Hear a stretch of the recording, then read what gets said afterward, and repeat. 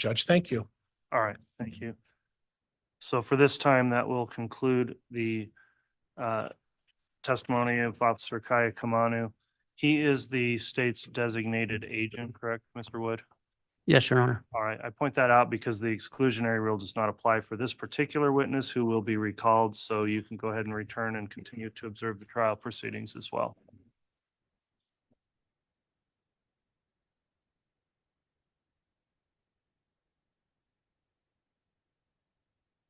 The state may call its next witness. We would call Detective Eric Wheeler, Your Honor.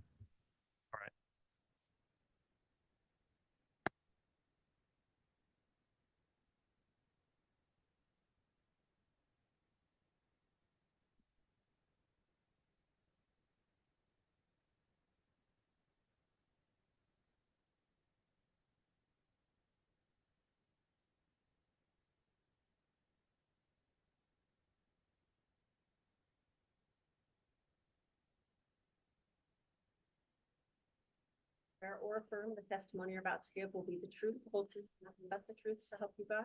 Thank you.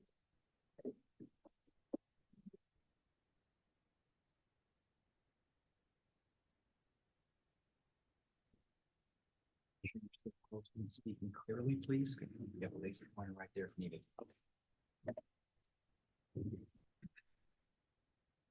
All right, before we begin with testimony, let me just confirm with Detective Wheeler here, who's now under oath. The court does have an exclusionary order in this case in effect. Have you observed or listened to any of the trial testimony that's taken place in this trial? No. Okay, so you have followed that. You haven't discussed any of the testimony with anyone else or reviewed that with anyone from the state? No. Very well. Mr. Wixom, if you'd like to inquire on direct, you may. Thank you, Your Honor. Good morning, Detective Wheeler. Good morning. Could you please state and spell your full name for the record? Detective Eric Wheeler, ERIC WHEELER. Thank you. And can you please explain to the jury, where do you work? The Rexburg Police Department. How long have you worked there? 18 years. And what's your current rank? Detective. And what was your rank prior to becoming detective? Patrol sergeant. And how long were you a patrol sergeant? Approximately 3 or 4 years. And how long have you been a detective now? 3 years. So prior to that, were you a patrol officer? Yes, sir. And just very briefly, for the jury's sake, will you please explain to them what's the basic post-training that law enforcement receives? So I've received my advanced and master certificate through Idaho Post. And so it's, training that you have to go through, in-service type training. You have to go through the Post Academy to get your basic certificate. And it entails everything from traffic, criminal code, search and seizure, laws of arrest, arrest techniques, firearms, those sort of things. Thank you. And I want to draw your attention almost 5 years ago, back to June 9th of 2020. Were you involved in any kind of search that occurred in Fremont County? Yes, I was. What search was that? It was the search warrant that we were asked to help with at the 202 North, 1900 East, Fremont County, the Chad Daybell property. And what was the subject of the search? My role in the search was to maintain scene security, safety, traffic and crowd control while investigators conducted the search on the property.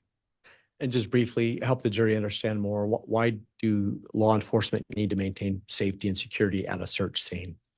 Anytime we're doing a search on anybody's property or home, there's a risk that's an inherent risk to the officers as they're conducting that search. And so whether that's agitated bystanders or the homeowners themselves. And so we just like to keep everybody safe by maintaining that control.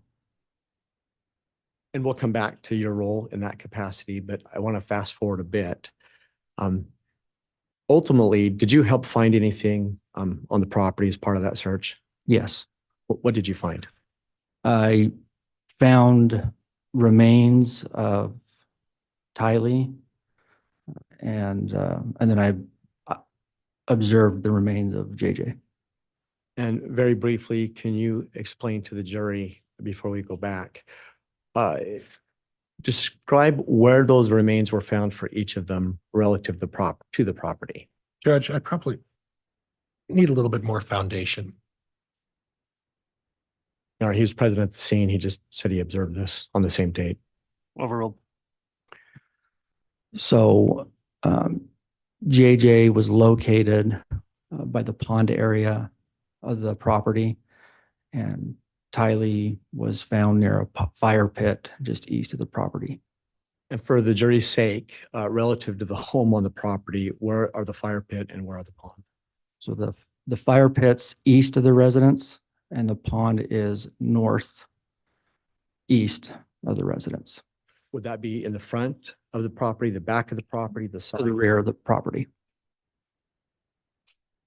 So I'd like to come back now to your role in safety.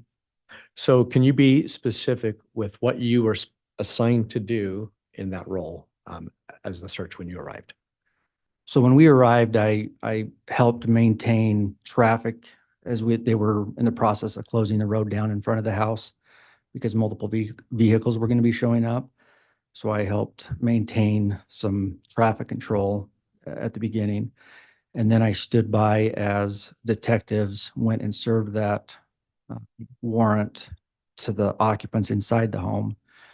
And then my role was to just stand by and observe the occupants and their coming and goings as they were free to move around as they wanted. And is that common in a search until something's found? Are the occupants allowed to remain on the property and sometimes move around? Yes.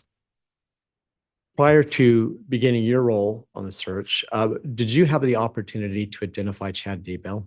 Yes. How did you do that?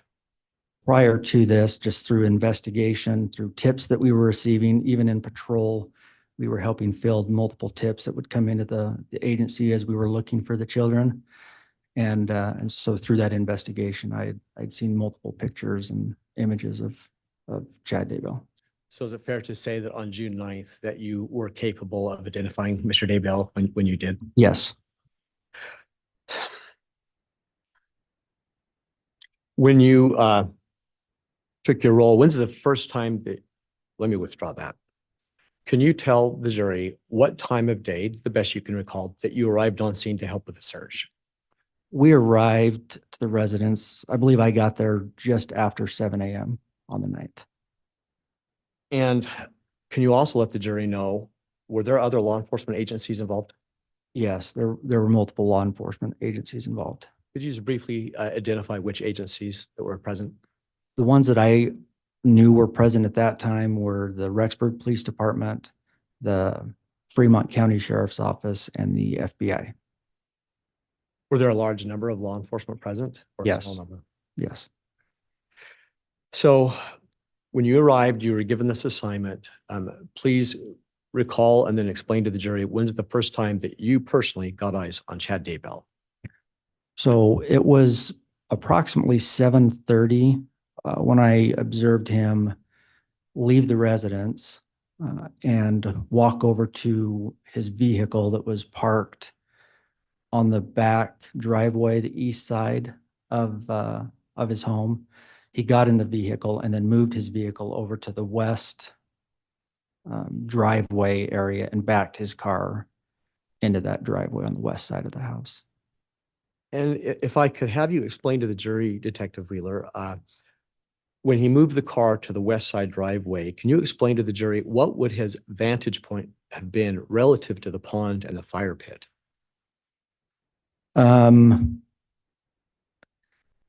He may have been able to see the pond area a little better from that west front driveway where he moved the vehicle to.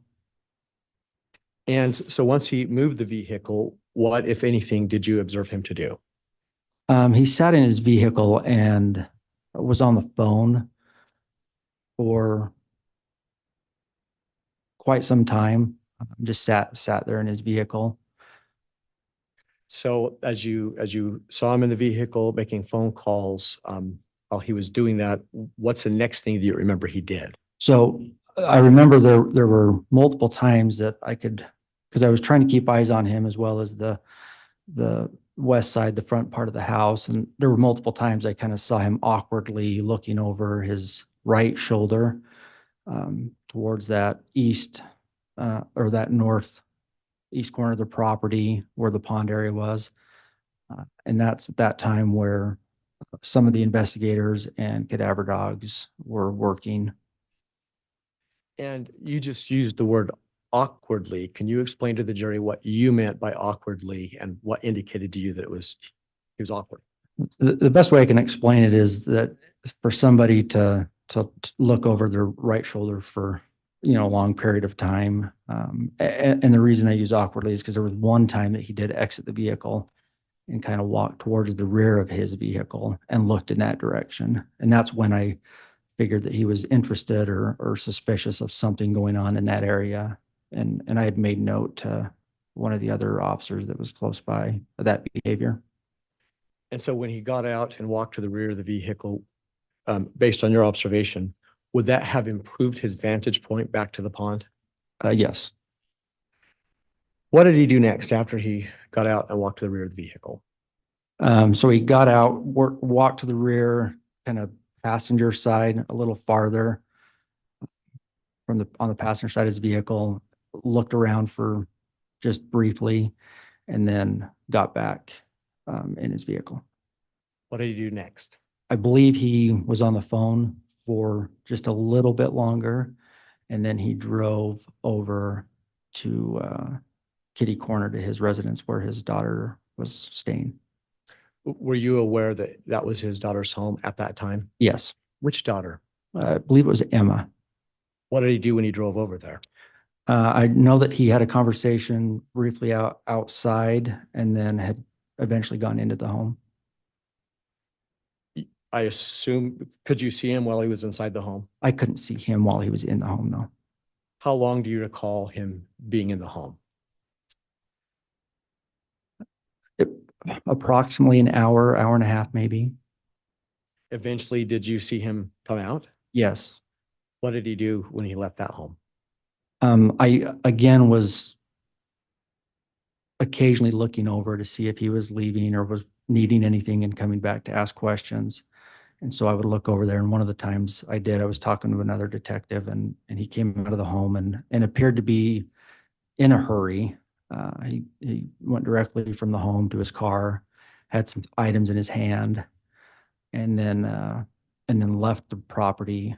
And I remember at that time that there were assigned detectives responsible for following him if he went certain places and just kind of keeping an eye on him. And so Detective Schmidt was one of those detectives. And so I mentioned to him, hey, Chad's leaving. And about that time, other investigators that were in the back of the property came jogging over saying, hurry and go stop him. When you said leaving, did he leave on foot? Sorry. So he got inside of his vehicle and drove going south. And I do remember the accelerating, you could hear the acceleration. And I thought, is he trying to run? I remember that was a thought that went to my mind. And then when the other detectives said, hurry, go stop him, where I was in a marked vehicle, I responded to that request. In your experience as a law enforcement officer, is it common for someone who is the subject of a search at a home when they believe something is going to be found or is being found? Judge, I'm going to object. This calls for speculation. It's training and experience, Your Honor. Judge, no, this is, Hold. Mr. Wixom, first of all, if there's an objection, let me think about it for a minute and respond before you start arguing against the objection. So please also for the court reporter, at this time, I am going to sustain that objection. So you went and stopped him. Can you describe to the jury, you said he was, in your opinion, going fast, is that right? Correct. How far away from the home approximately was he before he was stopped? It was right around the Fremont Madison County line where he stopped. I couldn't give you an exact distance. Did you make any personal contact with him when he stopped? I did. And what did he say or do? So at the time, all I had was a request to stop him. I hadn't gathered any further information. The other detectives that had made that request were right behind me. And so I exited my vehicle and asked Chad to exit his vehicle and explained to him that that I had been asked to stop him and that the detectives were on their way to talk to him. At that particular point, did you notice any change in his demeanor at all? He didn't ask any questions, wasn't way shocked or surprised that he got stopped, and complied to the request that I asked of him. At that point in time, did any other law enforcement become involved in contact with him? Yes. Who was it that you recall? At the time, his rank was Lieutenant Ball and then Detective Hermosillo. And there were a few other officers. I don't necessarily know their names or who they were that were at the stop. Now, asking you to recount for us, what was the first thing that you remember law enforcement telling him? So Judge, I'm going to object. Grounds It's hearsay. sustained. Judge, may I argue that? Go ahead. It's not offered to prove the truth, Your Honor. It's just the effect on listener, which would have been Chad. Well, but the point you brought up in the question, what was the first thing you remember law enforcement telling him? So I think it's just directly calling for hearsay. So it is sustained. Was there some interaction? yes, Once that interaction occurred, were you ever instructed or did you ever take it upon yourself to arrest Chad? I placed handcuffs on Chad. And what did you do with him once handcuffs were placed upon him? He was told that he was being detained right now, and he complied. I correctly put the handcuffs on, checked for proper tightness, double locked them, and then put him in my patrol vehicle. During that interaction, are you aware, was he ever advised whether or not there'd been a find on the property? Yes, What was he advised? that they had found JJ. So in your vehicle, do you have camera system? Yes, Is there any camera system inside of the vehicle itself?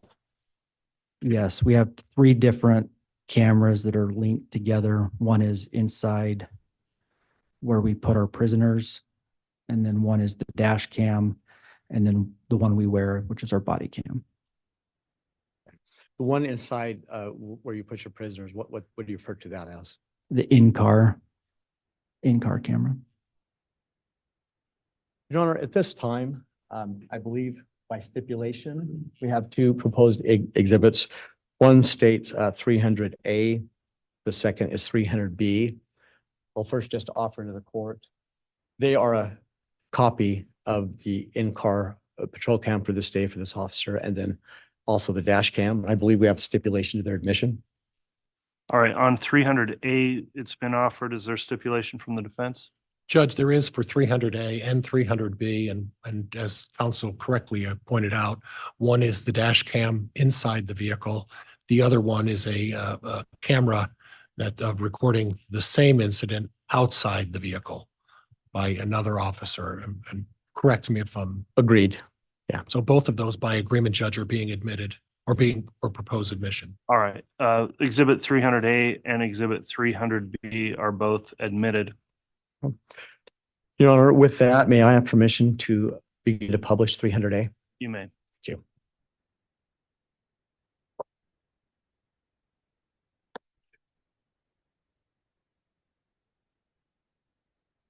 And Your Honor, while I'm preparing this, I would just further want to note for the record, we likewise have a stipulation. These videos are each an hour and 50 minutes.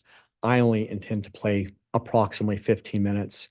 We have an agreement between counsel that the state can play what they wish to, and defense counsel can likewise play what they may wish to. All right, if you do that, Mr. Wixom, if there is some identifying marker on there, either a timestamp on the video itself, so we can identify in the record precisely what portions were played, then please do that when you publish. Will do, Your Honor. Thank you. Thank you. If I can have just a moment, please.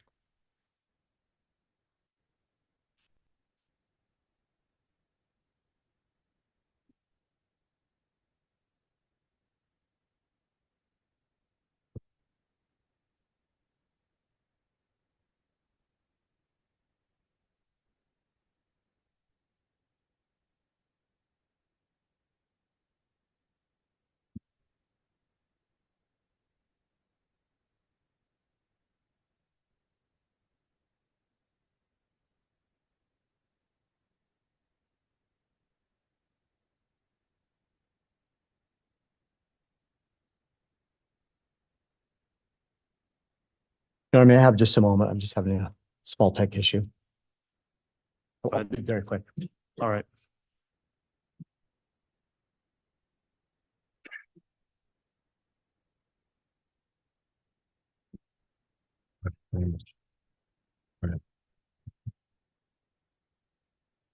Your Honor, the problem I'm having is this particular flash drive, and I prepared multiple, is not pulling up the file. It was moments ago. So if the court would like me to send this up, I have an alter original that I'd like to file, but it also is marked Exhibit 300A. Okay, well, the one that comes in will be the one that's published. We'll put it that way. So whatever you publish, that very drive needs to be the admitted exhibit. Will do, Your Honor. Thank Very you. well. Judge, if we need to take a break, we can do that if you'd like. Cool.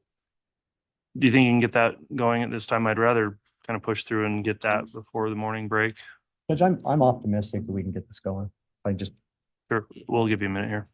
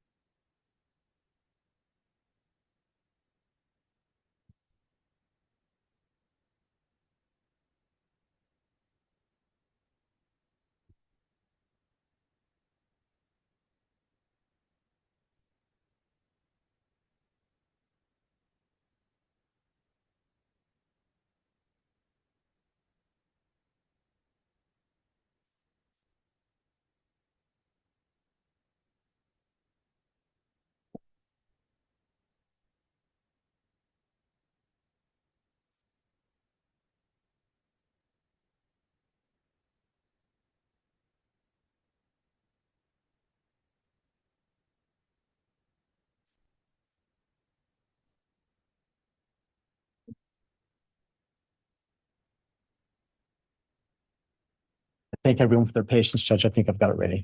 Okay.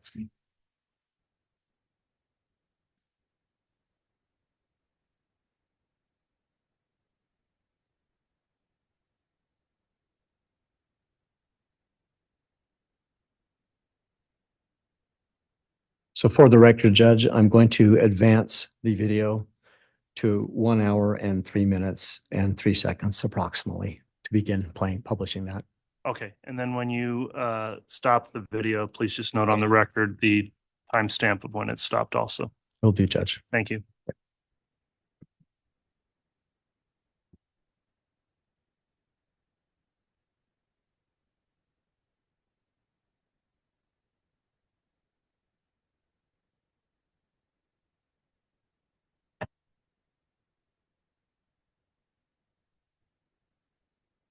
Before I play this, Detective Wheeler, you see on screen a video that's put in front of the jury. Yes, Can you just explain and confirm what that is? that's my patrol vehicle with Chad Daybell sitting in the back section where we have our detainees. And to confirm also, is this the day of June 9th, 2020? Yes, So this is all relative to the search that you've been testifying about already? yes. Thank you.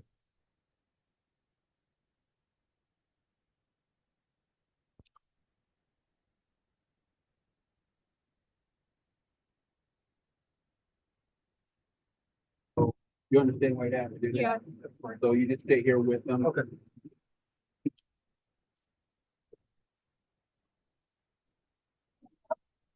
Hi. They said I could talk with you and I didn't want you to be alone. Judge, I'm going to stop at 1 minute, 1 hour, 3 minutes and 17 seconds and ask a question. Detective Wheeler, are you aware of who is the person that has just approached Mr. Daybell in the vehicle? His daughter, Emma. I love you so much. I love you. Glad you came over. I thought they had taken you downtown already. I got about to the Fremont County line. I saw it as soon as you left me. Again, stopping at 1 hour, 3 minutes and 38 seconds. Detective Wheeler, can you just explain to the jury the positioning of your patrol vehicle relative to the Daybell property and vantage points that could be seen from where Mr. Daybell is sitting as he sits now? So we're parked on the south side of the residence. I believe the road is 200 north. So we're just south of the residence and facing west. And so if he were to look right outside of that open door, he would be looking at his house. And from his sitting position, would he have a vantage point to see the pond area on his property or the fire pit area on his property? From that position, he would just have to look over to his right shoulder and out that door, kind of towards the back of the vehicle. What would he be able to see if he did that? He'd be able to see the fire pit area for sure. And to be clear, whose remains were found in the fire pit? That was Tylee. I'm going to go ahead and play this continuously for a while, Your Honor. Chased you down and then they came back. Ron, Ron? just concerning the car. Huh? I know they, Yes. okay. What's that? Just about the car. Oh, we'll take care of the car. We're gonna take it. Is she able and we to will- get it? Yeah, you can get that. We may have to go through the car, if you're arrested in it, Right. the things we gotta do, but then. She can have her bananas and her, I gave him First. food. We'll try to get the car before it's spoiled. You can eat it.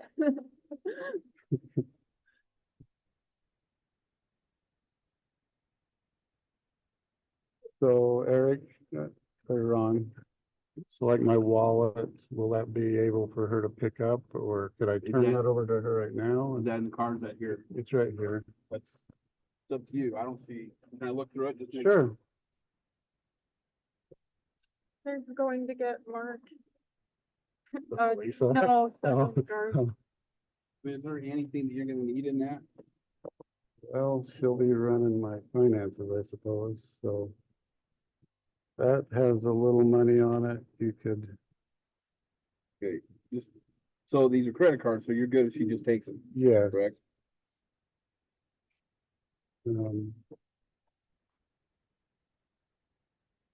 In the middle drawer on the left side in Mark's room, there's about $9,000 in 2 white envelopes.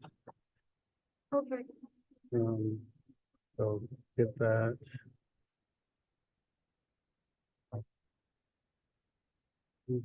Yeah, so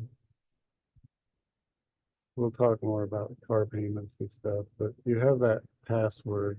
I do. I believe the Hawaiian, That's this one. First Hawaiian Bank, if you use that same password for this account, it's Chad Daybell. What else is in here?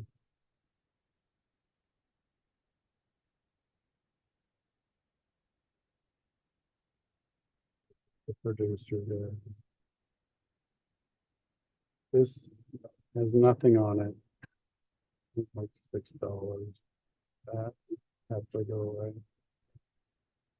So this, okay, in that same drawer,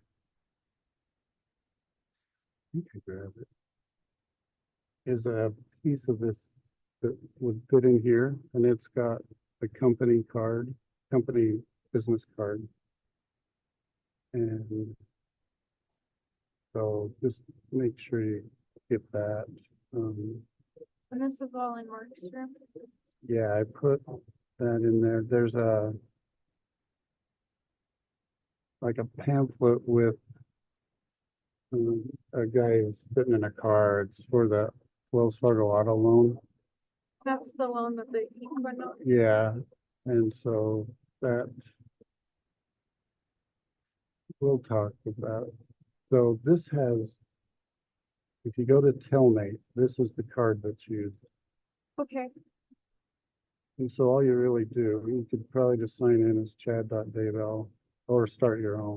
I have an account that I've been talking with Lori on. Okay. But you could use this To card, add money. to yeah, and to her if needed. it. Okay.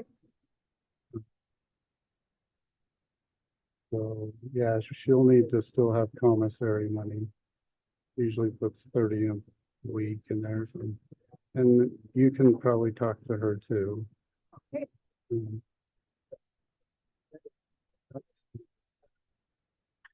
I'm sorry. I love you so much.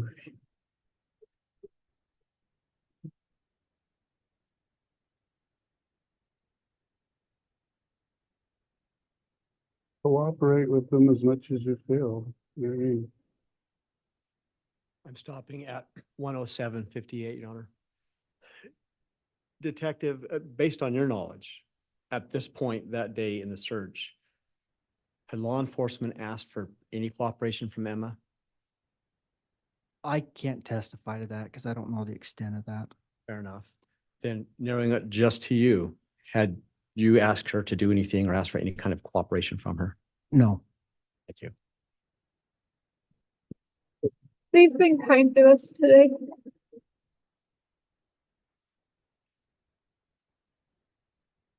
I texted John Pryor, so he has my number. He said thank you.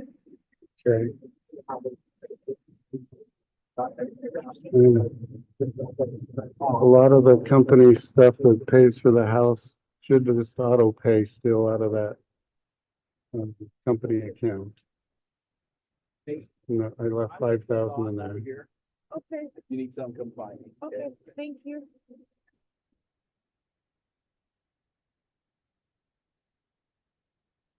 Any other questions you have? I think, well, it sounds like you're not gonna be out in a little Right. while.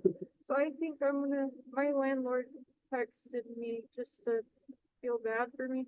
I think I'm gonna come over here. That's what I needed you to say, because, yeah, you and Joe, Stopping at 109:04, Detective Wheeler, I just want to reiterate, we just heard that comment about he's not likely going to be out. At that point in time, you had not formally put him under arrest, is that right? Aside from placing him in handcuffs and detaining him, no. But you didn't advise him of potential charges or anything like that at that point? No. And as far as you know, had any other law enforcement advised him of any specific charges that he may be facing? Not that I'm aware of, no. Thank you. and whatever Mark wants to do, he should stay with either you or. Take care of Mark, I'll take care of Lee. That's the card. I will, Dad. And they'll take care of me. We'll take care of you the best we can. Sorry to interrupt. So keep paying the mortgage out of the company. Okay. No, you can probably set it up though. I'm trying to, it's Wells Fargo. In that same pamphlet. Remember the password. I'll look, But- but I've had a lot of success with mom stuff, just saying, will you help me? My mom died. I'm pretty sure, will you help me? My dad's in jail. That's the same. It should be paid through July 1st. Okay, And I think the car is paid through July 15th. So you shouldn't have any bills to worry about.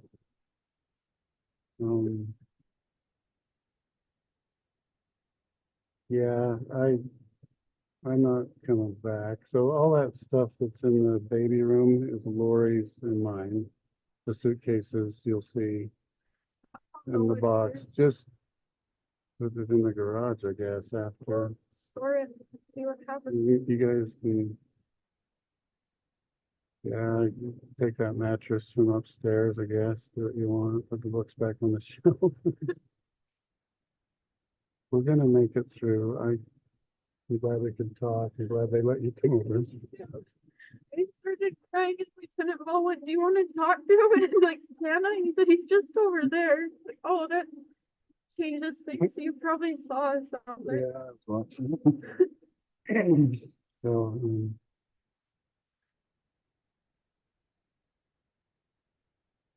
hopefully things will slow down for you guys and get left alone. But yeah, they'll let you move out of there. You just get over here. You know, get guard. Well, I It still feels better.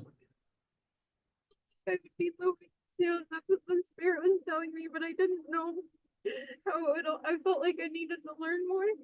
Hmm. And now I get it. So yeah, this is essentially the house, and we'll talk to John Pryor about the financial arrangement, but you should be fine for a while. I think long enough to get on our feet. I have a lot in that account with the other attorney, so that will take care of me for a while.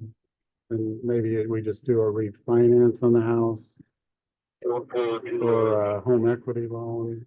Does it, I don't think it's gonna break us. I think that might be an option there. I might need to authorize putting you on the on the mortgage. account with you? And just probably leave Joe off it. Yeah. Yeah, keep me on it with you. And Do you have accounts like that when you're in jail? I don't know. I guess this is the part you get to, that there's someone else's accounts. Well, technically Spring Creek Book Company's office, so you can, we'll manage it that way and find a way.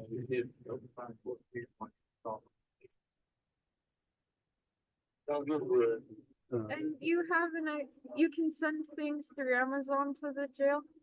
Yeah. So like, I couldn't send you a package, but Amazon, if I ordered it through there, it could get to you. Yeah. I'll only do that as you ask for stuff. Lori would know the Amazon account. I'll talk to her. Yeah. Cause I have like $265 or so in there as gift certificates. So don't pay. Yeah, I won't. We'll get it figured out. It's like Cholo 1105 or something. James loves Elena at iCloud.com, I believe is the password. I don't know what they're gonna do with the computers. You could probably, it wasn't part of the search warrant. Are they, do you know, are they leaving the computers? Well, they were in my bag. They were in the car. With him? They'll probably hold on to those and try to get it out. Okay, but things that are currently in the house will likely be left. I don't know what's been taken out. Okay. But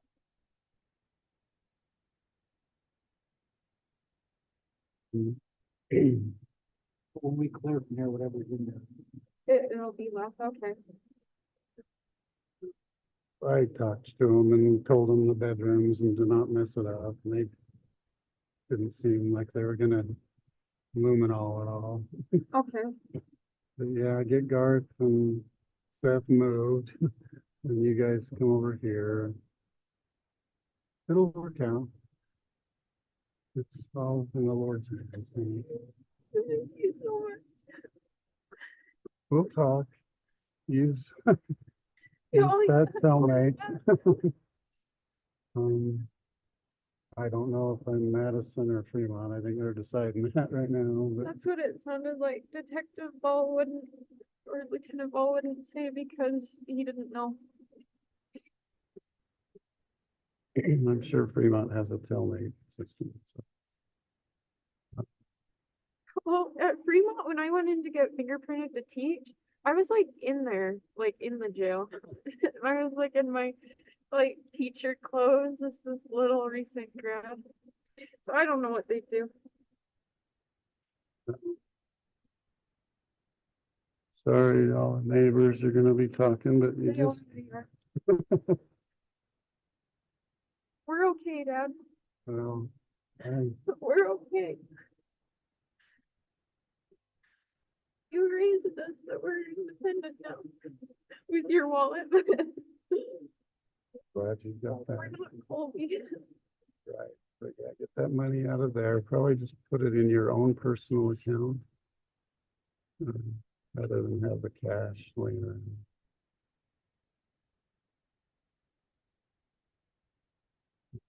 So you need some, I think they've been okay. Talking with her. I might not tell Joe about it either. about the money. Yeah, I have an account that's just in my name. I'm just gonna put it in there. Wait, Well, Garth knows about that money. Garth doesn't spend this frivolously, it's Joe. The checkbooks are in that drawer too. If needed. but you shouldn't need them. If at some point you feel you need to clear out the whole area again or something, you can check my email. I have to pick that computer, but my email, that Rexburg password is pretty much Is that everything okay? for the bank or my email.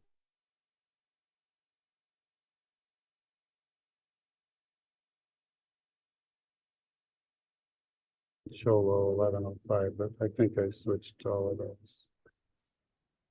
Yeah, I talked to Lori just for like 2 minutes. So she's aware they were searching. Was she surprised? She seemed bothered or disturbed. I mean, yeah,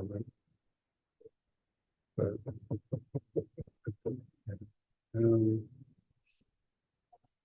so yeah, I'll be fine. I don't know what they told you, because I asked Lieutenant Ball, where did you find the human remains? That's what they told me, is that they found human remains, and I said, well, there are several dogs that have been buried there, and he said, respectfully, Emma, I can tell the difference in human remains. And I asked, where was it? And he said, over by the pond, under that tree, that it was in the ground and had boards over it. Okay. But that didn't, Jason and I have walked all over there. Yeah. That, and I Hmm. can see in your face that surprised you, that, because they asked, do you want to know what he's charged for? And then they went, well, actually, we don't have, they said, we don't want to tell you something wrong. How they're gonna. And so he told me that what they're looking at is that they found one body with the probable cause, there's likely two. So I asked, are you gonna search the property forever until it's found? And he said, well, no, but we're going to look. And he said, because I said, what about, this is the home for my siblings and there's a baby. And he said, if you're not able to get back in tonight, we'll hook them up with a hotel. Said, you're not in trouble. I think they'll let them back. I There's nothing in the house. They haven't. Stopping at 1 hour, 19 minutes and 17 seconds. Detective Wheeler, at that point, to the best that you can recall, was any of the search focused inside of the house? Not that I can recall. So the focus, as based on your memory, was all outside of the house. Correct.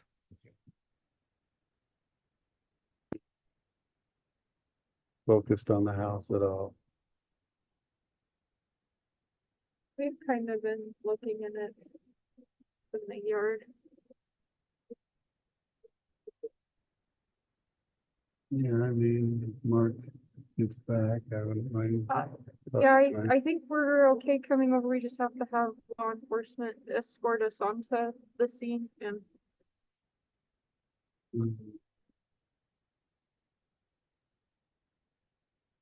We'll make it through. Mark deals with trauma weird that he just acts vaguely unimpressed. So I called him and said, Dad got arrested, and he said, well, I guess I should come home. Yeah, Mark, you should. Yeah.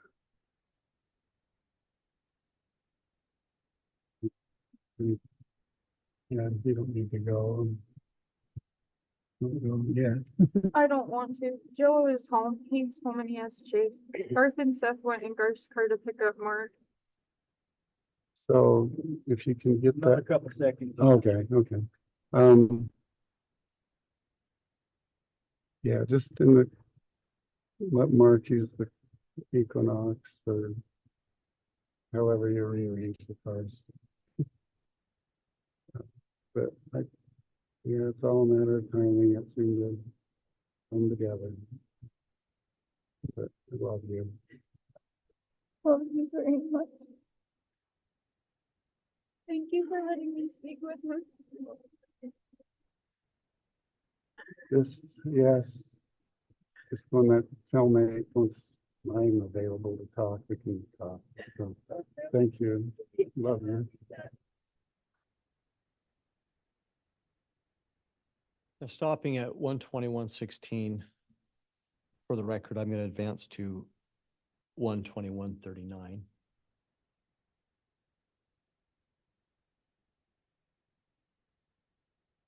121-36.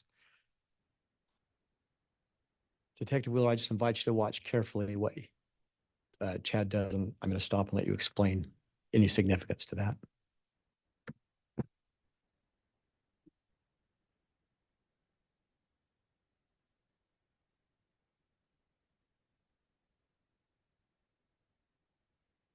Stopping at 121-47.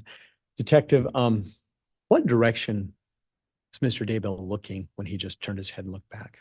It appears to me he's looking over to the fire pit area.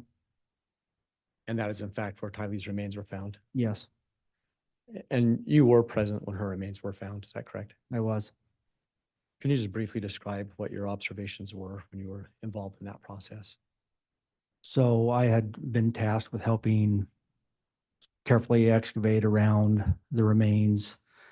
The odor was horrible.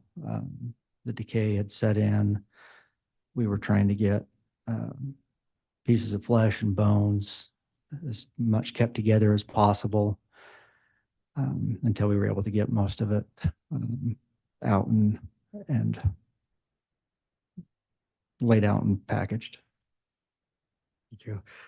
And to be clear for the jury, before you became involved in the actual search and helped find Tylee, what did you do with Chad in the back of your patrol car?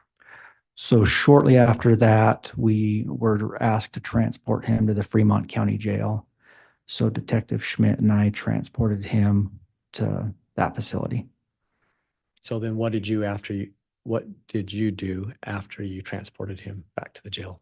I was asked to come back to the scene, and that's where I was informed that they'd also found an area where I'm going to object at this point. That calls for hearsay. It sounds like there wasn't foundation for that, so I'll sustain that.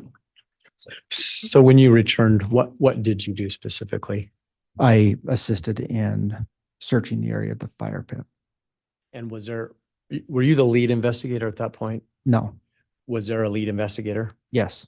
And were you following directions from whomever that was? Yes. As you recall, who was that person? It would have been either Lieutenant Ball or Detective Hermosillo, but I can't say for sure. There's no doubt you were a subordinate. Is that fair? No doubt. I think the last question, about how long were you back at the property in this process of recovering Tylee's remains?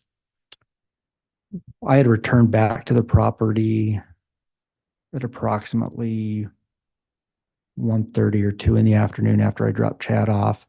And we were there the rest of that day and into the next day, the 10th. Approximately how many hours the rest of that day were you there? I had to estimate another 5 or 6. I also assisted in setting up light trailers and things for scene security overnight. Sorry, light trailers. Your Honor, at this time, I don't have any further questions. I might ask as a courtesy to counsel if he wants me to leave my laptop and the exhibit in case he wants to play from it. Judge, I can use my own laptop, and I've marked as exhibit number 63 on my list a copy of the outside video that Officer Wheeler was involved in. There's 2 videos that we stipulated to. Just as a precaution, Judge, and it's not that I don't trust Mr. Wixom's technology, but I'd ask Mr. Wixom to stipulate to the admission of my exhibit number 63, which I'll make a representation is the exact audio video of the outside of the stop of Mr. Daybell. We do not object, Your Honor. We believe it will precisely mirror and should precisely mirror exhibit 300B from the state that you've already admitted. Let me be really clear on that then. So we've already admitted 2 exhibits. I really don't want a duplicate exhibit. And it sounds like 300B would be the same as 63. That's what I believe based on the representations of counsel, yes. All right, counsel, if there's a way to use the same single exhibit, I would prefer that to avoid any confusion in the record. Judge, for convenience, would Mr. Wixom permit me to use my video of 63 for demonstrative purposes with this witness? council, why don't you work that out? I think what we'll do is take a mid-morning recess before you begin cross, Mr. Pryor. And if you'll talk just for a moment, we've already admitted 300B. And so again, I'm just hesitant to have a duplicate video showing the same thing. I guess I'm not, maybe I could be convinced, but I think it's best practice to have one exhibit for one video. Certainly. So if your file works in his computer, perhaps he can just use his computer with the admitted court exhibit 300B. It's fine with me, Your Honor. Okay, if you'll take a look at that on the break, let's go ahead and take our mid-morning recess. Let's try to reconvene again in 30 minutes. Your Honor, for the record, I wanted to turn in the exhibit that I just played because there was the issue with the other player, just so the court can keep track of what was just played. Okay, yeah, that'll be the one that will be the 300A. Thank you. All right. We'll be in All right, recess. please.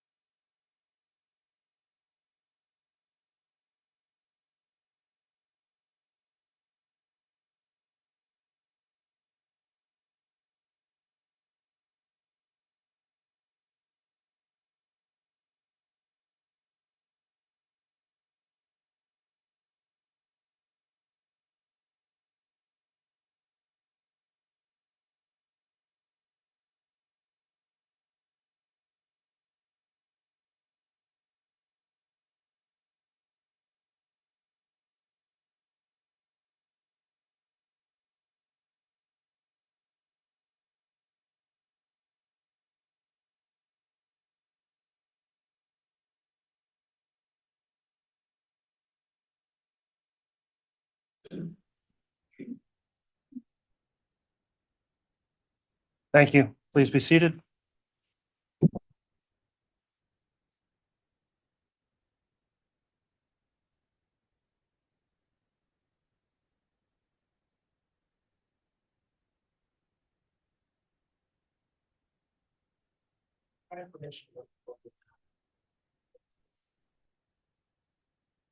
You can go now.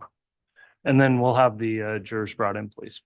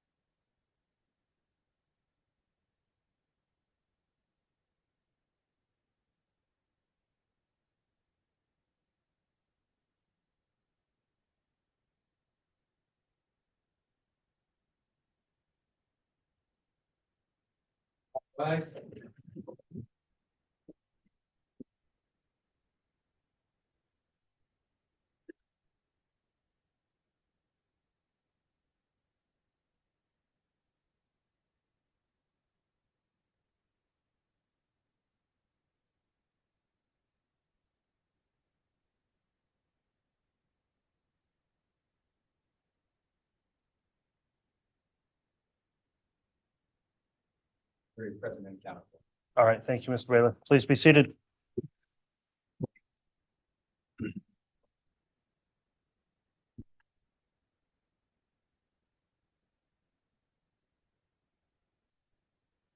All right, we concluded our mid-morning recess at this time then.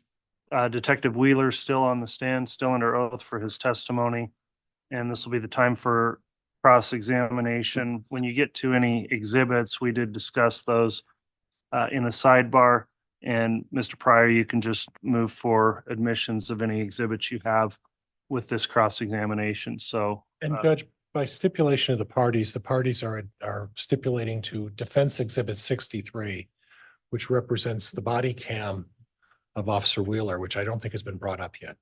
All right, Exhibit 63 was clarified. It is not the same as what we previously said was 300B. So 63 is a new exhibit, and I understand the state's reviewed that. Is there any objection to Exhibit 63 being admitted? All right, Exhibit 63 is admitted then. Mr. Pryor, you can commence with your cross. And Judge, at the appropriate time, I'll ask permission to publish when I get to that point. Very well. Officer Wheeler, I just want to clarify a couple of things if we could. Yep. I want to clarify your role from the morning when you arrived at 7 a.m. and your testimony is you did arrive at about 7 a.m. Is that right? Correct. Okay. And then what was your role immediately at 7 a.m.? So I assisted in securing the front roadway that goes in front of the property, 1900 East. And then just assisting with any crowd control and traffic control at that intersection in that road. Okay, was there a significant crowd there at that point? No, there had not been right at 7. Okay, and approximately how many officers were there at the time?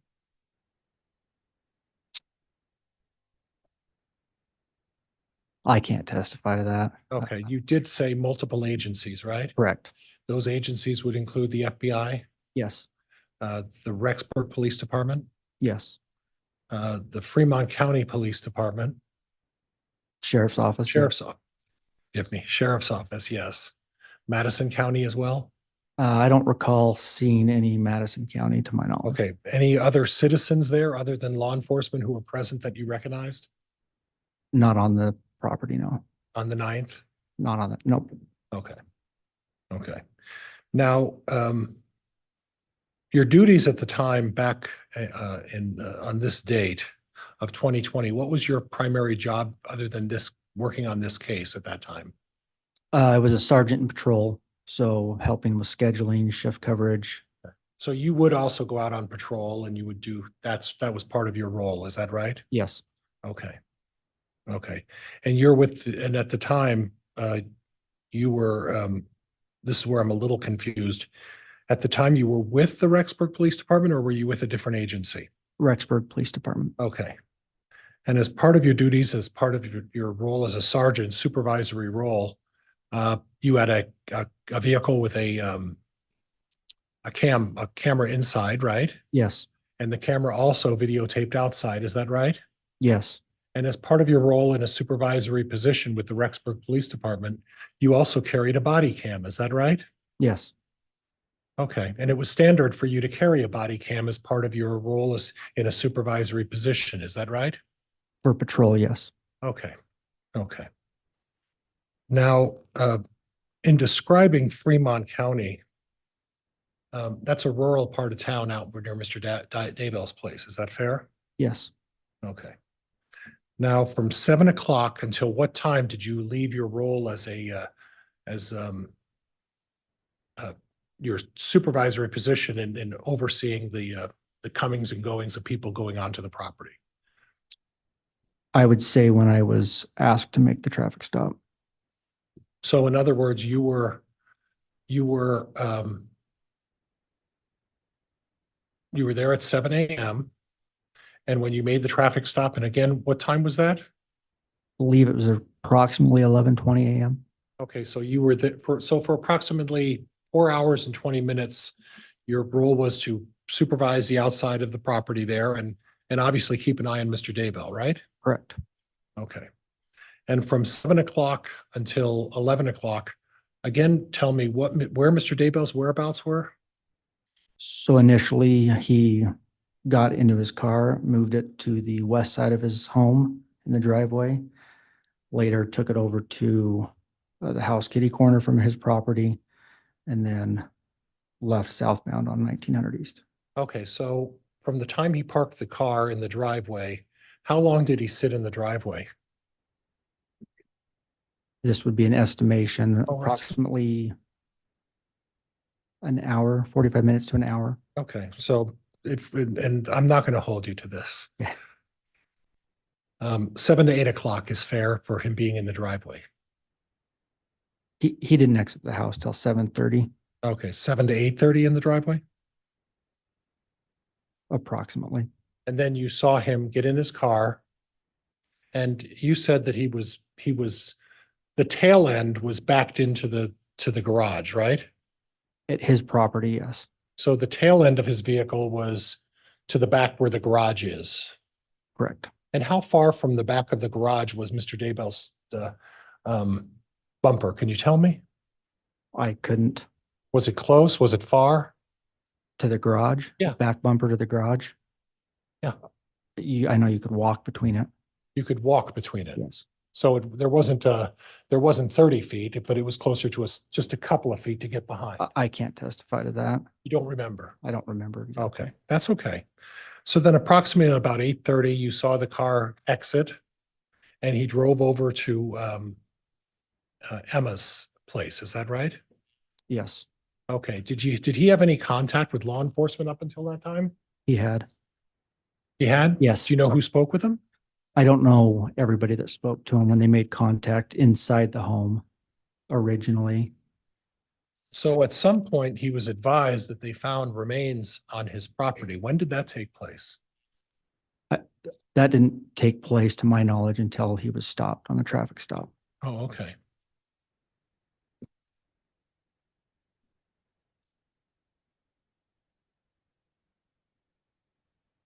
So and this is where I'm kind of confused. And please, educate me a little bit. So you said that Mr. Daybell was in Emma's house, his daughter's house, for about an hour and a half, maybe 2 hours. Is that fair? Yeah. Okay.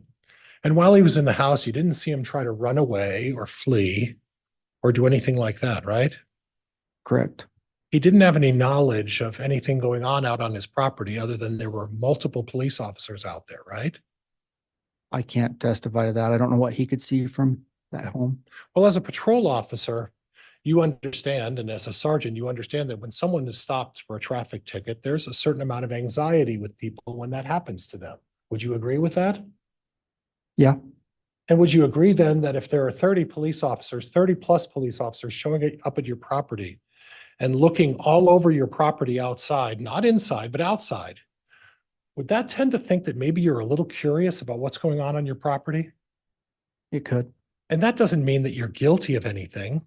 That doesn't mean you have any knowledge. What that means is you're curious about why are there 30 officers wandering around my property? Wouldn't you agree with that?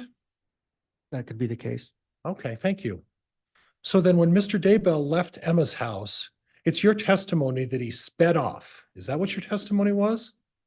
I believe it appeared that he was speeding. It appeared he was speeding. Okay. So he doesn't have any knowledge about what's going on the property at that point, right? No, I don't know that. Okay, I don't know what he hasn't been told by anybody from the law enforcement agency that that they found something on his property. Is that fair? Not that I was aware of. Okay. And then in your testimony, and maybe he wasn't speeding, maybe he was going fast. Is that fair? Yes. Okay, so he wasn't racing off then, correct? He accelerated quicker than, Okay. And the speed limit on Salem Highway, and I've been on there a couple of times, is about 50 miles an hour. Starts slow, but when you get right on Salem Highway, it's a 50-mile-an-hour road.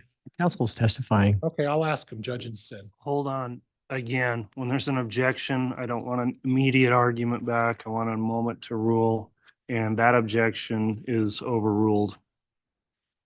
Okay. So you can re-ask and the officer can answer if he knows, knowing he's a law enforcement officer in the Okay. area. Do you have knowledge of what the speed limit is on Salem Highway in front of Mr. Daybell's house? 50 miles an hour. Okay, so 50 miles an hour. So if you're pulling out of a driveway and Emma's where she used to live is right on Salem Highway, right? Correct. So it wouldn't be unusual for someone to pull into traffic and start accelerating into going down the road, right? No. Okay. Now, I saw on the body cam, did you have a chance to go look over your body cam? Yes. Okay, and when did you review that? Couple days ago. I don't remember Okay, the date. now I saw on the body cam, and if we have to, we'll play this for everybody if you have trouble remembering something, but I saw on the body cam where you pull up and Mr. Daybell stopped in a vehicle and you get out of the vehicle. Do you recall that? Yes. And then you walked up to, it looked like there were about 4 or 5 officers there, right? I know that there were 2 unmarked surveillance officers that were there with me at that time. Okay, but Officer Hermosillo was there. He arrived shortly after. Officer Ball was there. Arrived shortly after. And as soon as they arrived and you walked up, there was a discussion to Mr. Daybell about where he was going. Do you remember that? I don't recall that. Did you have a discussion that he was going to visit somebody that morning? I did not. Did he have a discussion about having a meeting with his lawyer that morning? Not to my Remember knowledge. that? Not to my knowledge. Okay. So you have no recollection of the discussion of anyone at that point pointing out to Mr. Daybell that he can't go see his lawyer. The lawyer can come to him. I do recall overhearing a statement about his lawyer. Okay, so now you remember the statement about the lawyer. So gleaming from that statement, you were to understand that Mr. Daybell was in the process of going to see his lawyer, right? No, Okay.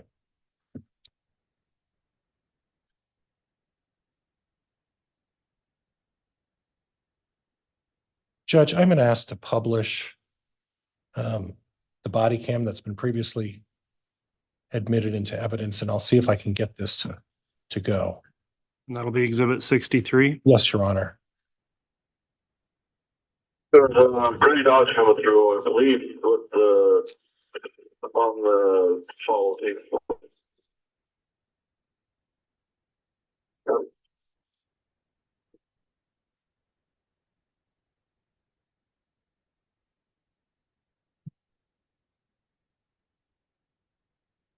What do we got? Do we know what we have? I don't know what they want. They said. Yeah, go ahead and step out here for us. They just asked us to stop you, so just come right here. They're gonna come and chat with you, okay? Just stand right here. You don't have anything on you? No weapons or nothing? Okay, Chad. We were. So we're going to detain you for a minute. We'll figure out what we're going to do.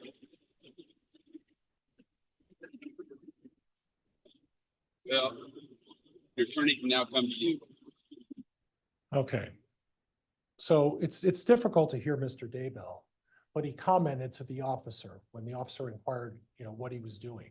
Do you now recall that? I couldn't hear what Okay. he said. But the officer's response to Mr. Daybell was, now your lawyer can come to see you. Did you recognize that? Yes, Which officer, by the way, said that? I believe that was Lieutenant Ball. Okay, so Lieutenant Ball is the one who said, your officer can come to you now. Is that fair? Your Attorney, lawyer can come to you now. yes, Okay. So it appears that Mr. Daybell was in the process of going to see his lawyer that morning. I can't testify that. Right. But according to Lieutenant Ball's comment, your lawyer can come to you now. It sort of presumes that, doesn't it? I could presume that he was trying to call or wanted to talk to his attorney first. Okay, and he was doing that in his car as he was driving away, right? I don't know that. Or he was doing that driving down the road instead of spending another hour in his house with Emma, talking to his lawyer on the phone. He chose to instead, well, I'll just get in the car and. Objection, Your Honor, it's calling for speculation. Sustained.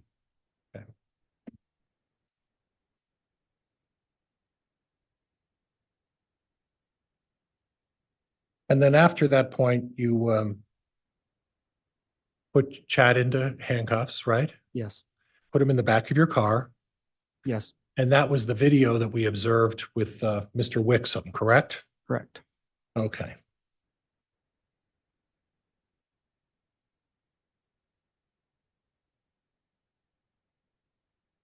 Now, do you recall, Mr. Daybell, on the video that you looked at with Mr. Wixom, where Mr. Daybell mentions, I don't know what they're charging me with. Do you record him saying that? Yes, Okay. Now, you also record him, or also recall him, excuse me, saying to Emma, cooperate as much as you feel. Remember Emma saying that? yes. Okay.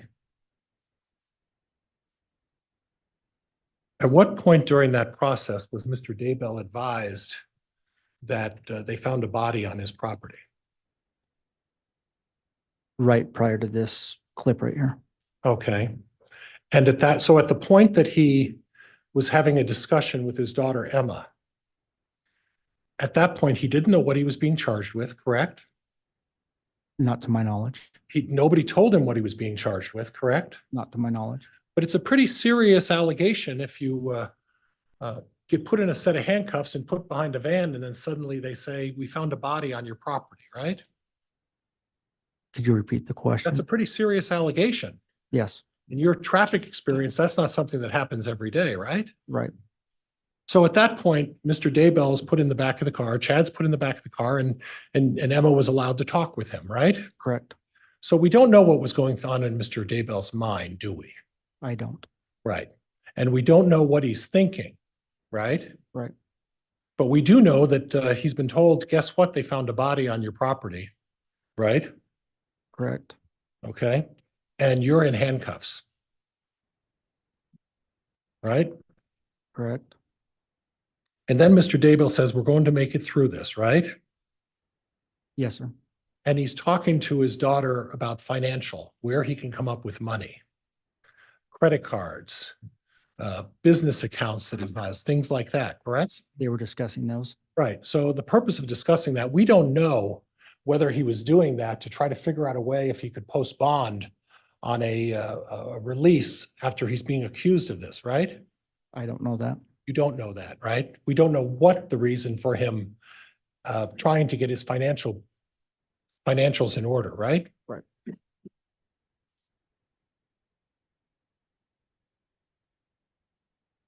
Now,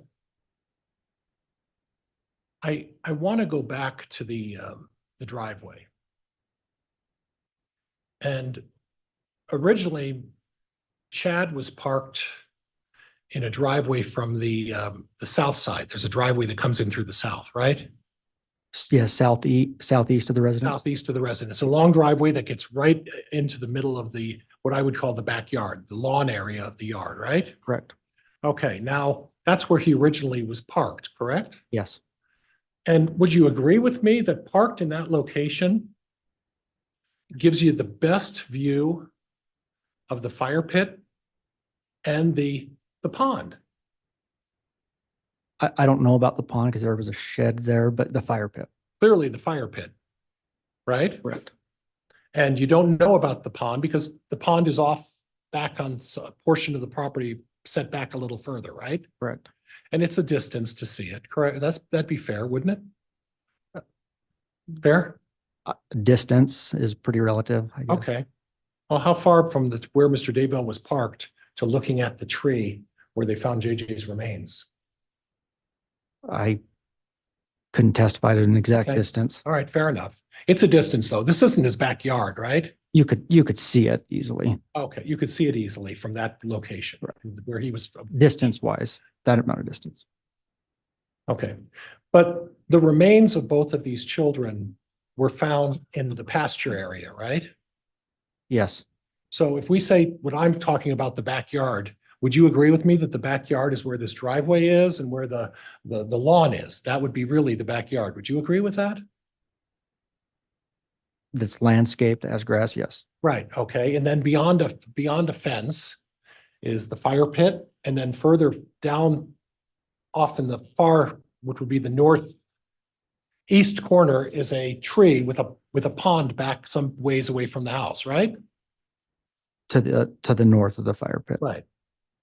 So this is what I'm struggling with. This is where I'm having some difficulty.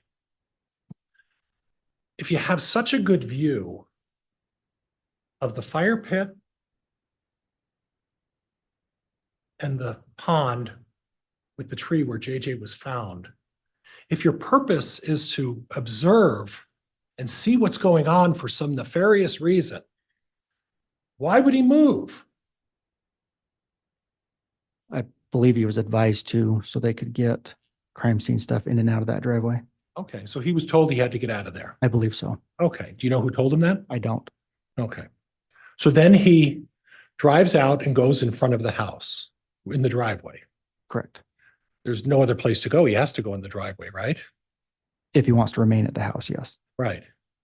And it's your testimony that he was looking around a little bit at that point, right? Correct. Okay, so,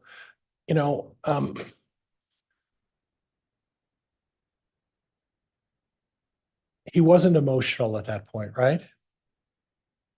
I didn't have a good vantage point to Okay. determine that. He didn't have a look of fear on his face at that point. Is that right? Not that I could see. Okay.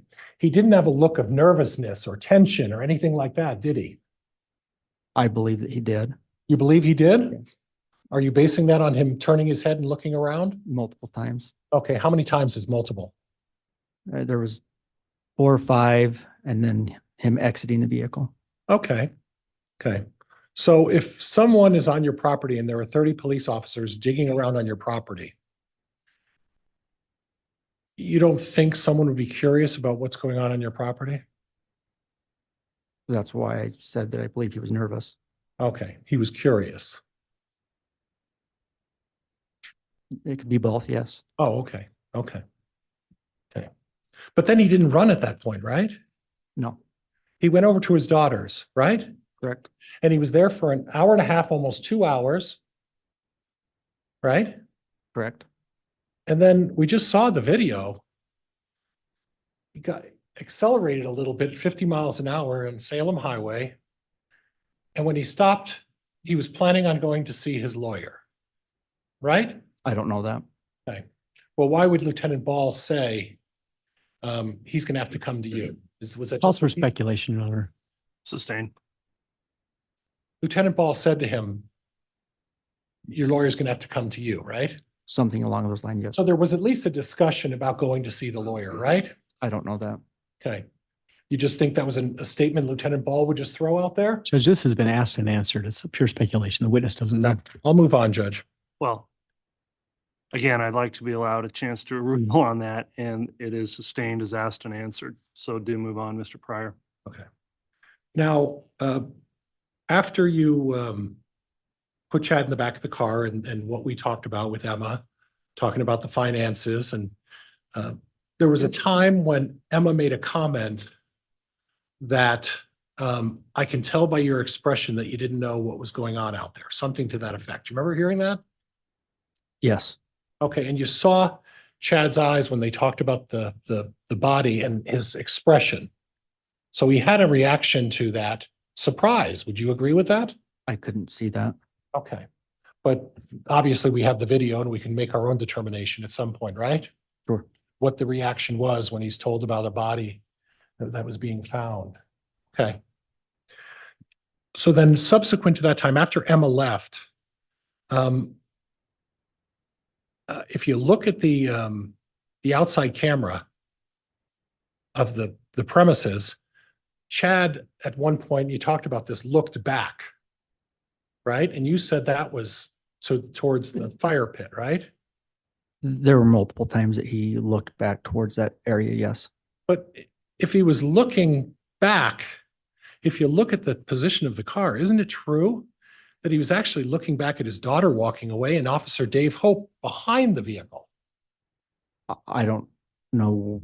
You don't know Where- what he was looking at? No, I don't know where Emma was at. She lives in front of the vehicle, so I don't know why she would be behind it. Okay, and then the video speaks for itself, though, as to what exactly Chad was looking at, right? It shows what direction he was looking at. Okay, on the outside body, the outside cam of your vehicle, right? In the front, I don't know what outside cam you're talking The about. camera that was recording the encounter from the outside of your vehicle. My body cam, No, there were two cameras there. the There was front car camera, a front car camera, and then there was the one inside the car as well, right? correct. Okay. But the cameras will speak to themselves as to where Chad was looking, right? Yes, Okay. Now, and correct me if I'm wrong, and I may be mistaken. But I thought you previously testified that by looking straight out the window, the way Chad's vehicle was positioned, that looking straight out the driver's or the passenger side window or the window he was in would be right directly at the fire pit. Isn't that what you testified to? his residence. Okay. So you're telling me that by looking behind or back, he's looking away from his residence. Is that what you're saying? Correct. Okay. So again, what time did you drop Chad off at the jail? Believe it was approximately 12:45. Okay. And I just need to clarify something else. How have you been on that property before? Prior to that day? Yeah. No, Okay. All right. But you saw cadaver dogs there on that day? yes. Okay. And again, what time did you get back from after you dropped Chad off? Back to the residence approximately 13:30, 1:30. And for those of us who aren't in the military, Sorry, that'd be 1:30, right? approximately 1:30 PM. Yeah. Okay. I can do that math, I think. And then you were there until what time at night? I don't recall the exact time until we decided to Okay. convene till the next day. And your primary goal at that point was excavation, is that right? After I had returned, they reassigned me to help with the property. Okay, and what role specifically? Were you at the fire pit or were you at the tree back behind the pasture there? Primarily the fire pit area. Okay, and do you recall who was with you at the fire pit? There were multiple people. When you say multiple, how many are we talking about? I don't even want to estimate. There That was, many? there was people coming and going. Oh, So I don't okay. recall who was there and when. And they were handing off the shovels and the tools used to do that? Not necessarily handing them off, maybe expanding areas to look at and sift through. And at one time, how many people would you say were digging around the fire pit with you? I don't want to testify to that. I don't know. You don't want to testify or you don't know? I don't know. I don't know for sure how many. Was it more than 2? Yes, Was it more than 4? yes. Was it more than 8? I don't, no, I don't know. Okay, and were you using just shovels? No, they had sifters, hand tools, shovels.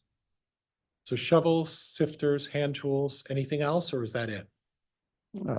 Not that I can recall. Other than digging in the dirt in the fire pit, was there any other obstruction in the fire pit that you recall having difficulty with?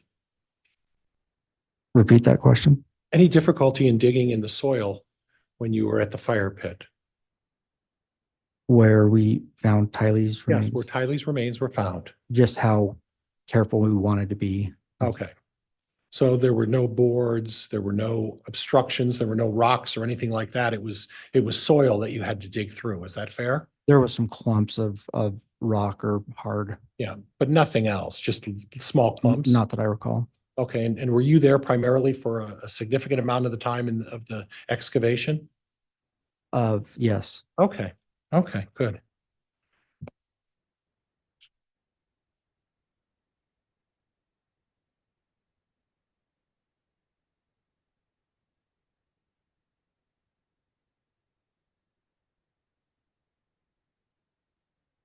And Judge, I think that's all I have. I think that's all I have at this point. All right, if we could have the published exhibit removed from the screen there, Mr. Pryor.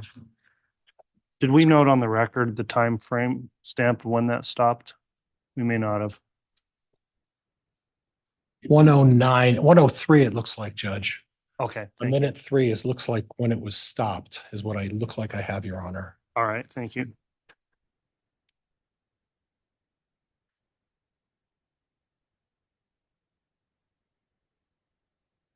All right, I'll let council return then and we'll have redirect Mr. Wixom.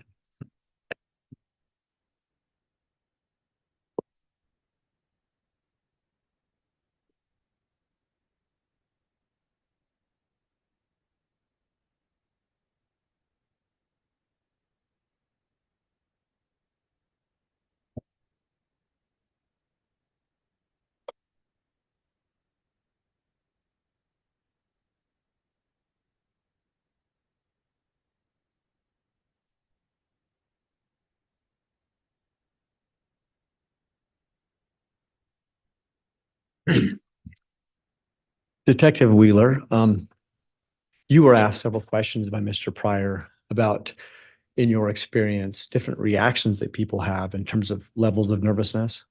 Yes. And he asked you a question about whether or not someone might typically get nervous with a simple traffic stop. Correct. Answer that. Can you just explain, is that your common experience as a law enforcement?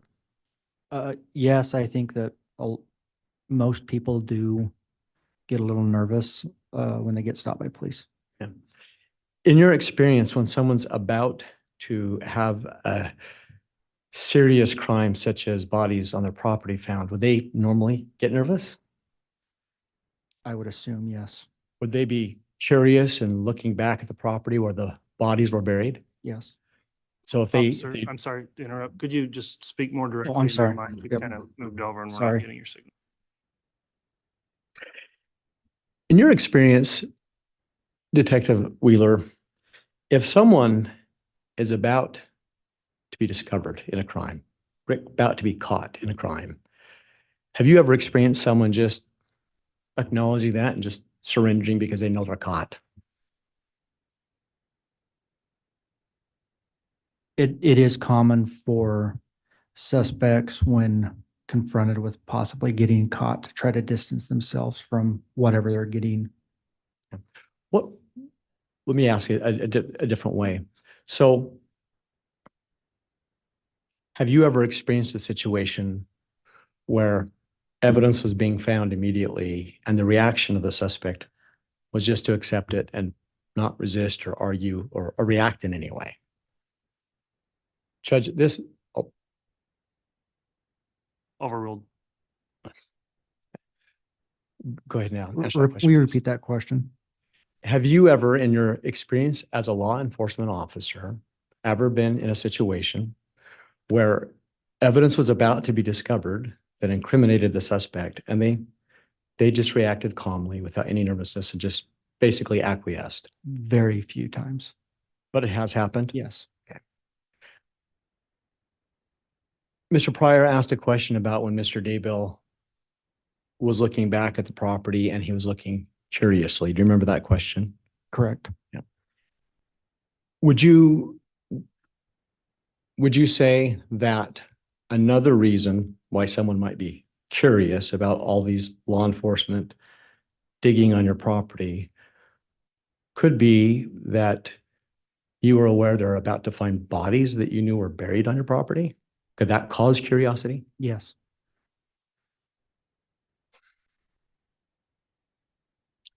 Mr. Pryor asked you a question about the speed in the roadway in front of Mr. Daybell's property. Do you remember that? Yes. Yeah. And again, what was the speed on that road? 50 miles an hour.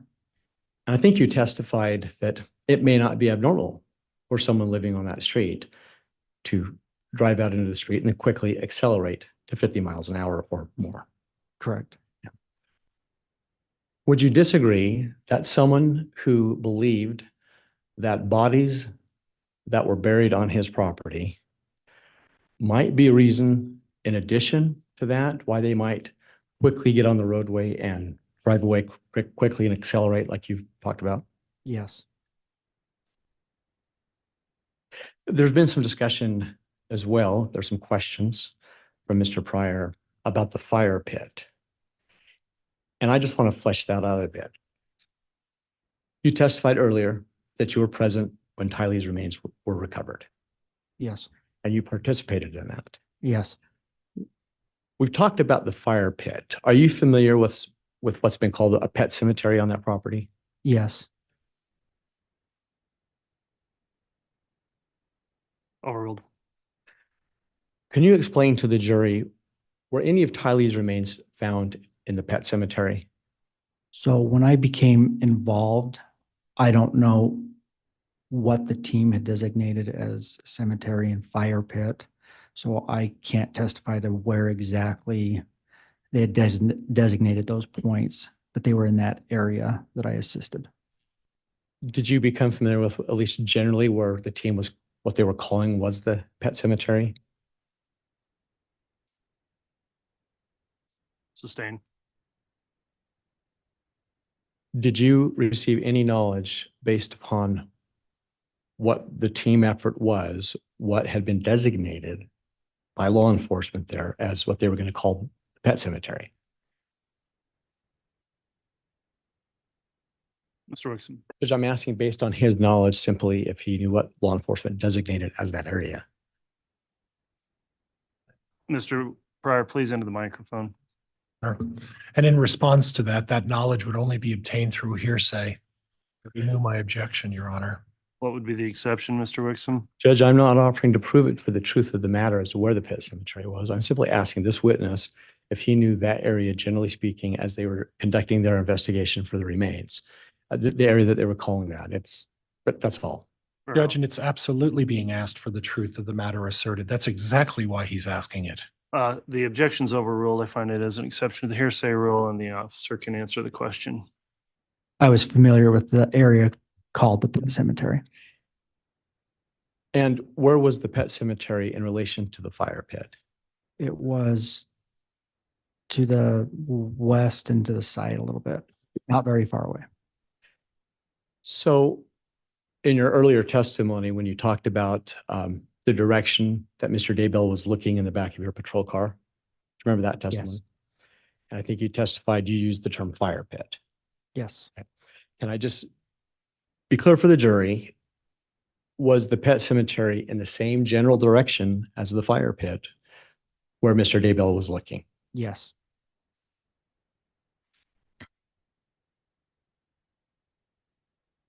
You were asked some questions about the use of shovels and tools in attempting to recover Tylee's remains. Yes. Could you explain a little bit more to the jury what kind of cautions and efforts were made to uncover those remains? The majority of what I did, I was on my hands and knees with brushes and little hand tools, removing portions of dirt away from the mass that we had found. Without being too graphic, when you were removing those portions of dirt, did you personally find any portion of her remains? Yes. Can you describe those remains that you'd found? Judge, I'm going to object. Basis.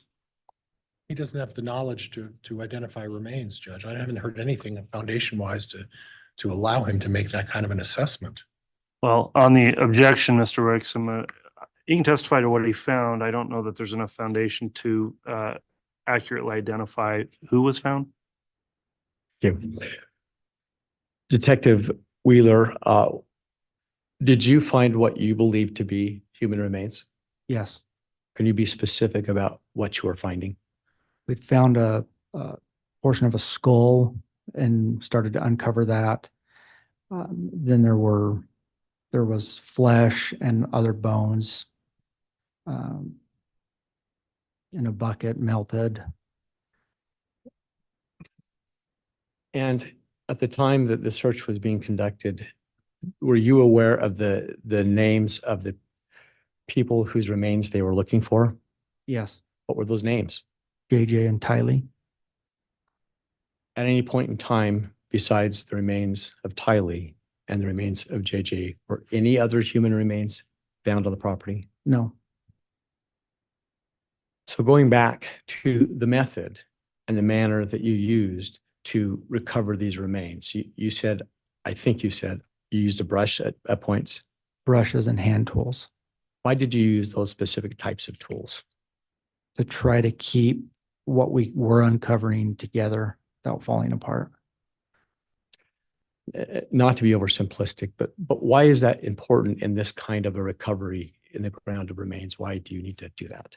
I think it assists in identification purposes and evidence collecting, so we don't lose anything. Is it fair to say that that's a careful process? Yes. You were asked questions about passing off shovels or different shovels and tools. When you were engaged in this recovery of her remains and you observed other law enforcement, did you ever see anybody in any way haphazardly use those tools? Judge, objection, mischaracterizing the question and the testimony. Overruled.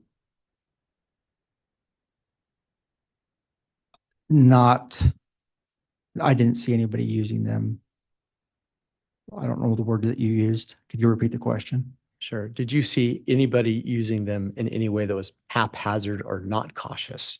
No.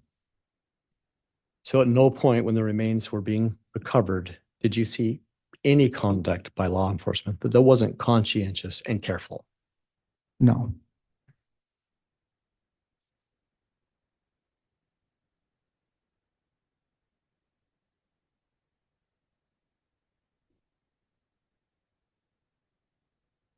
I think you're a 17-year law enforcement veteran, is that correct? 18. 18, thank you. Are you familiar with the term consciousness of guilt? Yes. Judge, I'm going to object at this point. We're going well beyond the scope of cross-examination. I'd like a quick sidebar.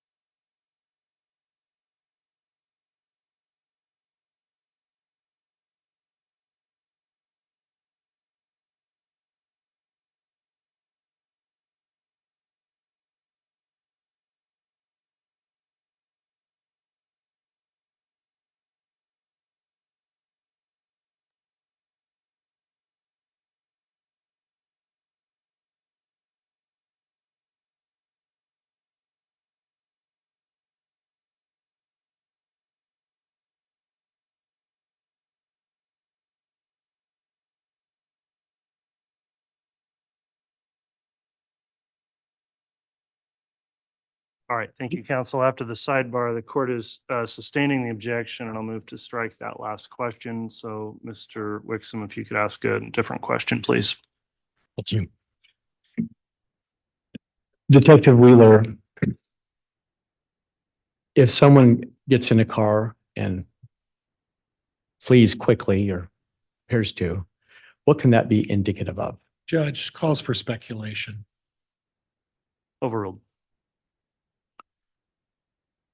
Could be that they have knowledge that something is going to be found or some sort of guilt.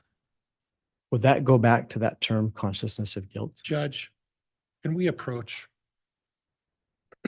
Sidebar, please.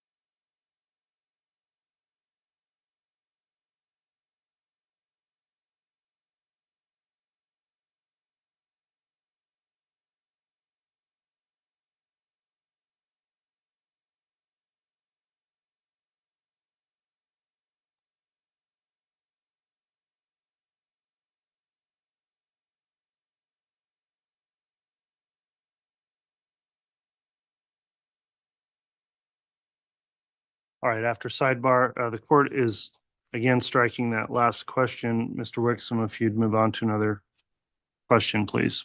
Certainly. Just a last couple of questions.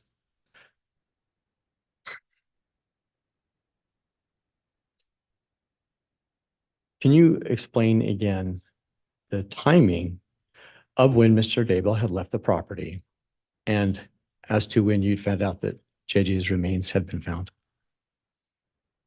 Later, I had discovered that it was simultaneously, meaning as Chad was leaving, detectives were coming around the house and saw him leaving and advised me to stop him. Judge, I'm going to move to strike its hearsay. Response, Mr. Wixom. Your Honor, I can re-ask the question. Very well. Yeah. When you had stopped Mr. Daybell and had him get out of the car and come back to the back, you indicated that that's when he was met by the 4 or 5 officers, including Lieutenant Ball. Is that right? Correct. Yes. And we just saw the video where the first thing Lieutenant Ball said was, "We found JJ's remains." Yes. Would you agree with that? Yes. That happened how long after Mr. Daybell had gotten his car and drove away? Just prior. Moments, seconds, what's your best recollection? I wasn't back there, so I don't know the exact time they located him, but I'm asking the statement from Lieutenant Ball to Chad, right. that timing, how long was that statement made to him? How much earlier had he driven away? Oh, just within minutes.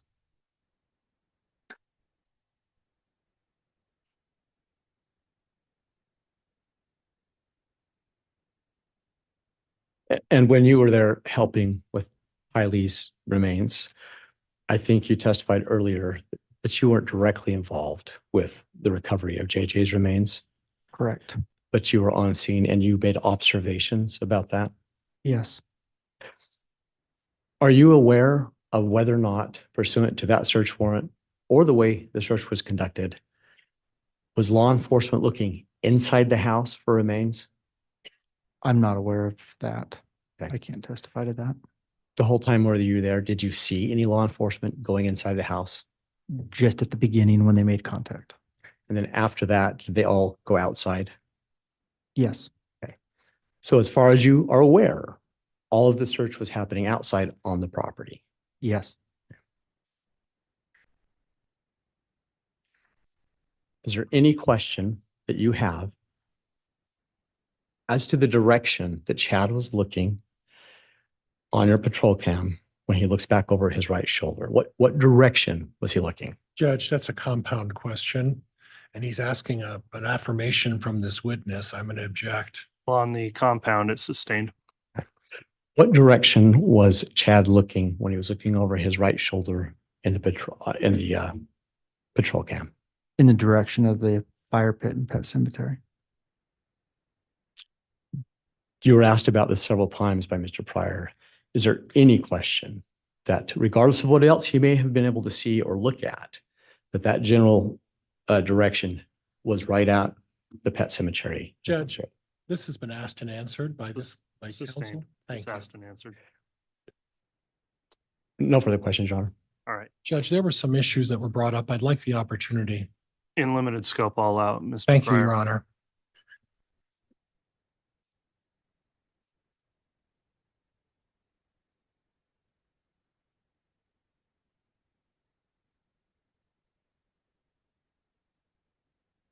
Now, officer, I heard an interesting comment from you.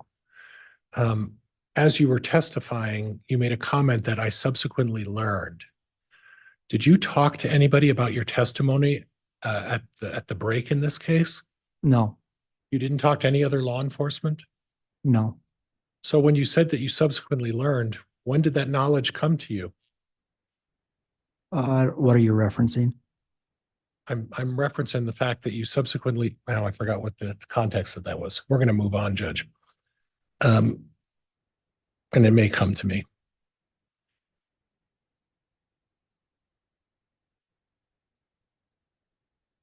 I want to clarify a couple of things.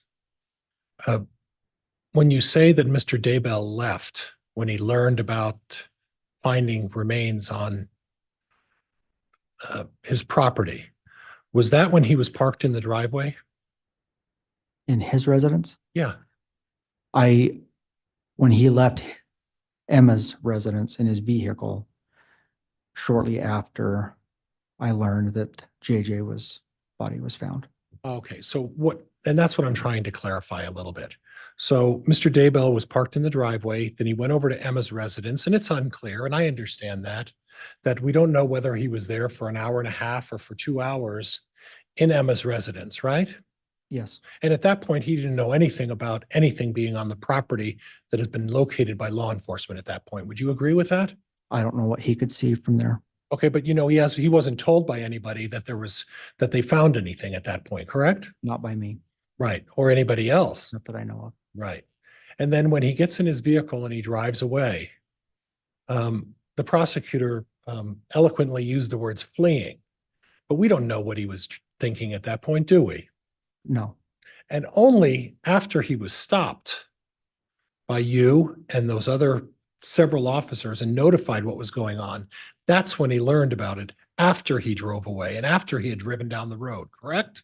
I can't testify to what he knew. Okay, but he was told about the remains at that point. Wouldn't you agree? Yes. All right, I have nothing else, Judge. Thank you. All right, that will conclude the testimony of this witness. Is this witness going to be recalled by either side? I may recall him, Judge. We may call him later by the state, Your Honor, but he can be excused for today as far as the state is concerned. All right, well, Detective Wheeler, if you are to be recalled, again, you're still under an exclusionary order, so you are not permitted to view any of the footage of the trial, the testimony that's being live streamed, or discuss your testimony further until you return to testify. Otherwise, you may be excluded from testifying. So please keep that admonishment in mind in between now and when you may be recalled in the case. With that, then that will conclude this Detective Wheeler's testimony, and let me inquire from the state. Do you have another witness we can get started with before we take lunch? No, we could begin with Lieutenant Joe Powell. Let's go ahead and get a next witness started and try to go till noon before we take lunch, please.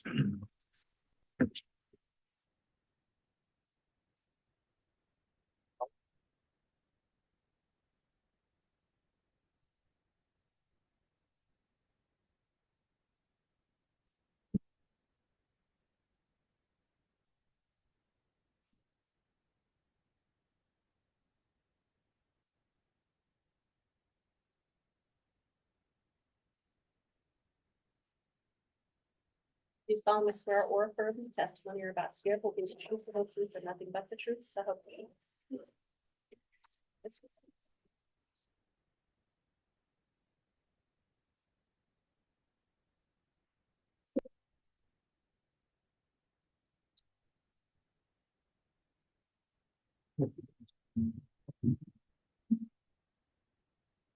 All right, Lieutenant Powell's been sworn. Before we get started with testimony, let me just indicate again, there's an exclusionary rule in this case. Lieutenant Powell, have you been observing any of the trial testimony in this case since it started? No. All right, have you discussed anyone else's testimony that's come before you in the trial? No. All right, with that in mind, Mr. Wixom, then you can go ahead and inquire on direct examination. Thank you, Your Honor. Good morning, Lieutenant Powell. Good morning. Will you please state and spell your full name for the record? Joseph Powell, Powell. And where do you work? Vermont County Sheriff's Office? What is your your lieutenant, correct? Yes, How long have you worked for that office? 22 years. Have you ever worked as a law enforcement officer anywhere else? No, How long have you been a detective? I was a detective for about 4.5 years. What was your prior rank? Patrol, And have you been post-certified? yes. Could you briefly explain to the jury what that involves? You go to the post academy. When I went through, it was 12 weeks of training. Have you ever received any additional training or certification? Yes, they require 40 hours every 2 years, so that continuing education. So over the last 22 years, roughly 11 times you've had to get 40 hours of training. That just went in effect, but yeah, there's lots of hours of training. Did you get any specific training as a detective? Yes, And did you work as a detective prior to becoming a lieutenant? yes, How many years? about 4.5 years. I want to Well, first let me ask this. As a lieutenant, is it ever part of your role to become involved with unattended deaths? Yes. Could you just explain to the jury, what does that term mean, an unattended death? There's nobody around when they wake up, they discover somebody's dead. There's nobody around to know what happened. So why would law enforcement want to be involved and just look at that situation? To see if there's any foul play. I want to draw your attention back to nearly 5 years ago, back in October of 2019. Do you recall ever being involved in an unattended death of Tammy Daybell? Yes, I was notified of her unattended death. And who are you notified by? Detective Mattingly. Why did he notify you? When there's an unattended death in Fremont, they notify the lieutenant, the chief deputy, and the sheriff. What's the purpose to have your subordinates notify you about that? So if there's any questions or they need help with the part of the investigation, and so the sheriff knows what's going on in the county. Excuse me. What was the date of that? Do you recall? October 19th, 2019. At that point in time, what was your understanding of as what the investigation had determined about Tammy's death? Natural causes. Shortly after the 19th of October, were you ever contacted by law enforcement from Gilbert, Arizona? Yes. And what date did that happen? October 31st, 2019. How were you contacted? Was it in person, by phone, email? I was contacted by phone. And what did you learn from that contact? They was inquiring about Tammy Daybell's death, asked if they could get a copy of the report, and asking for assistance. Okay. Do you recall, did they say anything else about Tammy Daybell's death and the reason for their request for the report? Judge, calls for hearsay. Yes, sustained. After the phone call, what did you decide to do in regard to Tammy Daybell's death? I sent him a copy of the report. And what about you personally? Did you take any steps to look at the case? Yes, I reviewed the report and then later on ended up getting her medical records. Okay. Well, we'll pause here. So Gilbert, Arizona contacted you about Tammy Daybell's death. Yes. Did they request any other assistance or help with anything else? Yes, they asked to Judge, locate. objection, calls for hearsay. Judge, a request isn't offered for the truth. Overruled. You can answer. They asked if we could help locate a 2018 gray Jeep Wrangler with Texas plates. Did you get any information as to why you were seeking to locate that? They believed that it was in Fremont County. Did they tell you why they wanted to find the Jeep? It was involved in an attempted shooting. Did they give any names in terms of that were in connection with that shooting? Yes, Alex Cox, Lori Vallow, and they believe they had ties to Chad Daybell.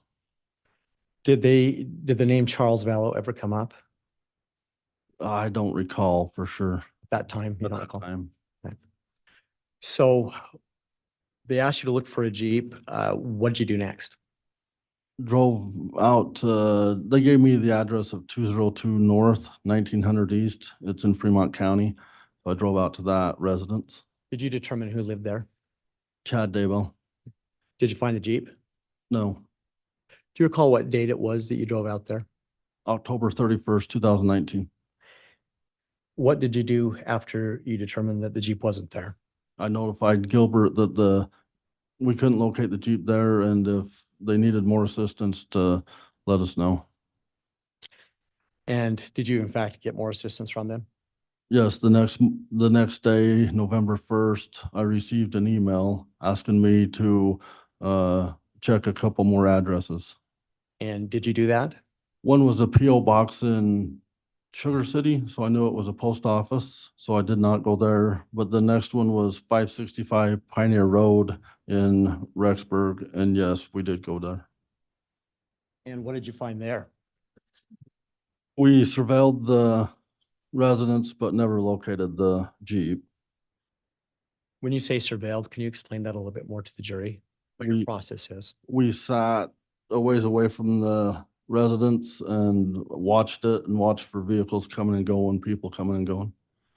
And did you observe anybody coming and going from that residence? Yes, Who did you observe? Chad Daybell and Lori Vallow. Prior to engaging in that surveillance, had you done anything to identify what Chad Daybell looked like? Yes, How did you do that? driver's license photo. Did you do the same for Lori Vallow? Yes. And how did you do that? Gilbert, Arizona had sent a picture. Did you eventually, let me withdraw that. Do you recognize Chad Daybell in the courtroom today? Yes. And what is he wearing? Blue shirt and a yellow tie Where is he seated? at the defendant's table. So you said at some point in your surveillance, you saw Chad Daybell and Lori Vallow, is that correct? Yes. Explain to the jury when you first saw them. First, we seen Chad Daybell leave the 565 Pioneer Road, and we surveilled him out to 202 North, 1900 East. And Judge, if I could have some foundation as to time, date, place, year. All right, Mr. Wixom, if you'd like to re-ask with more detail. Sure. Lieutenant Powell, what date was it that we're talking about that you were surveilling and first see Chad and Lori? November 1st, 2019.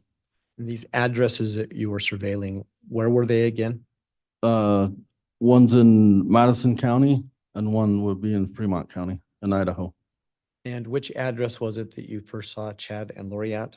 565 Pioneer Road in Madison County. And what was the date that you saw them? November 1st, 2019. Recall what time of day that was? I don't recall time. Do you recall morning, afternoon, evening? Morning. Thank you. So forgive me, I forgot where I left off, but what was it that you first saw them doing? On the way down to surveil that, we also contacted Rexburg PD, so they was involved with the surveillance. Why did you do that? Because we was gonna be in their jurisdiction. Is that normal for law enforcement, Yes, just to touch base with each other? yes, Did they come and assist at all? yes, they did. So you made that contact, then what did you do? We followed Chad Daybell from the 565 Pioneer Road to 202 North, 1900 East. And what did they do at that location? He went in the residence for a little while and then left. We surveilled him to Mountain America Credit Union in Rexburg, Idaho. And then we lost him after that, so we went back and surveilled the house again, the apartment. Back that same day or a different day? Same day. About what time was it that you went back? I don't know exact time. I'm guessing late morning. What'd you see next? We seen Lori Vallow leave and go to Sugar City to the post office. Anything else? After there, she goes to Walgreens, and then after Walgreens, back to the apartment. What did they do at the apartment? Then they both go from the apartment to Idaho Falls. We surveil them to Mountain America, or the Mountain Credit Union in Idaho Falls, and then the Hobby Lobby, and then the Cafe Rio. Excuse me. What did you observe them doing, if anything, at Hobby Lobby? Holding hands as they was walking in the store. And let me ask, did you take any photographs of that? I did not. Did any other law enforcement take photographs of that? Yes, Do you recall who it was? I don't recall. Did you later see the photographs? Yes, Do you believe that if shown, you might be able to recognize those? yes. Your Honor, at this time, the state would offer what's been marked as the state's exhibit 36B. Got 2 copies for the court.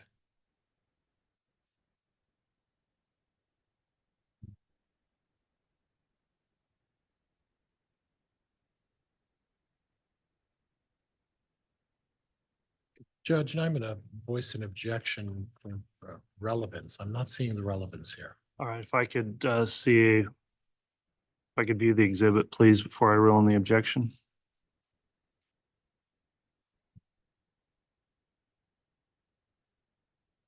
Objection's been made. Mr. Wixom, as to relevance. Judge, at this point, it goes to what's in the photo we believe shows the nature of the relationship, which isn't just relevant for this witness's testimony, but for the theory of the case overall. It helps to show the relationship between the two. All right, I've considered the objection, given the nature of the conspiracy charges in the case, find there is relevance under 403 and will therefore overrule the objection, and the exhibit 36B may be admitted. Thank you. May I ask to have those handed to the witness, please?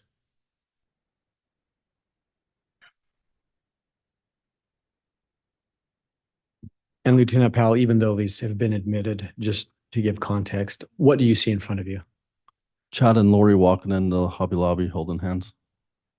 Mr. Wixom, I want to be clear. You're saying these, is there one exhibit or more than one? I apologize. I handed 2 up to you. It's just one exhibit, 34 or 36B, Your Honor. Okay, thank you. Yep, you bet. They were holding hands. Yes, So even though you didn't take this picture, do you believe that's an accurate reflection of what they were doing? yes. Your Honor, at this time, I would request permission to publish this to the jury. You may.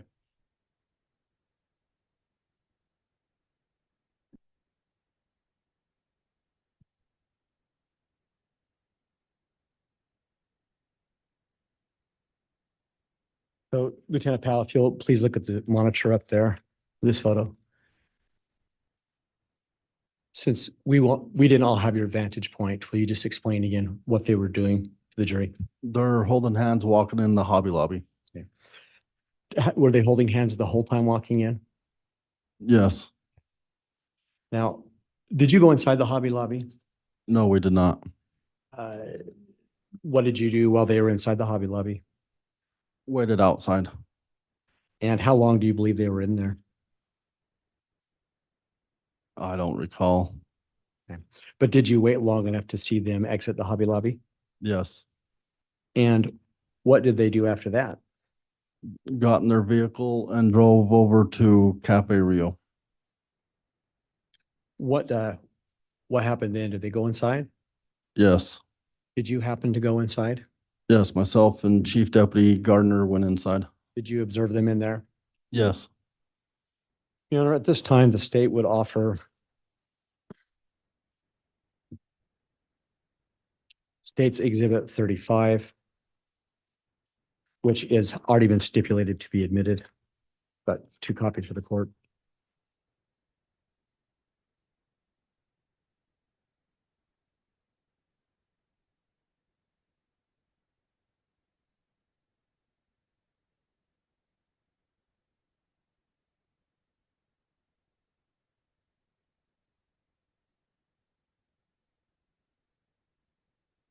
All right, I understand there is no objection then based on what Mr. Wixom has proffered on exhibit 35. Is that correct, Mr. Pryor? It is, Your Honor. Thank you. All right, exhibit 35 is admitted. Thank you. Your Honor, may I have permission to publish it? You may. And before I do so, could I just confirm, Judge, was that last exhibit admitted? Did I move for admission? It was 36B is admitted. Thank you.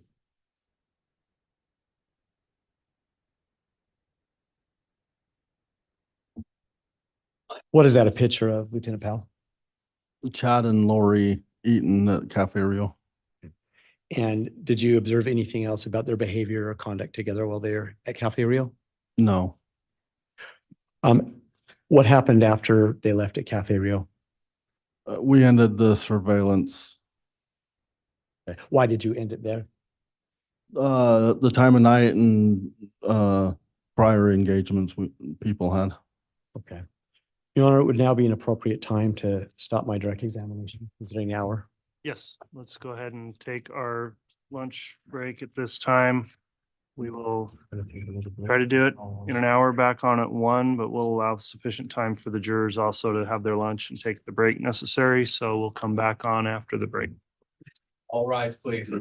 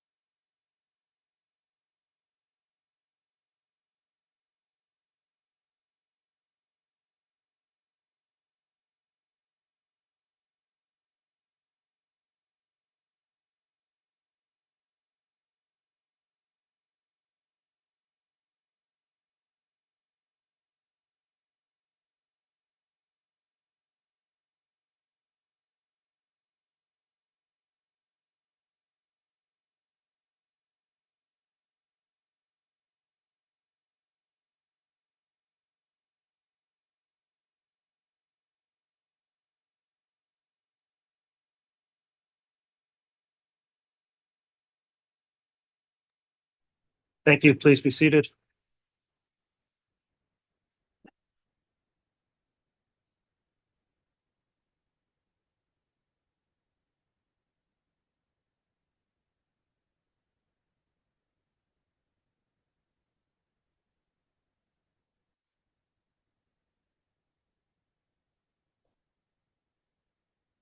All right, Mr. Bailiff, if you could please have the jurors return to the courtroom. Yes, Your Honor.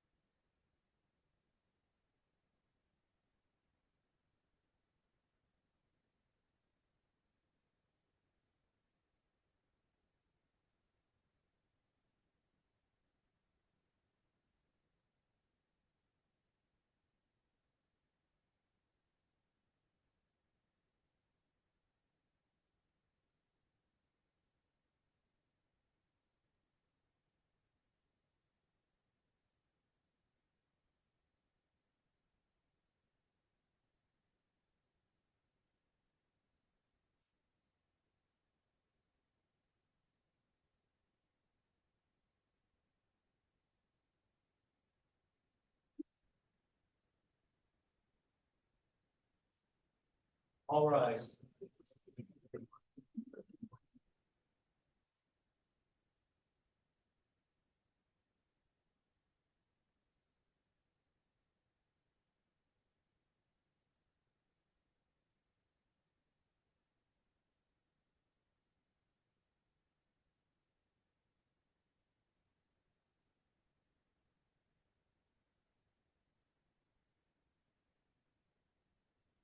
Jury is present and account for.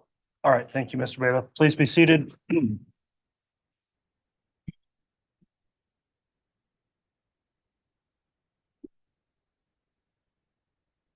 Back on the record on case CR 22211623, State of Idaho versus Chad Daybell. Lieutenant Powell was previously placed under oath. I'll note the parties are all present after the lunch recess, as well as the jurors are all present and properly seated, and the defendant and counsel. Mr. Wixom, I believe you were still in direct examination. I was, Your Honor. You can continue with your direct. Thank you. Lieutenant Powell, I think we left off at your surveillance at Cafe Rio. Yes. I want to take you back now to the Gilbert phone call about Tammy Daybell's death. Yes.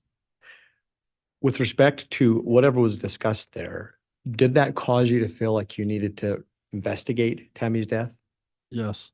Why? Because of the ties with Lori and Alex Cox and the attempted shooting, and then reviewing the report, Which report? the one the deputy wrote from first on scene. What about that report caused you to feel like you should reinvestigate? Chad said that Tammy didn't, Into the microphone, please, Mr. Pryor. Judge, I'm going to object. There hasn't been proper foundation. I don't know what report he's talking about. Who did it? What did it? When? I'll sustain that in terms of general reference to a report. Thank you, Your Honor. And to be clear for counsel, this is the stipulated exhibit 70 that was stipulated to. It's the report. Exhibit what, counsel? 70. Well, it's the stipulation number 70. It's that report. Mr. Wixom, has that been admitted formally in the trial yet? I intend to, but I haven't yet. I can stop now and do so. I guess that'll make the most sense since we've referenced the exhibit. I want to make sure it comes in before it's referred to. Certainly, Your Honor. Thank you. May I have just a second, please? You may. And Judge, that would have saved an objection if I had I known. understand.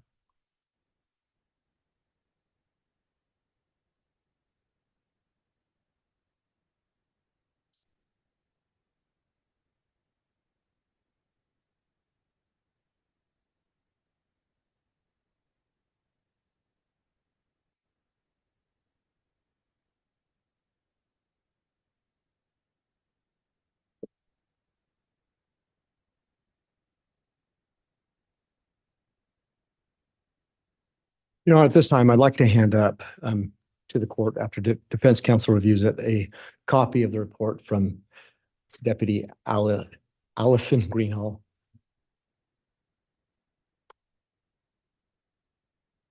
And it's reference 70. Is that the actual exhibit number for? Judge, that's the itemized number on the stipulation, as I recall. The state's proposed exhibit number is 418. 418? Yes, sir. All right. Would you please mark the exhibit then as 418 that you propose to It's, offer? Certainly, Your Honor. This is Officer Powell's report, not Officer Greenhall's report. I know what he meant to give me, so you.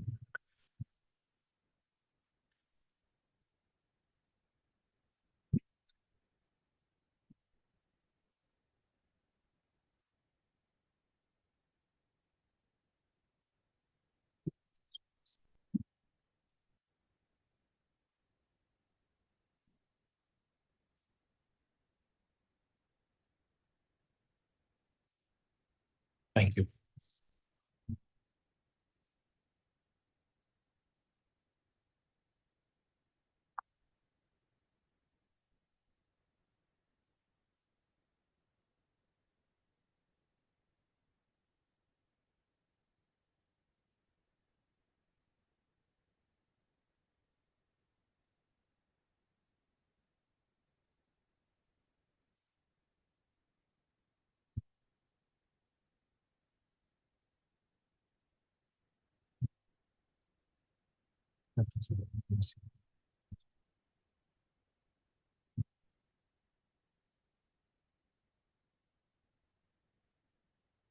All right. The state's proposed exhibit 418. It apparently is referenced in the stipulated exhibit list, but is there any objection to the introduction of state's exhibit 418? No, Judge. All right. Exhibit 418 is admitted. Thank you, Your Honor. May I ask to have that handed to the witness, please? Yes. Thank you. Lieutenant Powell, you were telling the jury what were some of the reasons that caused you to have concern to reopen the Tammy Daybell death investigation? Chad tells Deputy Greenhall that Tamara didn't have any serious medical conditions. Let me stop you there. If you're going to refer to the exhibit to refresh a recollection, I'm going to ask the court permission to allow you to do so, but you probably shouldn't read from that. Oh, Is that, Your Honor, may he have permission to refresh from the exhibit?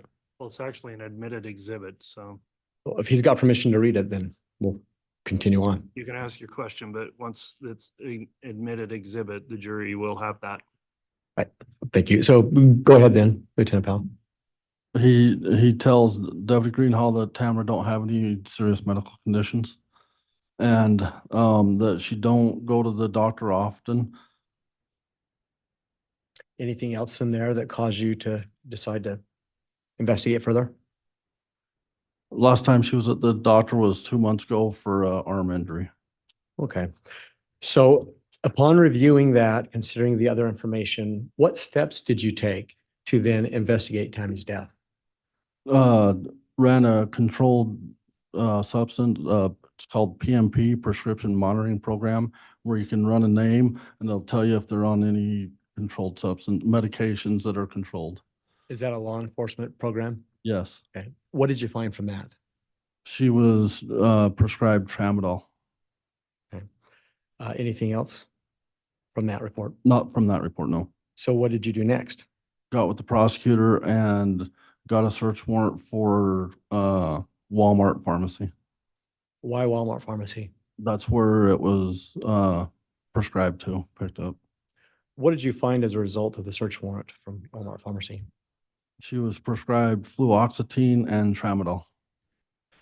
And what did you do next? She was prescribed fluoxetine from Seasons Medical and tramadol from Teton Medical. So I got search warrants for those two medical records. Did you get records from both those entities? Yes, I did.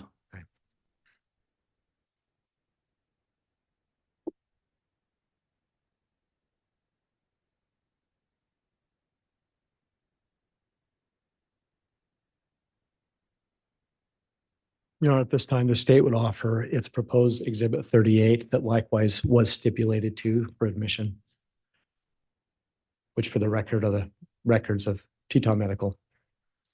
And Judge, for the record, my exhibit number 21 should mirror their exhibit number 38. If there is any differences, I'll move for mine as well. But my 21 was stipulated as well as their 38. So there is duplication there. Okay, and to the extent it's the same exhibit, let's make sure it just gets admitted once, but what's now marked and offered as states 38, I'll have the defense review that and ask if there's any objection.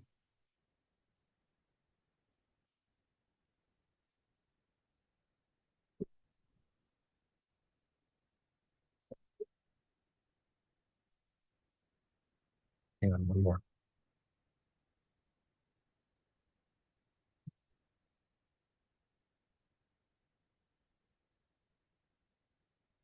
Thank you. Thank you. As to proposed 38, any objection from the defense? No, Judge. All right. Exhibit 38 has been offered and is admitted. Thank you, Your Honor. May I have permission to publish Exhibit 38?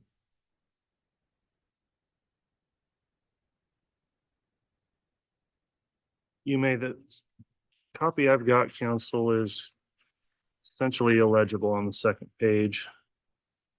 Judge, if I could suggest, Third page, I would say it's actually 3 pages. Judge, if I could suggest my 21, you might find that to be a little more legible, but counsel, if you would like to take a look. Let me sidebar with counsel because there's a photocopy so light that it's illegible.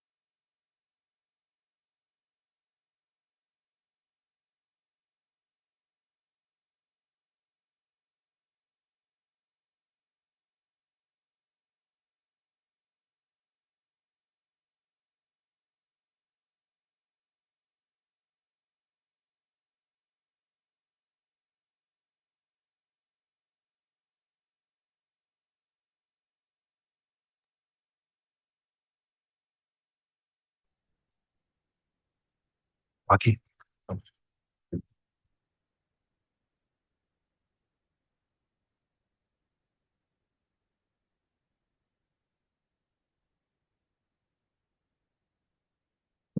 right, counsel, I've reviewed the admitted exhibit. However, it's again not very legible in terms of how it was photocopied, but there is a better version of it that was likewise submitted by the defense. So upon suggestion in the sidebar, the court will permit a substitute exhibit. So what was previously admitted 38 will not be admitted, and we'll have that referenced by the defense exhibit, which is the same document in a more legible copy. So what is the exhibit number, Mr. Pryor, that would replace our exhibit 38? Your Honor, Teton Medical Group records would be defense exhibit number 21.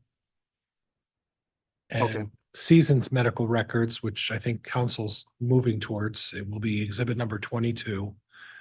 And my understanding, Judge, is that we've previously agreed that exhibit number 20 by stipulation is admitted as well, and I'll move for all three of those at this point. Okay, the defense has moved then for those exhibits 21, 22, and 20. Mr. Wixom, any objection from the state? No, we have no objection, Your Honor. We agree to the same exhibits, just with a more clear copy. Yes. Okay, then those will be admitted, and to be clear then for the record, exhibit 38 is no longer admitted as part of the record, being substituted by the more clear version. So you can proceed, Mr. Wixom. Just reference the exhibit number with those new defense numbers when you are referencing them with the witness, please. Will be, Your Honor. Thank you. Okay, Your Honor, may I have permission to publish exhibit number 21? yes.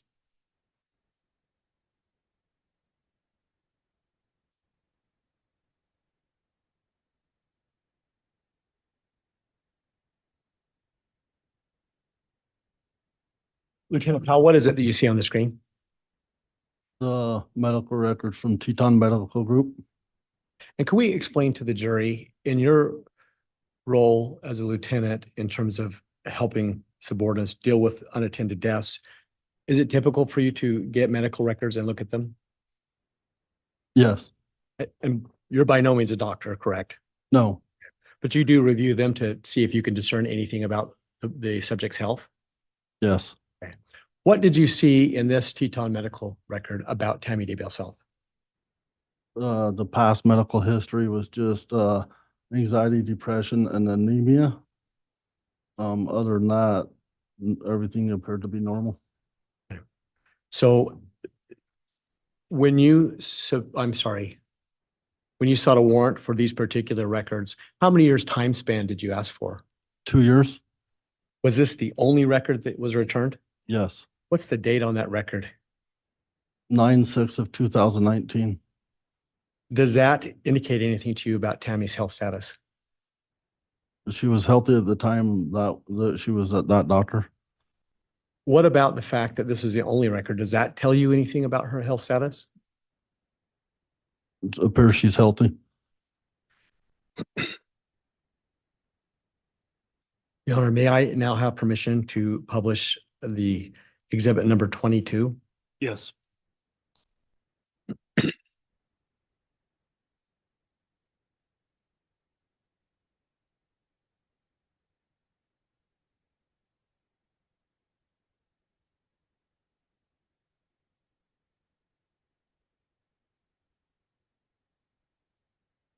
And please just refresh for the jury, who was the second provider that you sought records from under the warrant?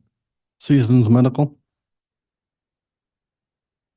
And I want to call your attention to the screen again. What is that you see? The medical records for Tammy from Seasons Medical. And in fact, when you sought these records pursuant to a warrant, what time span did you look for? 2 years. And were there any other records besides this? No, there was not. What's the date on this record? 10/6 of 2015. What, if anything, did you discern from these records? He was being seen for depression. Anything else? No. What did that do to, how did that impact your decision how to go further to investigate in any way? Yes. In what way did it impact? She appeared to be healthy, so I got with the prosecutors and got a warrant for exhumation. Okay. Can you explain what the exhumation process is to the jury, please? She was buried in Springfield, Utah, so had to get with the court in Utah, got a warrant to exhume her and that dig her up and take her to have an autopsy done. And that order was issued? Yes, it was. And did you attend that examination process? Yes. Your Honor, may we approach at this time? Yes.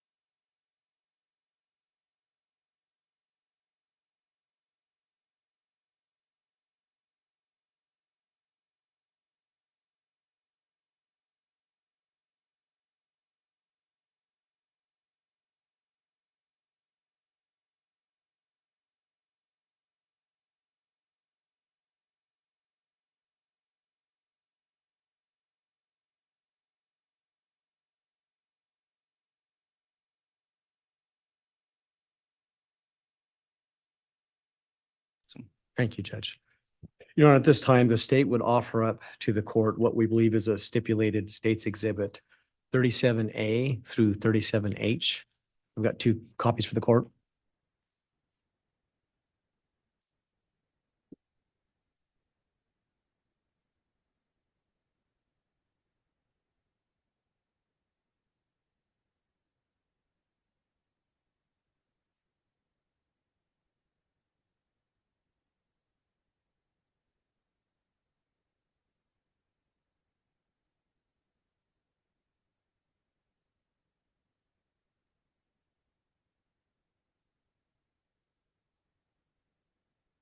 And Judge, these were by stipulation of the parties as well as other photos that will be published at a later time by way of stipulation. All right, I'll take a quick review of them.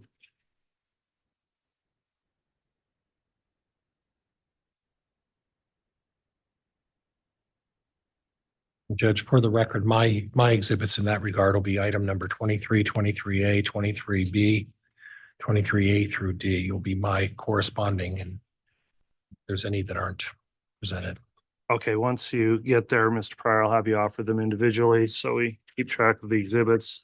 Exhibits 37A through H have been offered, and I understand either by stipulation or no objection.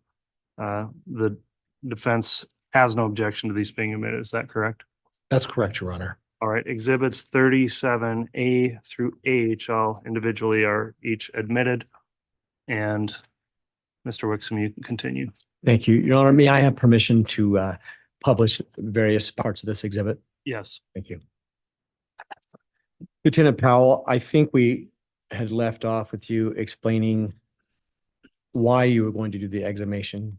Could you please explain to the jury what's that process as far as law enforcement is concerned? Go and observe and make sure that nothing was tampered with. And what kinds of things do you look for tampering? Any marks on the casket, and the, cement vault and things like that. And why do you look for tampering? To make sure I can say that nothing was tampered with and to obscure the autopsy. So is it safe to say that you were at the graveside when her body was literally pulled from the ground, or her casket was pulled from the ground? Yes, Okay. And you observed all that?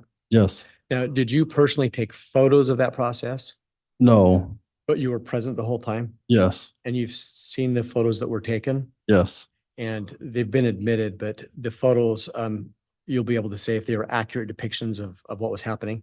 yes. Now, if I may now publish. Yes.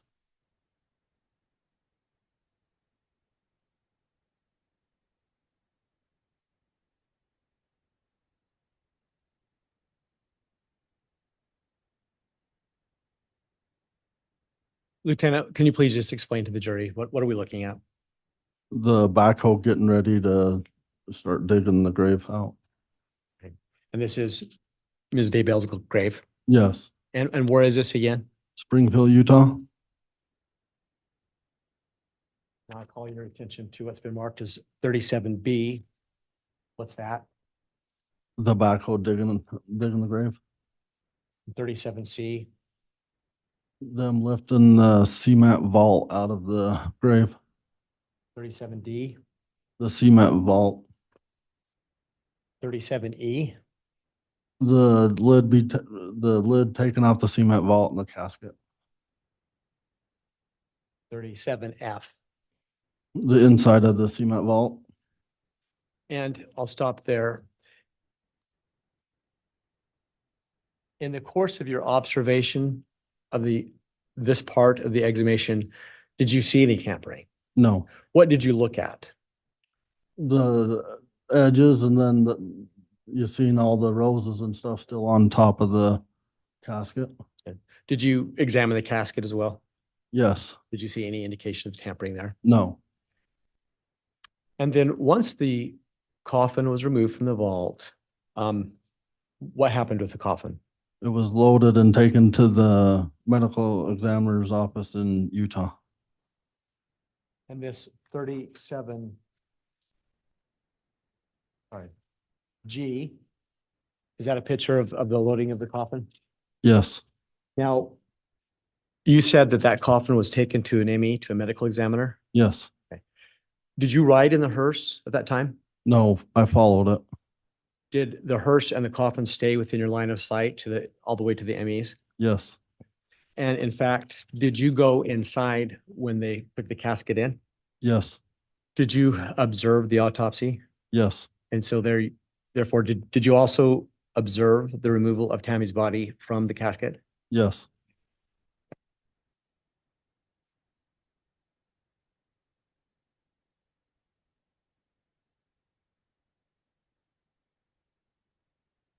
And what do we see here, Lieutenant?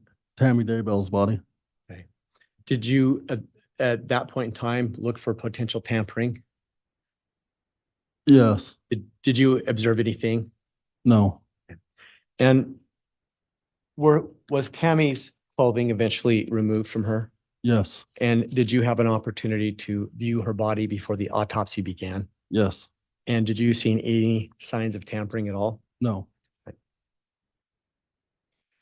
Lieutenant, once the exhumation was completed, did you do anything personally that furthered the investigation? I assisted with the search warrant on January 3rd. And what search warrant was that? 202 North, 1900 East at the Daybell residence. And, excuse me, what was the purpose of that warrant? They was looking for electronics, and other things in regards to Tammy's. And your role in that search? I was there helping search, and when something was found, the FBI ERT team would come photograph it and process it. And then how were you involved at that point? After we was all done and the FBI had processed everything, they turned it over to myself and Detective Mattingly. We loaded them in our vehicles and transported it to the Fremont County Sheriff's Office. Was that the end of your involvement? Yes, At some point, was this further investigation of Tammy's death turned over to someone else in the Fremont County Sheriff's Office? yes, the detectives. And why was that? Just, I had other things they wanted me to be doing and wanted it turned over to detectives. And to be clear, as a lieutenant, how many subordinates do you supervise? Approximately 24. Oh, no, it'd be probably about 27. And would that include patrol officers as well as detectives? Yes, Is that part of the reason why you as a lieutenant would then just assign the case to a detective? yes. From that point forward, did you have any other involvement in Tammy's death investigation? No. You know, I may have just a moment, please. Yes.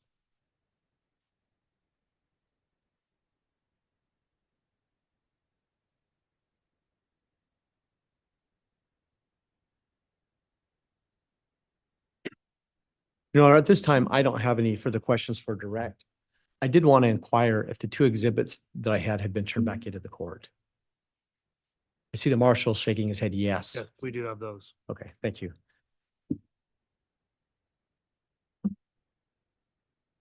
All right, Mr. Pryor, you can Judge, cross. thank you.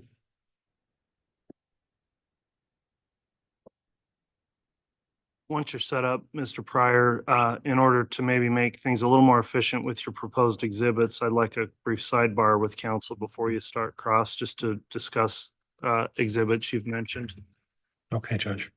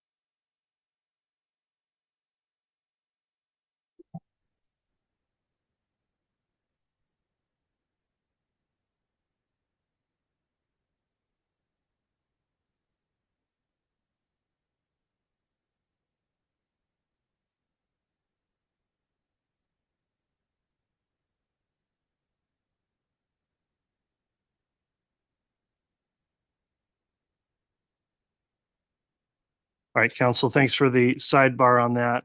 Also, just pointed out to the court before the state concluded direct, we did have admitted, not actually given to the court, Exhibit 20, which I think is a death certificate, and we need to get that to the bailiff for entry into the court record.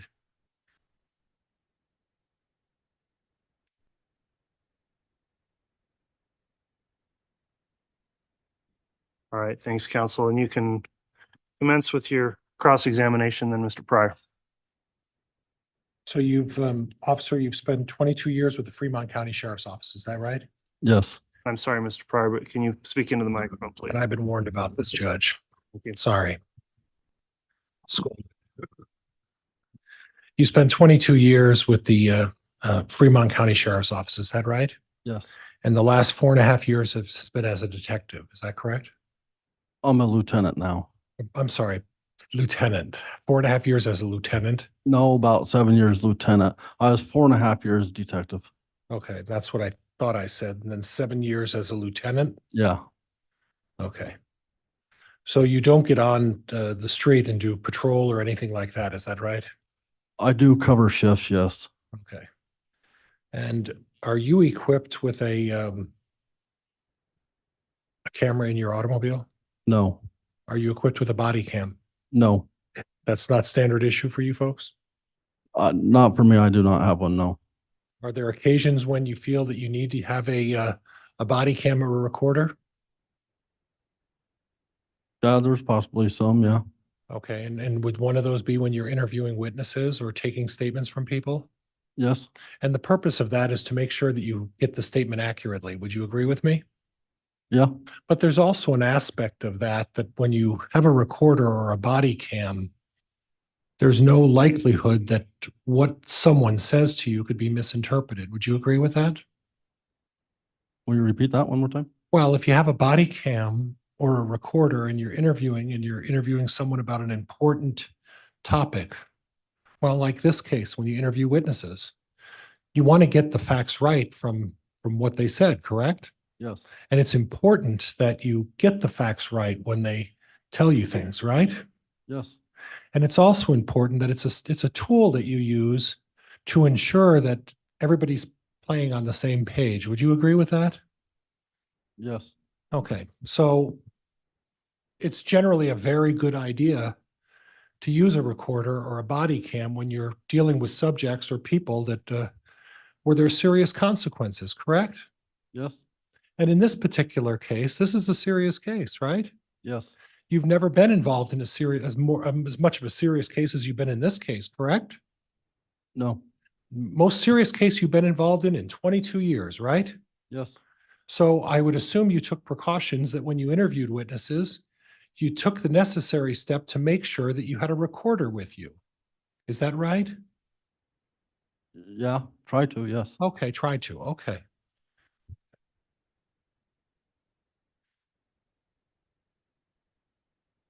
Now you received a call from the Gilbert Police Department, right? About this case with Tammy Daybell, correct? Yes. And I read your report, and I think you accurately reflected what they were talking to you about. Lori Vallow and Alex Cox were involved in an attempted shooting of Brandon Boudreaux. Is that right? Yes. And Chad Daybell was not implicated in that, correct? No. Right. But he was someone of interest because he had been hanging around Lori Vallow. He was a known associate. Known associate, but there was no implication that he had any involvement in the shooting of Brandon Boudreaux, right? No. That was Alex Cox and that was Lori Vallow. And when did that shooting take place? I don't recall a date. What year? Would have been 2019. Okay. Okay. You don't recall the month, right? I received the call in October. Okay. So at this point, your investigation was centered around the fact that Lori Vallow and Alex Cox knew Chad Daybell somehow, right? Yes, And as part of your surveillance, you were able to establish that in November, right? November 1st. Okay, of 2019. At that point, you were able to establish that there was some sort of a relationship between Lori and Chad, right? Yes, And that was after Tammy's death, right? yes, So really, if two people who are not married are going to a Hobby Lobby to pick up whatever they're picking up, that's not really suspicious, is it? it depends, I guess. Oh, It ain't suspicious, no. well, you said depends. I want to know what's suspicious about two people who are single going to a Hobby Lobby. Why don't you tell me what that is? Well, it ain't suspicious, no. Okay. And then going out to eat at a restaurant, there's nothing suspicious about two people who are single going to a restaurant to have something to eat. Is that right? Right, And there's nothing suspicious about Lori Vallow going over to Chad's house and being there for a short period of time. There's nothing suspicious about that, right? no. Okay. Okay.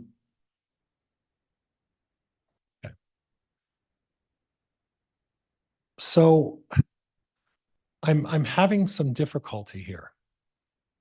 And the difficulty I'm having is that you get a call from the Gilbert police suggesting that Chad Daybell knows Alex and Lori, right?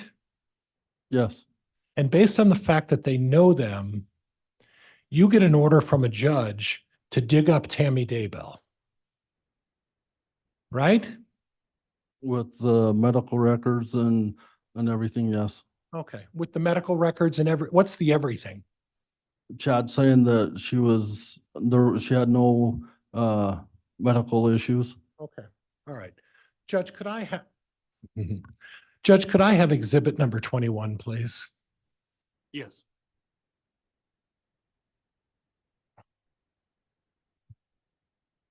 And please bear with me, Judge. I'm sorry, it might take me 2 seconds to get this brought up. That's fine. And before it comes up or is published, make sure, number one, we know what it is. And number two, it's admitted. Okay.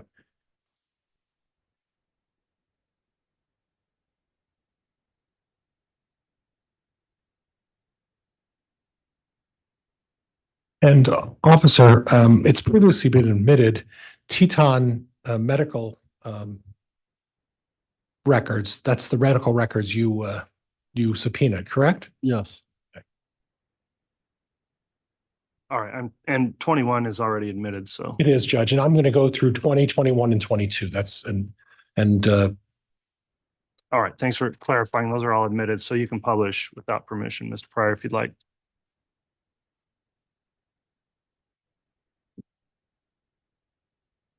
so I'm at the top of Teton medical record. And what I'm looking at on the left-hand side of the letter where it says past medical history, right? yes, Okay, and the first thing at the very top is anemia, right? yes. Did you research what anemia is? No, I did not. Did you research what the medical conditions and what people experience as a result of being diagnosed with anemia? No, I did not. Did you research and look into the fact that anemia can have life-threatening consequences? Sorry, Judge, the counsel is testifying. Well, it's cross-examination. I don't know what that objection is, Mr. Richmond. What's the basis? Judge, he's describing how serious anemia is, and this witness has never spoken to that issue. So counsel is trying to testify as to how serious anemia is. It's a medical condition. This witness was freely admitting that he's. I don't want a speaking objection. I'll sustain the objection on assumes facts not in evidence. Okay. And let's move down the list. The next one is anxiety, right? Yes, Okay. And then the one down below that is depression, right? yes, And Tammy Daybell was taking medication. She was taking Prozac, which is fluoxetine. Is that right? fluoxetine, yes, Fluoxetine. Correct. And she was also taking tramadol, right? she was prescribed tramadol, yes. Right. And what's the tramadol for? Pain, Okay. So she was in some discomfort of some kind. yes, Okay, and then we go down below where it says family history. And would you read the 4 lines under what Tammy's family suffers as a result of family history, please? Mother suffers with cancer and thyroid issues. Father suffers with depression and heart disease. Okay, thank you. And Judge, that's all I have for 21. Judge, could I be handed exhibit number 20? Yes. Thank you.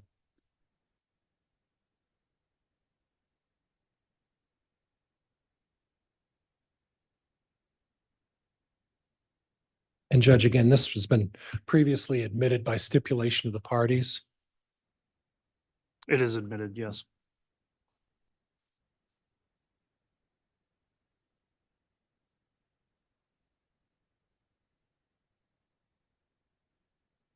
Now, did you take the time to look at Tammy Daybell's death certificate? No, I did not. You didn't consider that. No, So you looked at some medical records and said she has anemia and she's on Prozac. And you looked at Officer Greenow's report, right? yes, But you didn't look at any death certificate. no, Did you read Brenda Dye's report? no, I did not. Did you read Officer Greenow's report? Yes, I did. Okay, so when you took consideration of why you dug up Tammy Daybell, and by the way, just before we get there,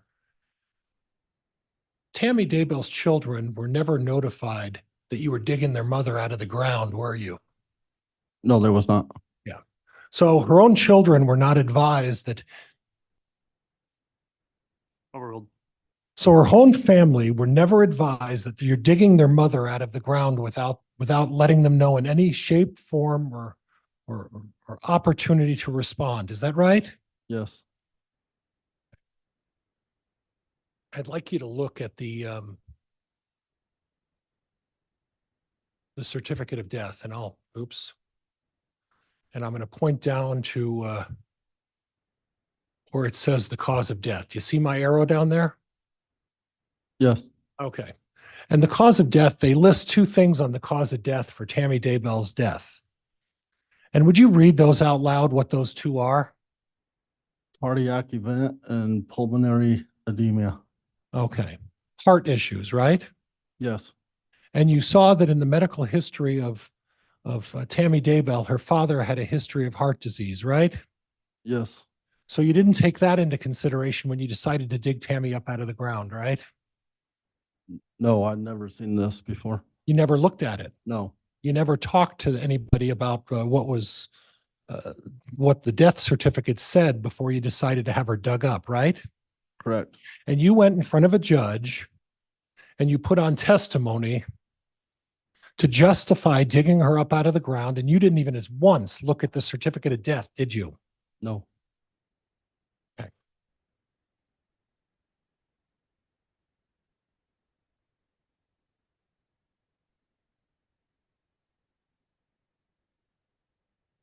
Judge, counsel previously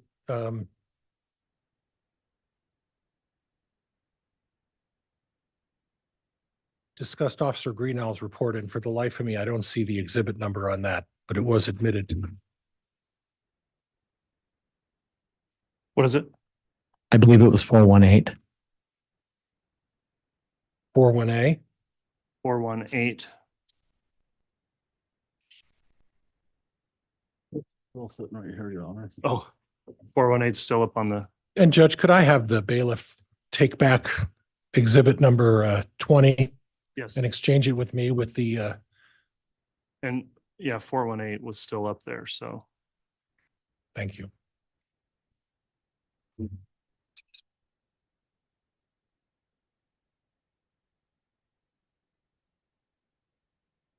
Oops, let's do this.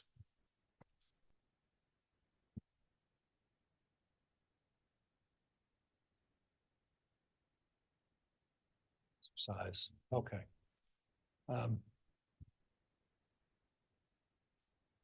Okay, so can you see that report?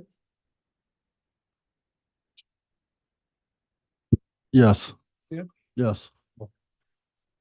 So the second Mr. paragraph, Pryor, I need to have you talk into the microphone. the second paragraph talks about how Tammy was found by her husband. Is that right? Yes. Okay. I'd like you to read, starting with the second paragraph to the end where it talks to 911. If you would read that loud so that everybody can hear that, please. He called for his son to come help put Tamara back onto the bed. No, I'm talking about where the words start with the deceased. I'm sorry, up here where it says the deceased. That's where I'd like you to start. You want me to read the whole paragraph? The whole paragraph, if you would, please. Okay. This deceased, Tamara M. Daybell, was found by her husband, Chad G. Daybell. Chad told me Tamara had been sick and had a severe coughing fit at approximately 00 hours. During this fit, she vomited, then she returned to bed and she said she was fine. At approximately 5:40 hours, Chad felt the blanket slide off the bed and woke up to see Tamara had partially fallen off the bed. Chad told her to get up, and when she didn't answer, he turned on the lights and found that she was deceased. She had partially fallen off the bed, her head was touching the floor, and her feet were still on the bed. Chad said she was cold and stiff. He called for his son to come help put Tamara back onto the bed. Chad then called 911. Okay. So when you talk about a lack of medical conditions, did you read this report before you went to judge and get an order digging Tamara Daybell up out of the ground? Yes. Okay, so did you happen to notify the judge that Tamara was having fits the night before? She was vomiting and was sick and was generally not doing well. Did you mention that to the judge? No. Okay. All right, so we'll move on to the second paragraph now. And if you would read the second paragraph, starting with Chad said Tamara. Chad said Tamara didn't have any serious medical conditions. She was taking fluoxetine for depression, but did not have any other prescriptions. Chad said the last time she was at the doctor was approximately 2 months ago when she had fallen in the driveway and injured her arm. The doctor had given her steroid shots and she was not having further issues. Chad said she had been feeling sick with something like a cold lately and that she would have gone to the doctor today. Chad said she has low blood pressure and faints occasionally. Chad said that she has been going through menopause and also has been having aches and back pain for approximately 2 weeks and that she was going to visit the chiropractor soon. Chad said she didn't go to the doctor often because she didn't like doctors. And you were aware of that based on the research of her medical records that Tammy Daybell didn't like to go to the doctor, did she? Yeah. Right. And you were aware that Tammy Daybell would use herbal medicine and oils and other medications in lieu of going to the doctor to try to cure herself in other ways, untraditional ways, right? That's what the report said, yes. Right. So instead of going to the doctor for fainting spells and for these other things that were going on, she would take supplements and do things like that, right? Yes. Okay. And then I'll go back down. And the next one talks about Chad showing all of the over-the-counter medications she takes. He said she's taken approximately 10 bottles on the tablet every morning that she takes to help her. Okay?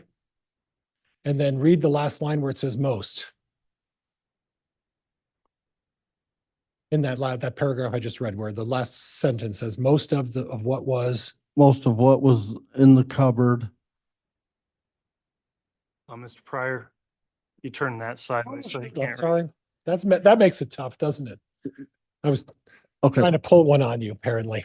Go ahead. Most of what was in the cupboard was essential oils and natural remedies and some pain medications. Okay. So it looks like the list below talks about the Prozac, acetaminophen, ibuprofen, whatever vitality extracts are, but at the very bottom, it says supplement, right? Yes. And what is that supplement for? A supplement for bruising and sore muscles. So for treating bruising and sore muscles. Did you have any history that Tammy Daybell had a history of easily bruising? I didn't see any, no. Did you see anything that suggested that Tammy Daybell had bruises on her body at the time she passed away? Yes, there was some. Yeah, and you're aware that those bruises were old bruises, right? I don't recall. Okay. And if Brenda Dye put in her report that they were old bruises, you would have no reason to dispute that, right? Yeah, I have no reason. to Okay. dispute. But Tammy Daybell clearly was taking medication for bruising, right? That's what the report said. That's what the report says, right?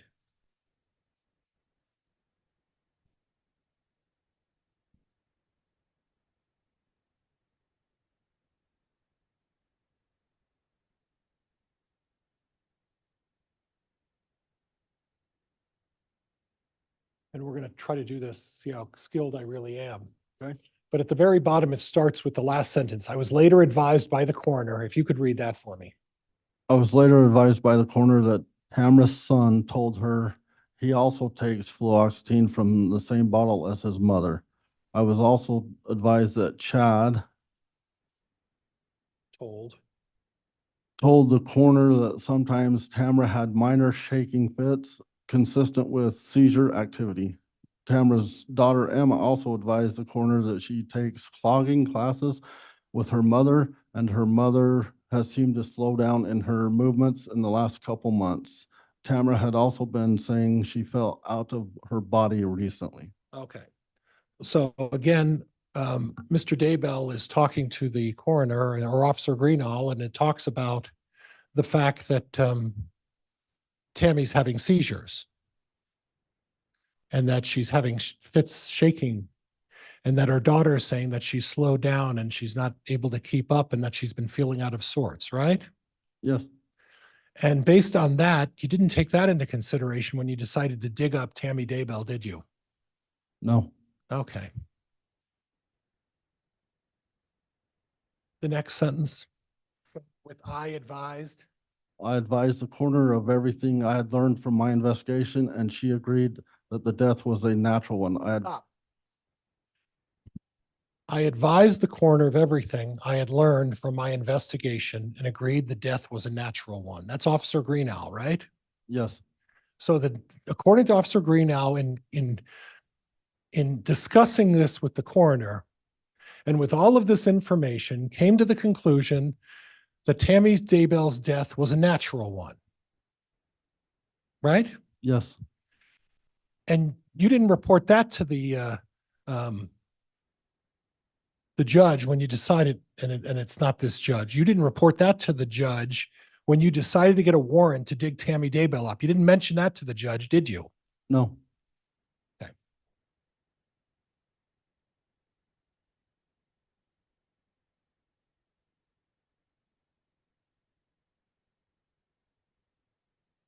The last sentence in that paragraph, would you read that one for me? the coroner determined an autopsy was not necessary unless the family wanted one, which they did not. Okay. And then the very last sentence before Officer Greenall, where it says it was determined by the coroner that the death was due to probable heart attack due to pulmonary edema. okay. And this is a determination that was made by a coroner at the time of the what you called the unattended call of Tammy Daybell, right? Yes, And in talking with the folks down in Gilbert, they told you that Chad knew Lori Vallow, right? yes, They had no other information about the death of Tammy Daybell, did they? no, You had the information, and you're the one who took that information and went in front of a judge and got an order to dig Tammy Daybell up. yes, And you did it without telling the children that they're digging their mother out of the ground. Is that right? yes, And you didn't take into consideration the seizures, did you? no, You didn't take into consideration the shaking, did you? no, You didn't take into consideration the anemia, did you? No, You didn't take in any of the medical information other than you told the judge, there's no medical history here. That's what you told the judge, isn't it? off the medical record, yes. Off the medical records, right? Yes. You didn't look at anything else, right? No. You didn't look at the certificate of death that says pulmonary edema, heart issues, did you? I did not see that, no.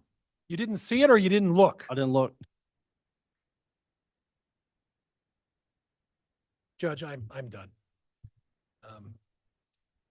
This officer's under subpoena to be called back. I intend to call him back. All right, well, I'm gonna allow some redirect.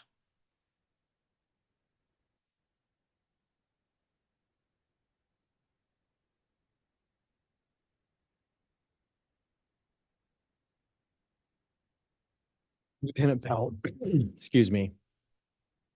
At the time that you sought the exhumation order, I don't have anything. were you aware that Chad and Lori, that Lori's children were missing? No,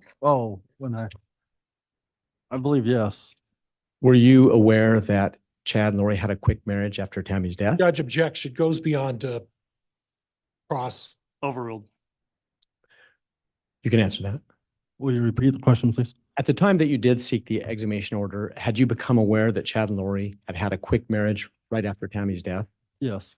And in fact, as to the dates, what was the date again that Tammy died? I was notified October 19th, 2019. And in fact, what was the date that you surveilled Chad and Tammy holding hands at Hobby Lobby? November 1st, At 12 days? approximately, yeah.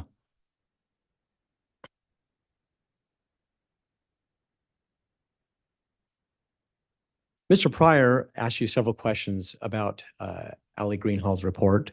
Yes. Do you recall who provided the bulk of the information in that report? Chad Daybell. And did you ever find out prior to requesting an exhumation whether Chad Daybell wanted an autopsy? The reporter said he did not. Did that factor into your decision to seek an exhumation order? Yes. How? Just with all the circumstances and medical records and everything. Prior to seeking the exhumation order, had you ever heard the name Charles Vallow? Yes. And who is that? Judge, this is going beyond cross. I do agree with that at this point. May I argue it, Judge? Go ahead. Judge, with the extensive cross-examination about challenging this officer's request for exhumation, I think it's not outside the cross. It's maybe another data point, but it's well within what the cross-examination Well, was. I don't know if it is or not. The way it's asked, it just seems to be going into a new area. So if it's tied in somehow to the cross, then I may allow it. But for now, it's objection sustained. Okay. Lieutenant Powell, were there other reasons that I've not asked you yet that went into your decision to seek an exhumation order? All the deaths surrounding Lori Vallow and Alex Cox. What were all those deaths? Her, Which again, we're going into an area that was not opened up. No, I I'm believe going this to is, object, Judge. that's opened up. So I'll overrule the objection. Could you please explain to the jury all the deaths, what you meant by that? Lori Vallow's last husband had been shot by Alex Cox. Did you understand approximately what date that had occurred? I don't recall the date. Was that part of the information that was relayed through Gilbert Police Department? Yes. So how did the fact that Lori's husband had been killed factor in to your suspicions about Tammy's death? And well, you had the attempting shooting, the murder. And I'm just asking you from a common sense perspective as a law enforcement officer, how was that information impacting you to decide to get an exhumation order? Judge, calls for speculation. I'm asking, oh,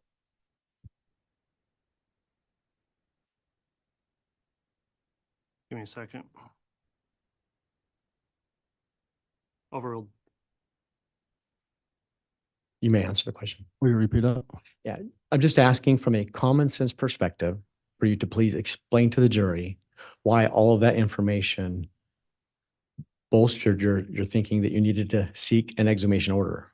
Because of all the deaths around around Lori, or Alex and Chad. So is it safe to say that when you do any investigation, do you just follow the facts and where they lead you? Yes, And so despite what was in Ali Greenhall's report, did all these other facts lead you to seek the exhumation order? yes,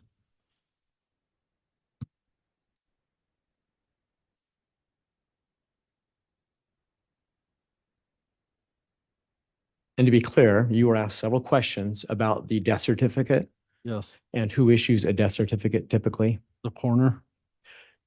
I'm just asking if you are aware of whether or not the coroner at the time of Tammy's death had all this other information about Lori and Alex and Charles Vallow. No, she did not.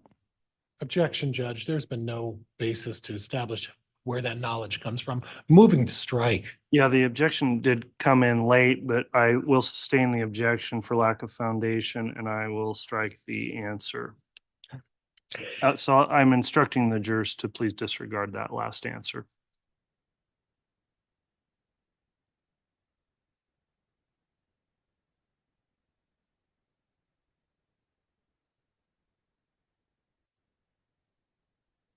In terms of your surveillance of Chad and Tammy, how long that day, let me withdraw that. Please tell the jury again, what day did you initiate your surveillance of Chad and Tammy? November 1st, 2019. Thinking back now, how many hours did they spend together that day? Objection, relevance. Again, it goes to the relation. Thanks, Mr. Wexham. Objection's overruled.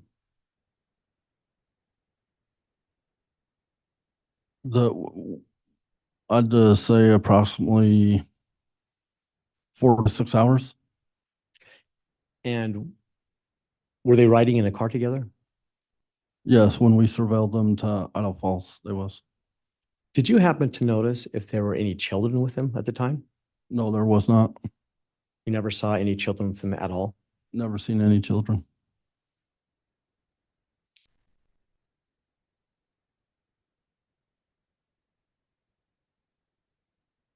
No, I have no further questions. Judge, could I recross in the event that he brought up some things about Mr. Vallow that I would like to be able to touch on a little bit? Very limited in scope. Thank Mr. you. Pryor, I'll allow on that.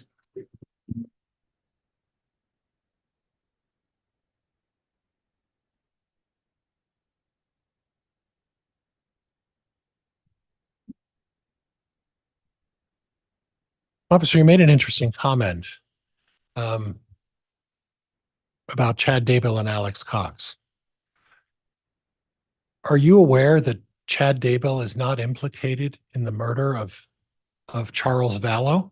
Yes, Okay, not involved, right? not to my knowledge, no. And in the shooting and attempted murder of Brandon Boudreaux, same thing. Alex Cox, Lori Vallow are implicated in that crime, right?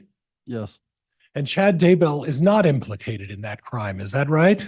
not to my knowledge, no. So this other knowledge that Mr. Wixom spoke to you about, this knowledge that somehow Chad, he must have known these people. So because he knew those people and he's not implicated in those other murder and attempted murder by Alex Cox, Chad's not implicated. How does that give you a right to dig up Tammy Daybell? With all the association and all the deaths around it. Oh, so because she went to Hobby Lobby with him, because she went to a restaurant, and because you surveilled them, and obviously they were having a relationship, right? Yes, And that's the other information you used to dig her out of the ground, right? yes, That's the other information you used to dig her out of the ground, right? yes. Judge, I have nothing else. All right, that'll conclude the recross then, and not having any more redirects, so. Is it correct from the state then that this witness is likely to be recalled? Judge, given today, we may well reserve the right to recall this witness. And I believe he's under subpoena by the defense as well. He's under subpoena by the defense, Judge. Okay, Lieutenant Powell, then I'll admonish you that there is an exclusionary order, meaning you're not permitted to observe any trial testimony going forward. While this trial is being live streamed, I'll admonish you, you're not permitted to listen to any other testimony between now and the time you may recall, and I'll ask you about that when you return to the stand. All right, thank you for your testimony.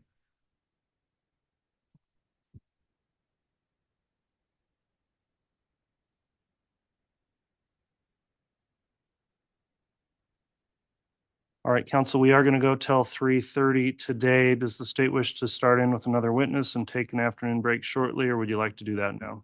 Your Honor, I think looking at the time and the fact that we're moving into a new witness, the state would suggest we take the break now instead of just starting testimony and then having to take a break. Okay, I agree. We'll go ahead and take our mid-afternoon break. I'll shoot for about 30 minutes and be back on the record after that. Thank you.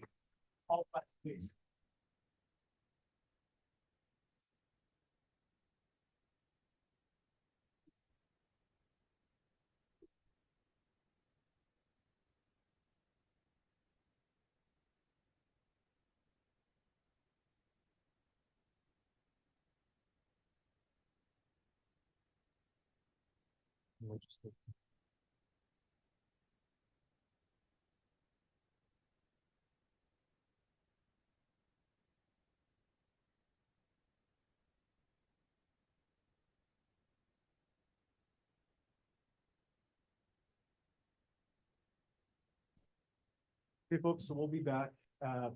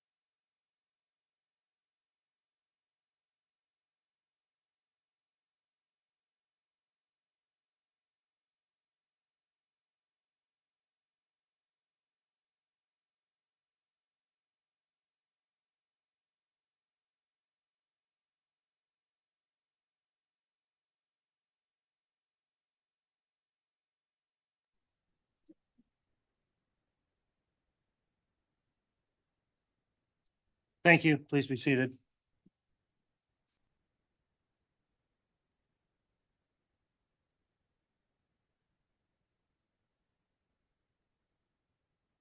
All right, before we get started, I will go back on the record. We're on CR 22-21-1623, State of Idaho versus Chad Daybell. We just completed the afternoon recess.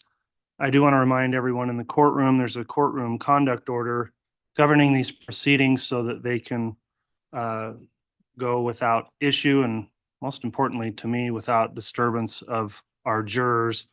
And we have had an issue today with some of those attending, and they have not been permitted to return to the courtroom at this time. And so I just want to remind everyone, it's very important that you do follow that. You're certainly welcome to come here and observe, but any type of behavior or conduct that starts causing any sort of interference with our jurors' ability to observe evidence in this case is just not going to be permitted. So thank you for everyone else here for following that order. And with that in mind, we can have the jurors return, please.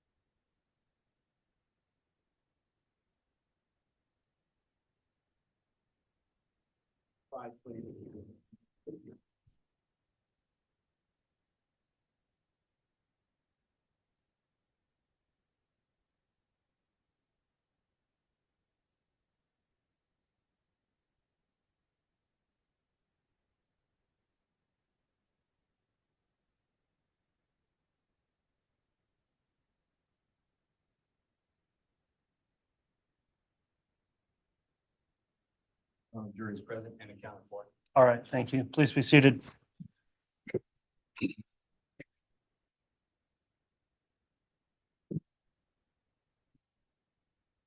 All right, we've concluded the mid-afternoon recess. We're back on the record.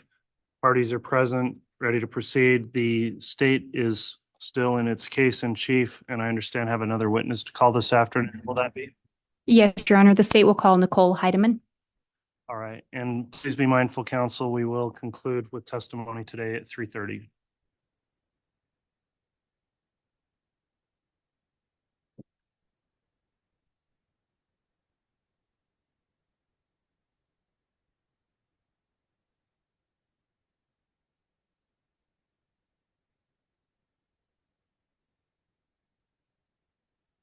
Solemnly swear or affirm the testimony you're about to give will be the truth, the whole truth, and nothing but the truth, so help you God.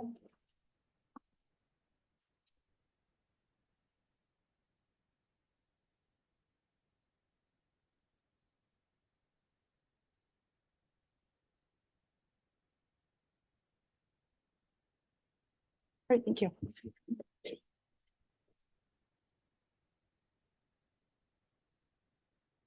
All right, and do I refer to you as agent?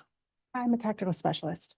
Excuse me? A tactical specialist? All right, tactical Yes, specialist forward, please. Heidemann. I just wanted to inquire, now that you're under oath, for purposes of your testimony here, the court's issued an exclusionary order, meaning I'm not permitting any witnesses in the case to previously view testimony of other witnesses.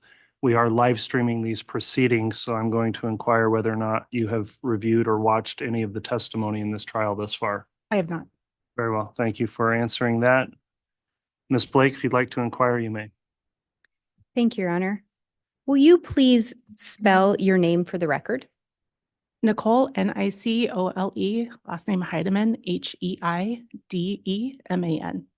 Where are you currently employed? The Federal Bureau of Investigation, How long have you been employed with them? almost 16 years. What is your current title and or position? Tactical specialist. Have you held other positions within the FBI? I have. And what are those other positions? Prior to that, I was an evidence control technician. At some point, as part of your employment, did you become involved in an investigation regarding some missing children in approximately 2019 or early 2020? Yes. Do you recall who those children were? JJ Vallow and Tylee Ryan. As part of your job duties, were you given specific assignments with regard to that investigation? I was. As part of your duties, were you asked to look into evidence and data collected to determine phone attributions? Yes. Can you tell me a little bit about what phone attribution is? Yes, phone attribution or phone number attribution is an attempt to identify the likely primary user of a phone number. And as you reviewed the data and different reports, did you also discuss the investigation with special agents, detectives, or other law enforcement officers? Yes.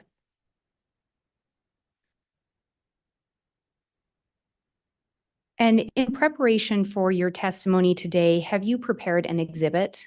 Yes, And is that exhibit regarding phone attribution? it is. Is that exhibit a summary of the work that you did and the reports and phone data you reviewed? Yes, And would it assist in your testimony today? it would. And do you believe it would aid the jury in understanding as well? Yes.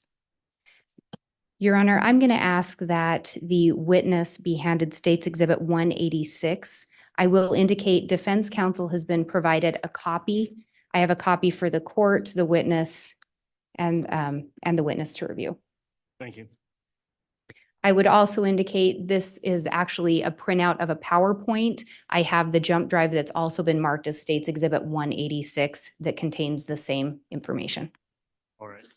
So the actual exhibit will not be the printout copies. It will be the PowerPoint exhibit on a thumb drive. Is that correct? Correct. I printed out the slides as a courtesy and to allow the witness to review them. Very well.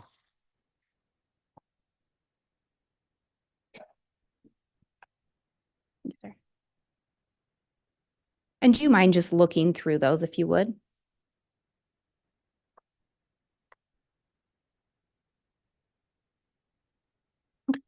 Do those appear to be an accurate representation of the summary we were just discussing?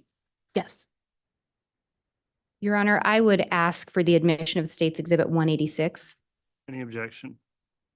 Okay, Exhibit 186, which to be clear again will be the PowerPoint presentation, is admitted.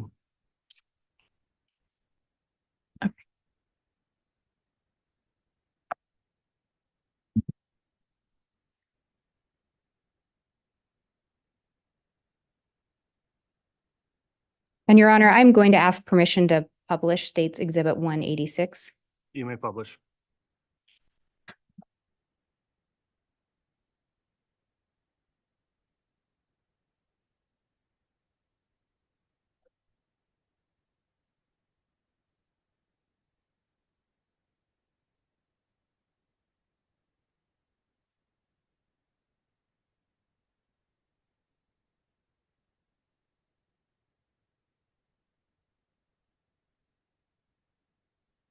And we talked about you being asked to look into some phone attribution. Were there specific individuals that you were looking to attribute numbers to? Yes.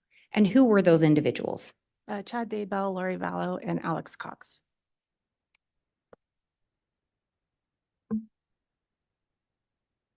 And this is the second slide of the presentation that you prepared. In looking at this, how many numbers did you attribute to Chad Daybell? Between the timeframe of October 2018 and January 2020, there were 9 phone numbers. And of those 9 phone numbers, did you determine certain ones were of more interest? Yes, And how many were those? 3. And how about in regard to Lori Vallow, how many numbers were attributed to her during that time frame? 6 phone numbers. And similar question, were there some that were of more interest? Yes, And how many were those? again, 3. And with regard to Alex Cox, how many phone numbers were attributed to him? 6. And of those were some of more interest? Yes, 3. And you talked about a specific time frame. Why did you look at that specific time frame? We learned through the investigation that Chad Daybell and Lori Vallow met on October 26, 2018. So we went back through October 2018 through sort of the end of the end investigation of January 2020. And when you talk about the end of the investigation, was there still an active investigation into the whereabouts of the children? The whereabouts, yes. So you'd focused on this time frame of when there may have been communications between the parties, is that fair? Correct, yes. And turning specifically to Chad first. In looking at that first number, is this a number that was attributed to him? It was. And can you read the number into the record? 208-690-9374. And under that, there are 9 things listed. Are these things that assisted in attributing this phone number to the defendant, Chad Daybell? Yes, Were there other things that assisted in attributing the number? there could be, yes. Were these the main ones that you looked at? Yes. And can you go through this list of the 9 things? Yes. This list of 9 items were documents, primarily documents, but other phones or something that I reviewed that had the 208 number in close relation to another identifier, either Chad's name or an account number, address, something along those lines that were attributed to Chad. So that phone number was subscribed to Tammy Daybell since March 17th, 2018. It was listed as the contact number for Chad Daybell on a Hawaii rental agreement effective December 15th, 2019. It was saved as contact Chad in Tammy Daybell's phone. It was the SMS or text number associated with chad.daybell@gmail.com. It was listed on a Citibank application in Chad's name. It was listed on the Life Map Insurance Benefit Claim form next to Chad's name. It was saved as contact Bishop Shumway in the Lori for Style iCloud account. It was associated with Chad on some Allegiant flight records, and it was saved as contact Dad in Seth Daybell's phone. And do you know who Seth Daybell is in relation to Chad? Seth is Chad's son. And Tammy Daybell was Chad's wife? Correct. Could I ask the witness to please maybe just pull the mic down a little more and talk right into it? Yes, sir. It's not that sensitive. Thank you. Okay, thank you. And then looking at this next part of it here, there's a reference to a Cricket account. Can you tell me what the significance of the Cricket account is? 2 additional phone numbers of interest were identified, and when the subscriber information returned, it came back to a Boyd dial in Mesa, Arizona. And talking about a Boyd dial, are you aware if there was any investigation done to determine whether or not there is a Boyd dial that actually exists? Yes. And was there an investigation conducted? Yes. Do you know, were you part of that? Yes. And were you able to identify any actual Boyd dials? Yes, we found 2. Do you know if either agents or detectives did some follow-up with those Boyd dials? Yeah, I believe some FBI agents in Utah interviewed the 2 Boyd dials as part of this investigation and cleared them of any knowledge. And when you're trying to determine if there's any other Boyd dials in existence, what are some of the things that you were looking for to see if they're a real person? Through database searches primarily, I conducted searches for Boyd dial, PO Box 405, Mesa, Arizona, and received negative results. I then did Boyd Dial in Arizona and again received negative results. And then I just did a very broad picture of Boyd Dial in the US. And those were the two that came back, the two in Utah, that came back as being real individuals.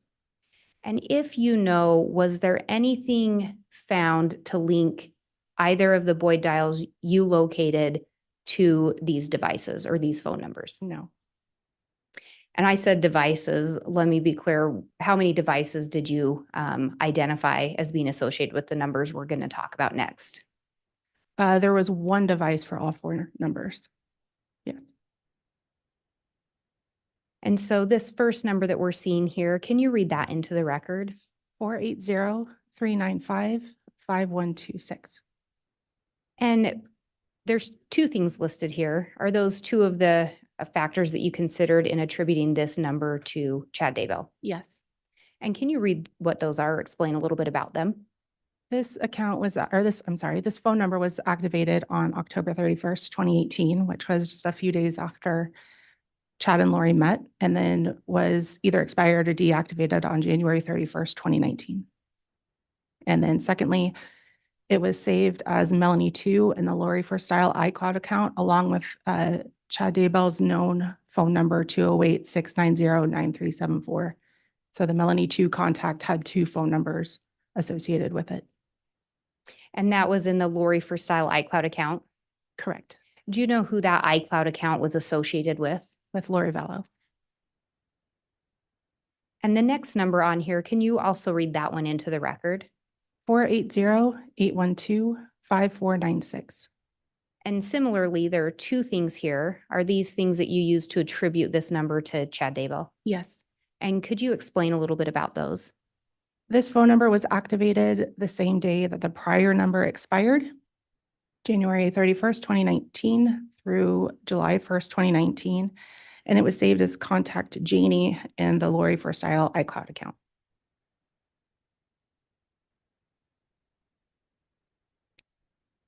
And this next number, can you read it into the record as well? 515-402-0143. And on this one, there's 6 different things listed under it. Are those factors that you use to identify this phone as one associated with Chad Daybell? Yes. And can you go through those for us and explain a little bit? The 515 number was first identified by the Chandler Police Department in Lori's 480-692-9562 call detail records and saved as Contact Bubby in the Lolly Time iCloud account. It was activated on July 1st, 2019, the same day that the 5496 number expired, and was active through October 8th, 2019. This number called the Valley of the Sun mortuary on July 11th, 2019, and there was a recording of Chad Daybell on that call. There's a text from Lori that read conf number 99NBQ4, which returned an Allegiant Airlines flight in Chad's name. On August 11th, 2019, Lori sent a text to this number, which August 11th is Chad's birthday, saying birthday kisses all over. And it was saved as Rebecca Shumway in the Lori for Style iCloud account. And we talked about the Lori for Style iCloud being associated with Lori Vallow. Do you know who the Lolly Time iCloud account was associated with? Also with Lori Vallow.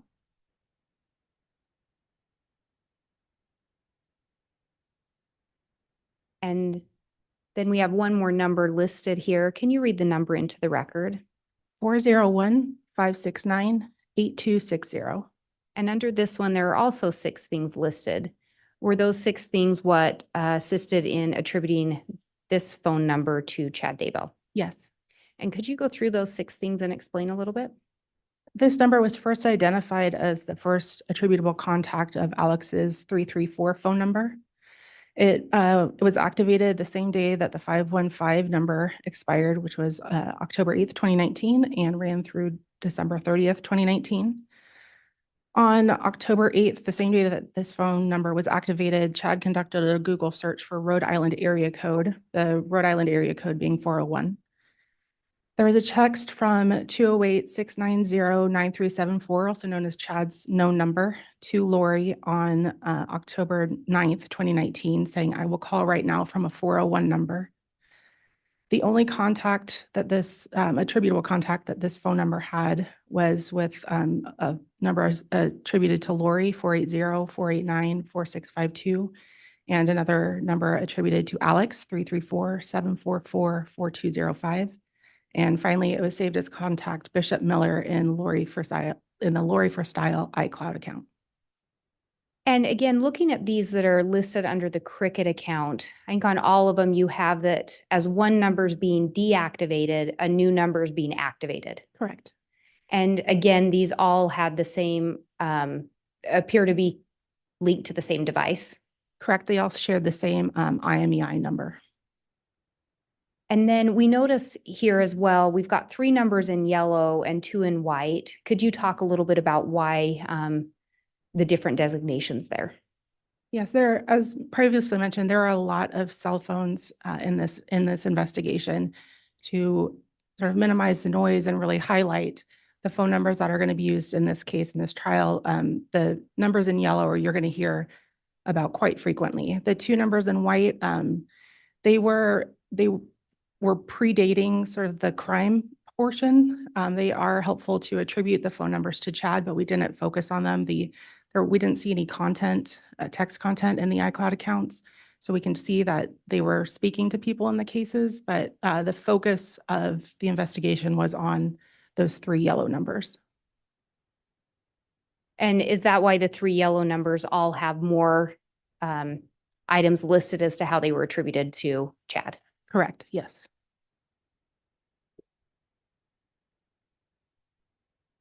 And then on this next slide, we see 2 additional numbers that appear to be attributed to Chad.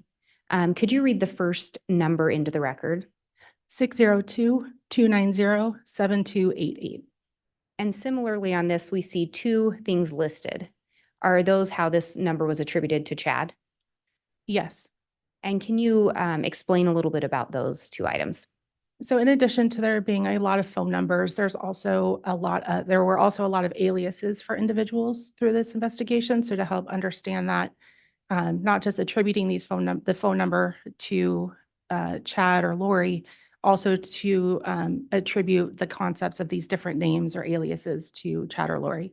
So the 602 number received a text sent a text on December 4th, 2019 to a group chat of the Daybell children that read, "Hi, this is Dad." And this phone number was also saved as contact Raphael in Zulema's phone, which was one of Chad's aliases. And when you talk about Zulema, do you know Zulema's last name? Pastenas? And so when you talk about one of Chad's known names, is that the Raphael? Correct. Thank you. And then there is a second number here. If you could read that into the record. We're 80-341-9585. And under this one, there are 3 things listed. Are those what assisted in attributing this number to Chad? Yes. And could you explain a little bit about those 3 things? Yes. Another name for another alias of Chad was James and Elena as Lori. So the James and Elena iCloud account was associated with this 480, or the number that ends in 9585 was associated with the James Loves Elena iCloud account. There was a text from this number, again, to the Daybell children, a group chat that's on 12/14/2019 that begins, "Hi, this is Chad." And according to Ian Pulowski, it was a number being used by Chad and Lori. And when you say names associated with them, did you learn through your investigation that a name used by Chad was James or used to refer to him? Yes. And Elena was a name used to refer to Lori? Correct. Thank you. And these numbers are also in white.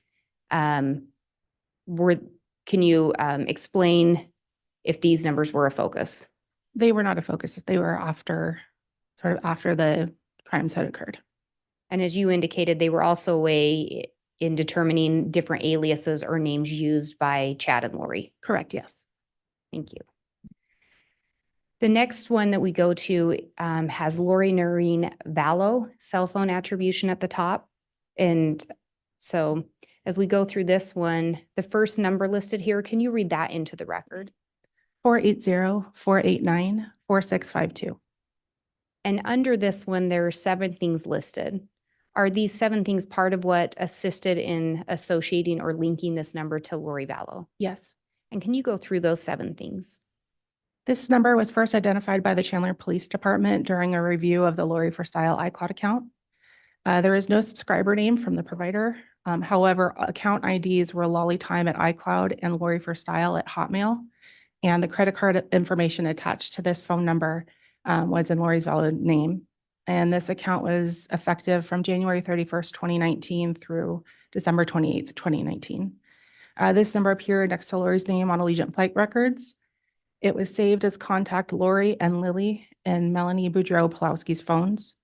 It was saved as contact Lori Vallow and Zulema's phone, along with 480-692-9562. It appeared in Delta flight records along with KKWalker75 at yahoo.com. And it was also a contact number on a Hawaii wedding quote request submitted by Lori. And the next number here, if you could read that into the record. 480-692-9562. And similarly, there are 7 things listed under this number. Could you explain a little bit about those in relation to this phone number? Sure. Again, these appeared in various places within the investigation. We first learned of it during Chandler PD's review of Charles Vallow's cell phone, revealed this as another number for Lori.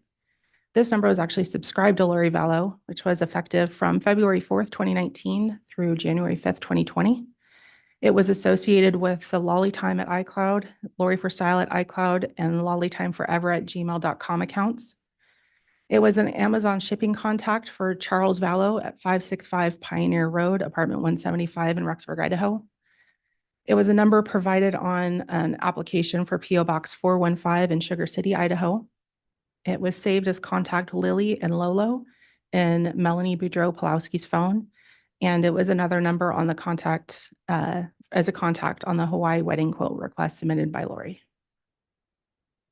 And looking at this, through your portion of the investigation, did you ever learn whether or not Charles Vallow ever lived at that 565 Pioneer Road in Rexburg, Idaho? He did not. Did you learn whether or not Charles Vallow ever had a PO box in Sugar City, Idaho? He did not. And looking at the next number here, can you read the number into the record? 808-755-5452. And similarly, on this one, there are 7 items listed. Were these 7 items what assisted in attributing this phone number to Lori Vallow? Yes. And could you go through those 7 items? This number was provided by Lori to the Chandler Police Department. It was subscribed to Premier Financial Services between January 8th, 2016 through November 24th, 2019. It was associated with Lori for Style at iCloud. There was an instant message to Peter Dixon on August 8th, 2019 that read, "Hi, Peter, this is Lori Vallow." It is saved as contact Lolo Vallow and Melanie Boudreau-Pulowski's phone. It is saved as contact Lily and Melanie Boudreau-Pulowski's phone. And it was another contact number on the Hawaii wedding quote request submitted by Lori. And do you know who was part of Premier Financial Services? Charles Vallow and Lori Vallow. And with all 3 of these numbers, we see all 3 of these in yellow. Were these all numbers that were determined to be of interest in the investigation? Yes. And as we've gone through these, for some of these numbers, could there have been other things that assisted in the attribution in attributing these to Lori Vallow? Yes. But these were the main ones that you focused in on? That I focused on, yes. And turning next to the numbers associated with Alex Cox. Could you read that first number into the record? 480-351-9120. And under that, there are 6 items listed. Could you go through and let me back up. Did these 6 items assist in attributing this phone number to Alex Cox? Yes. Could you go through those 6 and explain a little bit? This was the contact number provided by Alex Cox to the Chandler Police Department. It was subscribed in Alex Cox's name with an effective date of February 27th, 2015 through, we don't know when it ended based on the search warrant. It is associated with email accounts homerjmaximus@gmail.com and homerjmaximus@yahoo.com. It's saved as contact Alex Cox and lollytime@icloud.com. It's saved as contact Alex Cox and Lori for Style at icloud.com. It was listed as a contact number for Alex Cox on Allegiant flight records, which also included homerjmaximus@yahoo.com. And if you could read this next number into the record. 304-960-5998. And this one has two items listed. Were those items what assisted in attributing this number to Alex Cox? Yes. And could you explain a little bit about those two items? This phone number was identified through its IMEI through the homerjmaximus@gmail.com records. There's no subscriber name, but the account ID was raymaximus@gmail.com with an effective date of September 27th, 2019 through December 28th, 2019. And this next number? 334-744-4205. And there are three items listed here. Were those items what assisted in attributing this number to Alex Cox? Yes. And could you go through those three items listed there? This phone number was associated with a Samsung Galaxy phone recovered from Alex's Rexburg apartment. Again, there's no subscriber name, but the account ID was raylamar@gmail.com with an effective dates of October 9th, 2019 through January 9th, 2020. And it was saved as contact Spencer's wife and Lori for Style at icloud.com.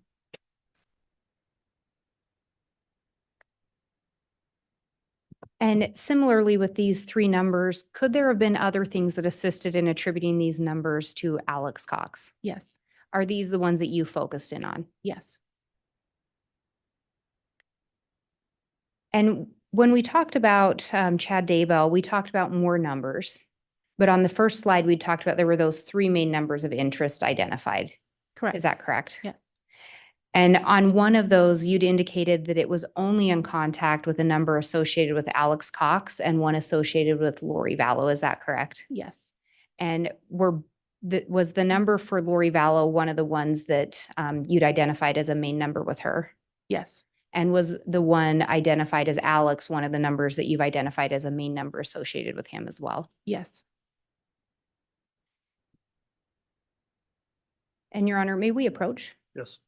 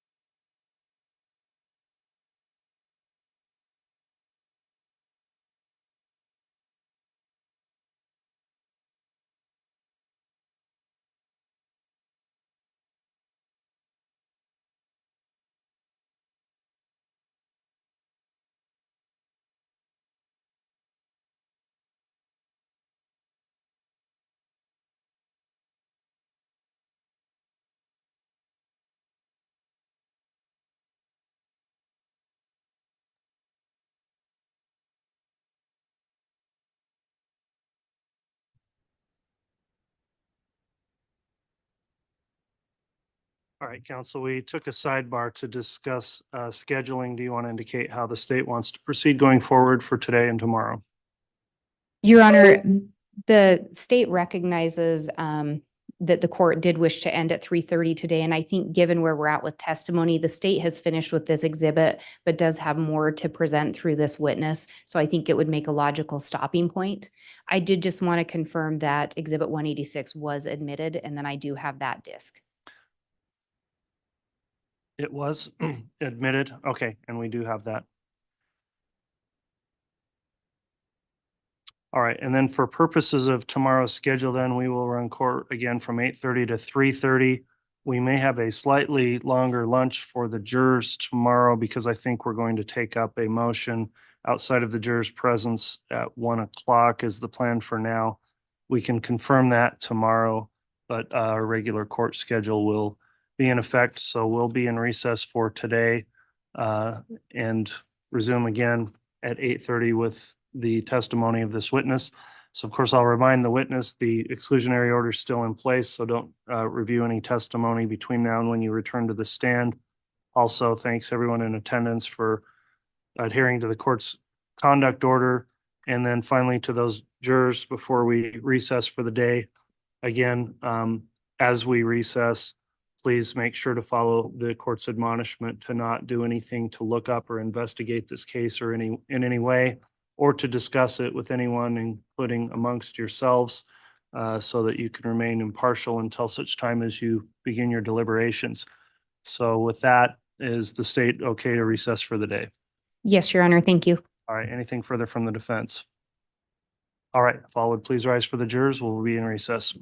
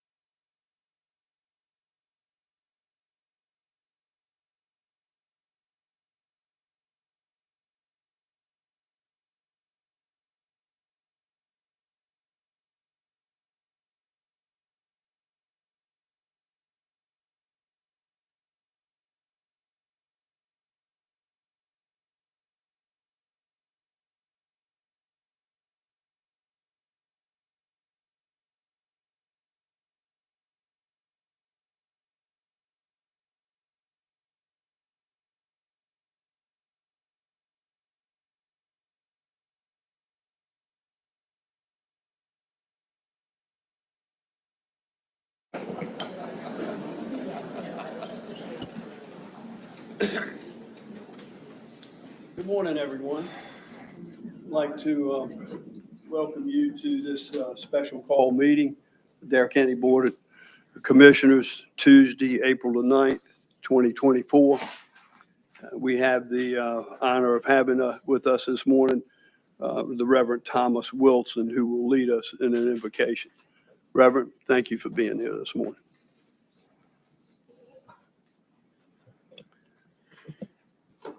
Thank you. It is an honor to be here. Can we just take a moment of stillness and silence and be still and come together in this time of division? Division in this world, in this county. Help us to work together for the common good of those who live and those who work in this community, this state, this nation, and this world, and this creation, which we are privileged to be in this part of heaven. This we ask and pray. Amen. Thank you, Reverend Wilson. May we stand for the pledge.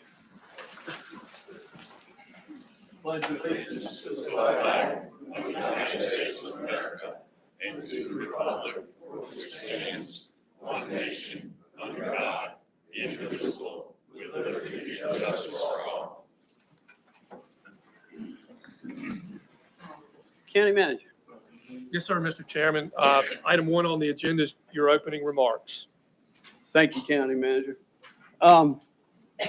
Before we get started, can we get any more chairs that we could help these folks over to the right? I hate to see them. We're going to be a while, folks, and I don't want y'all to have to stand here for the duration of this meeting. We have plenty of time today. We're going to take all the time that's necessary to hear as much public comment as here and who's willing to speak. And I want y'all to be able to be comfortable while we do so. Once again, I'd like to welcome everyone this morning to this special call board meeting of the Dare County Board of Commissioners concerning essential and workforce housing. We also want to welcome those that are viewing live this morning. We welcome you folks as well. At the encouragement of my fellow commissioners and board members, I called a special board meeting to address how we got started with housing, how did we get where we are today, and we're going to discuss where do we go from here. I'd like to set the stage for today's meeting.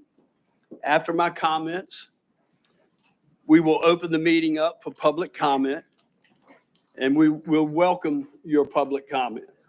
We have about, I want to say about 10 emails that we have received as a board, and we will make those emails that we have received part of this public comment period after we have that today. Once we have public comment, I've asked the county manager to, as I stated a few moments ago, talk about where and how we got started addressing housing. How did we get where we are today? And where do we go from here? If you will indulge me for a few moments, we have approximately 37,000 full-time residents in Dare County, with about 300 plus restaurants and fast food operations serving the community from Buxton to Duck, with almost 100 miles of beach coastline.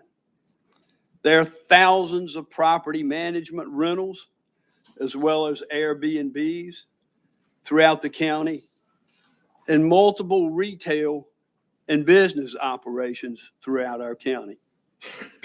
All of these have need for workers.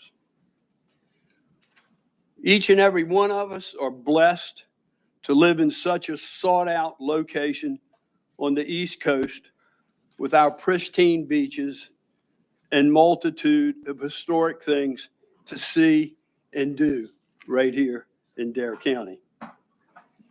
Over the past 10 years plus, this board has been involved in managing the county with doing what we felt was in the best interest of our citizens. This board is a proactive board addressing all of the needs of our citizens.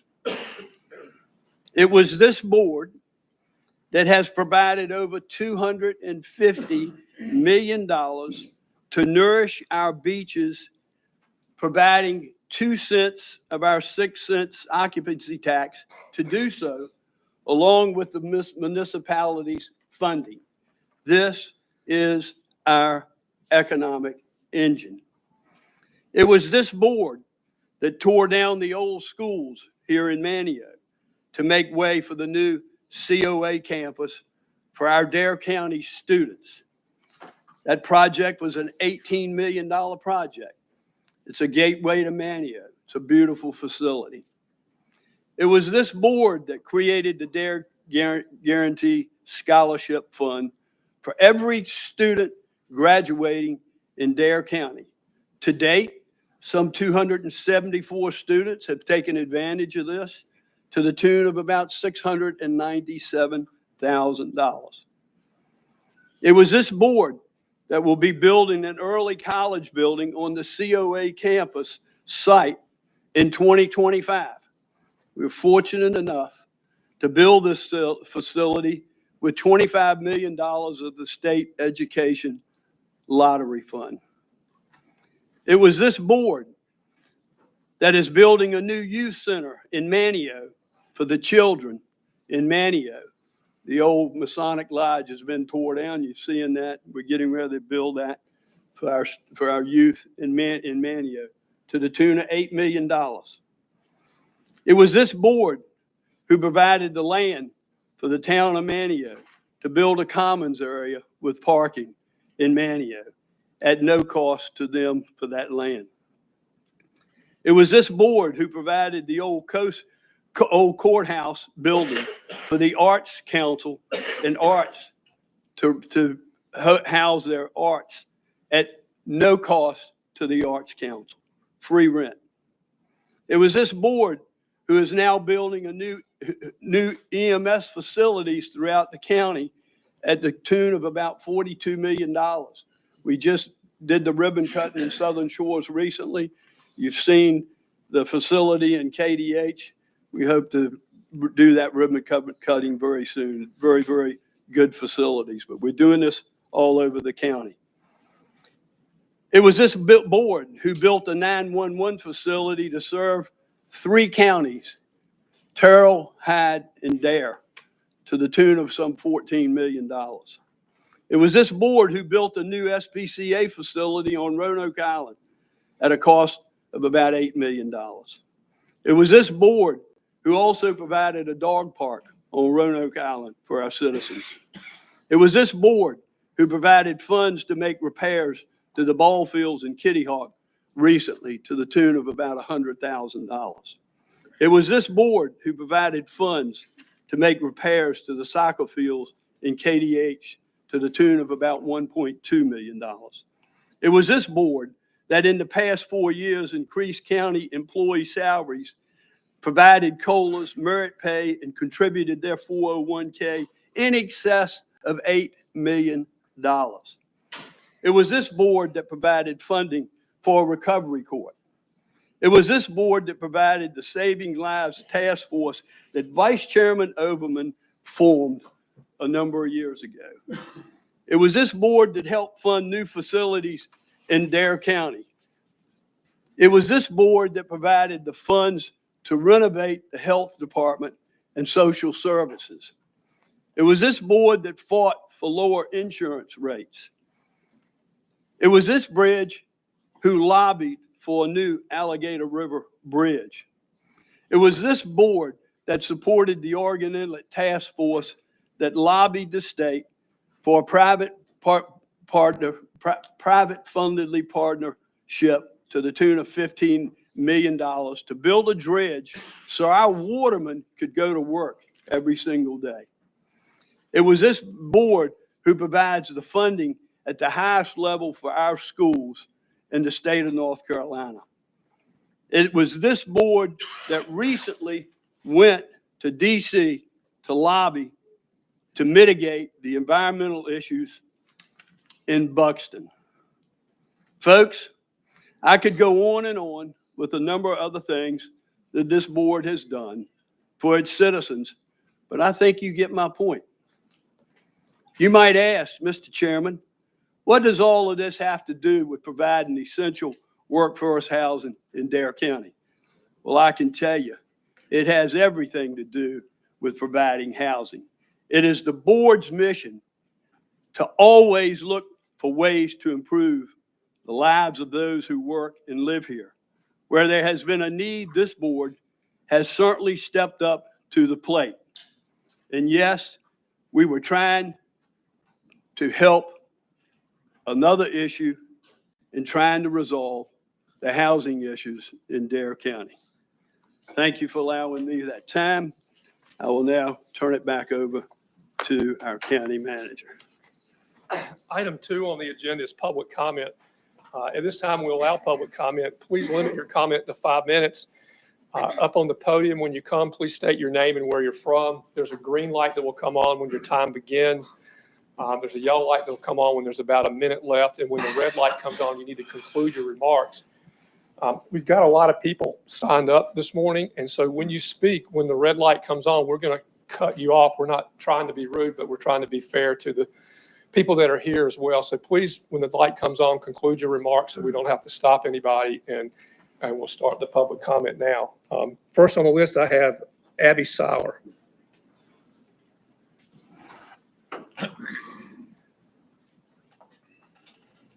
Yes, ma'am. What's the name? My name is Abby Seiler. Yeah, and I am living in Kildeville Hills. When I practiced this was about 30 seconds over, so I'm sorry. If you'll just let me get it, I'll do it. Good morning. I want to begin this comment with the utmost respect to all of you who sit on this board and face the decisions of our community. As civil servants, it is a hard task to bear, and I hope you know that I see and understand that the jobs you all hold require a significant amount of time, energy, and juggling. My name is Abby, but many in the room may remember me better as little Abby Sawyer. I grew up here in the 90s and the early 2000s as a young girl, and I remember how this community invested in me. As a local Girl Scout, I remember pedaling my bike door to door selling cookies, and in 1994, Mr. Ron Spear, who was one of my best customers at 8 years old, put me in the local newspaper for the very first time. That article hangs in my shop in Nags Head. It has hung in every office as well as my other location before I arrived here with that business. He saw in me a young person, the entrepreneurial dream, and the desire to be connected to my community. As I got older, I was welcomed with open arms into crowds much older than me as a volunteer for several local nonprofit organizations in Dare County. Many of those leaders are your generation's peers and some of the greatest business pioneers on the Outer Banks. In 2001, those same leaders of your generation, some living and some passed on, saw again that community-focused desire in me as a teenager and nominated me for the North Carolina Governor's Award for Volunteerism representing Dare County. At that time, I was the youngest recipient of the award in the state. It's often said that the, quote, boomer generation is not very supportive of the, quote, millennial generation. But in Dare County, I disagree. I did not have that experience growing up or as an adult. In my college years, several peers in your generation opened their homes to me to live while I interned at Pathways International, helping international students get to and from Elizabeth City for their visas and managing the in-house computer lab by day. At night, I waited tables to save for college, which supplemented my scholarships, and I did this every summer for 4 years. At that time, housing was just beginning to be a struggle, but not quite as bad as it is today. When my husband and I lived here 10 years ago in our early to mid 20s, we rented. After several years here, where I worked in marketing and served as the co-chair of the initial Outer Banks Bicycle Pedestrian Safety Coalition, alongside past Commissioner Max Dutton, we decided to move away to be closer to family in another state. We did that for a decade, but the Outer Banks has always been my home, and it's where I want to be for the rest of my life. I opened my small business during that decade away, but in 2022, I decided it was time to move it back to the beach. We made the choice to drop the restaurant side of my business due to the housing crisis and the realization that many of the longest standing establishments on this beach were struggling to keep year-round help due to there being nowhere to live for most of the middle class and nearly all of the folks my age. We also downsized in order to staff our own business while this all shook out. We are headed into our third season on the beach, and I am in my 7th year of business, and it's not been easy, but I am home. In addition to business decisions, we faced a decision on whether to rent or to buy a house. We decided to rent due to the tumultuous housing prices here, and we had hoped by now that we would be able to buy. I consider myself lucky that I have a landlord who is fair, kind, and genuinely interested in helping locals.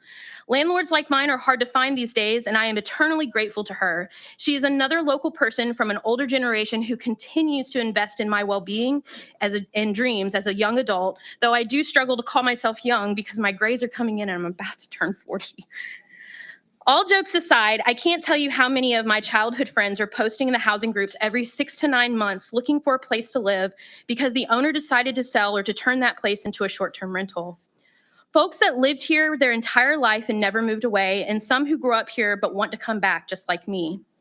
Then we have the generation younger than us who can't afford to rent at all, much less dream of buying, so they live with their families in multi-generational households.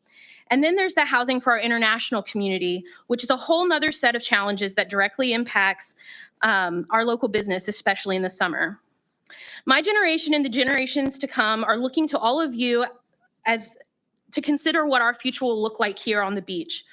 Will we ever be able to own a home? Will we continue to climb so high? Will the rent continue to climb so high that it's impossible for students to return here? Will we be able to grow our businesses and create jobs? Will future generations be able to start new creative concepts to keep the charm of the Outer Banks alive? The adults of my childhood in Dare County instilled in me the belief that community matters, to show up, to participate, to help, and to serve. They instilled in me the entrepreneurial dream of being a small business owner, but even further, that as a business owner, you have to get involved and give back. The fabric of our community is stitched together by people who love this place and have invested their lives in making it unique on every level. And our small businesses last. My hope is that my small business will see the 50 to 60 plus years, 50 to 60 plus years that many small businesses see today. Those are milestones that I look forward to. Housing is dire, and I do not oppose affordable long-term housing solutions. However, the option before us right now seems to be just another opportunity for another developer to create more short-term rentals. Thank you. Which only. You said you were going to give us your time. She could have part of my time. Thank you. Next. Thank you so much. Thank you. Housing is dire, and I do not oppose affordable long-term solutions. However, the option before us right now seems to be just another opportunity for another developer to create more short-term rentals, which only digs the hole deeper for people my age to get out of. Without a healthy middle class with a reasonable housing situation, our long-standing and new restaurants and shops will not survive, and the things that make the Outer Banks special and unique will begin to erode. We will just be another tourist trap with hollow buildings and crappy service, with empty seasonal megaplexes and local folks forced to sleep in their cars at the beach access. We will begin to attract the types of visitors that do not respect the beauty of this precious place that we all love, because our longtime visitors will simply say it's not the same as it used to be, and sadly, many already do. I always wanted to grow up to be like the men and women who invested in me as a young girl and a young woman here in Dare County, and I still do. I'm asking you today, as the peers to so many of my mentors, please make it easier for me and others like me to live here and grow our businesses so that we can invest in the next generations in the same ways your generation invested in me. I wouldn't be the woman I am today without those people in this community who saw me for who I was at that young age and provided me the opportunities to contribute and participate. That is the community I moved back to, and I know we still have it because look around this room. Please invest in our county's future generations instead of these not quite right scenarios that are just slowing us all down from finding a real solution to the issue of long-term housing on this beach. Thank you for your time. Next is Elizabeth Newman. Elizabeth Newman. Elizabeth Newman.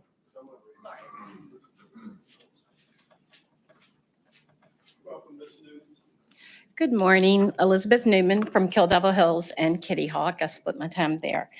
My concern with this process is that the Board of Commissioners are not being good stewards of North Carolina taxpayers' money, whether it be Dare County or another part of North Carolina. I have been involved in the day-to-day ownership and property management of tax credit, workforce, Section 8, and year-round housing for over 25 years in North Carolina and Virginia. We have never seen a pre-development contract, much less one that is stacked against the citizens and promoted as an honest and professional contract.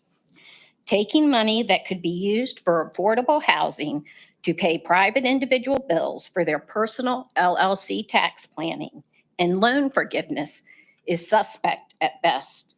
I hope today we will find out the answers as to why this group was chosen to represent the Board of Commissioners.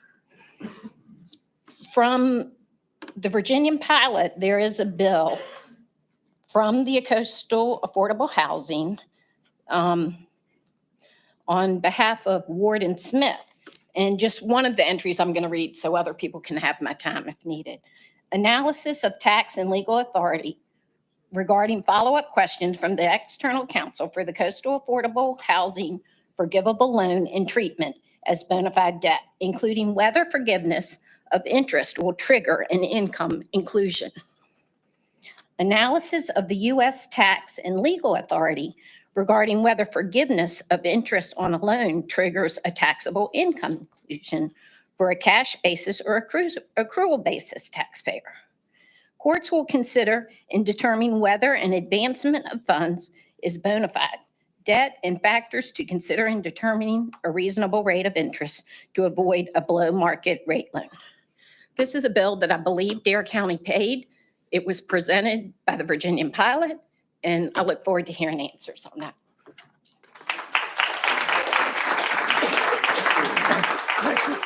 Cindy Holden.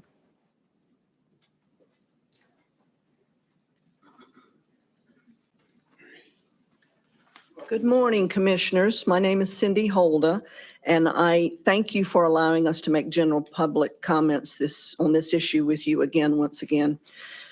I'm speaking on behalf of the Mans Harbor Civic Association today. Our president, Robin Mann, is currently out of town, so I'm here today with Timmy Midget, our vice president, and Linda Harris, who is a strong supporter of the Civic Association.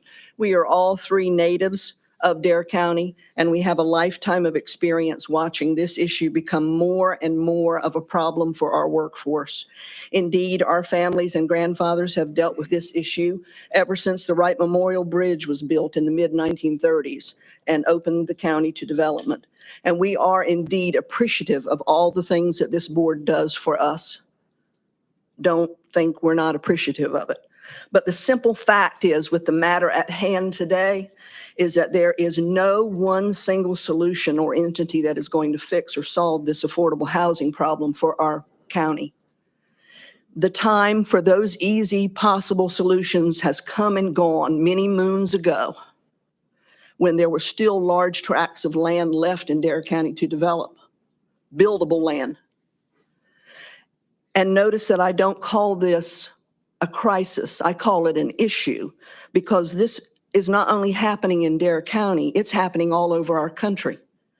I see similar situations in and near Jackson Hole, Wyoming, where I lived for over 17 years. So I encourage you, as part of your process, to look at other examples in our country to work these problems out for us. The past has finally caught up with us in Dare County, and the problem of lack of vision and greed is that a few of the wealthy keep on getting wealthier and the less fortunate are unable to buy a home of their dreams, like the first lady that spoke this morning. So if we're really serious about finding a solution to this problem, we need to look at multiple options in general that might help create more affordable housing. Multiple options that may be the only viable option, as large parcels of land are extremely limited at this point in Dare County.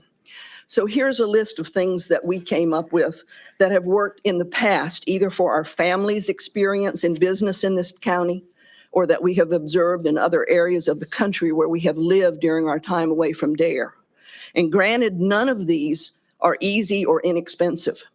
And these suggestions come with their own set of problems, because the real problem here, simple fact, is there is no longer any large parcel of buildable land in Dare County. So here's some of our suggestions. Dare County already has an extensive fleet of public transportation vans on hand. Use a percentage of those vans to bus employees from outlying counties. Number two, encourage business to provide employees that commute long distances, set up a distance of 35 miles or whatever, a stipend for gasoline expenses. Back in the 1960s, 70s, my parents did that very thing. They hired women from Terrell County to come clean motel rooms, and they gave them, for decades, they gave them a stipend for their gasoline. Encourage businesses to provide housing for their workers. And there are numerous examples of this already in Dare County. Morrison Grove, Kitty Hawk Kites, a lot of the restaurants, they own private rentals so that their key work staff can rent a home or live here year round.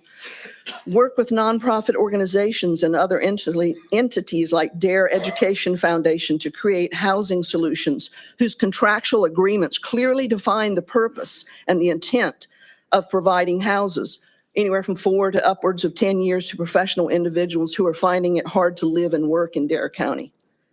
Buy some of those homes from the unfortunate taxpayers who are losing their homes to the ravages of the sea, and would probably be very amicable to sell a price instead of paying for more taxes on homes that are falling into the ocean. Buy some land over in Terror County or Currituck County, or work with county officials to create a high-density development in those areas. It's obvious that the public outcry since last May and April do not want in our already overdeveloped communities in Dare's high-density housing. But the criteria of the loans don't allow, you say. Well, here's the deal. We understand that there are all kinds of rumors and innuendos circulating out there that create unrest, and that is because we need transparency in our government. We look forward to hearing your explanations of what has transpired over the past years. Admittedly, we found it a little unusual that you were taking public comment first before you told us what you wanted to tell us. But in the name of transparency, we felt that we needed to speak our minds for you today to let you know what we're thinking out here. If the involvement in reaping the benefits of a source of money, let's say $35 million, comes from legislation that appears to be written and tailored to a very limited audience, is causing you angst, then walk away from it. Send it back.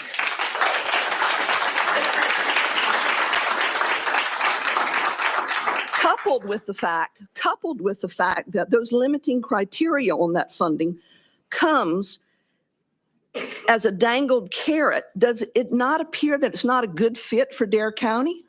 Hear, hear. We would encourage you to return that money and remove yourself from that situation and go back to square one. Try in earnest this time to solve a problem that has been kicked around in this county for over 40 years. And in concert with the voices and the people of the county that you serve, we encourage you and your task force to do something about it this time. In closing, I commend you for all the things you've done for us in this county. We appreciate it. And I commend you for creating a housing workforce task group to gather information from our communities and report back to you. Now, I would ask you to do one more thing with that task group.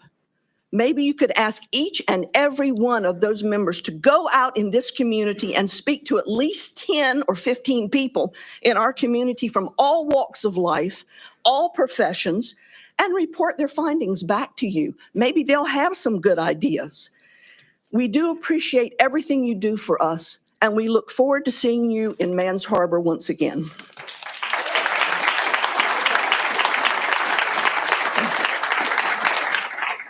Michelle Hall. Michelle Hall.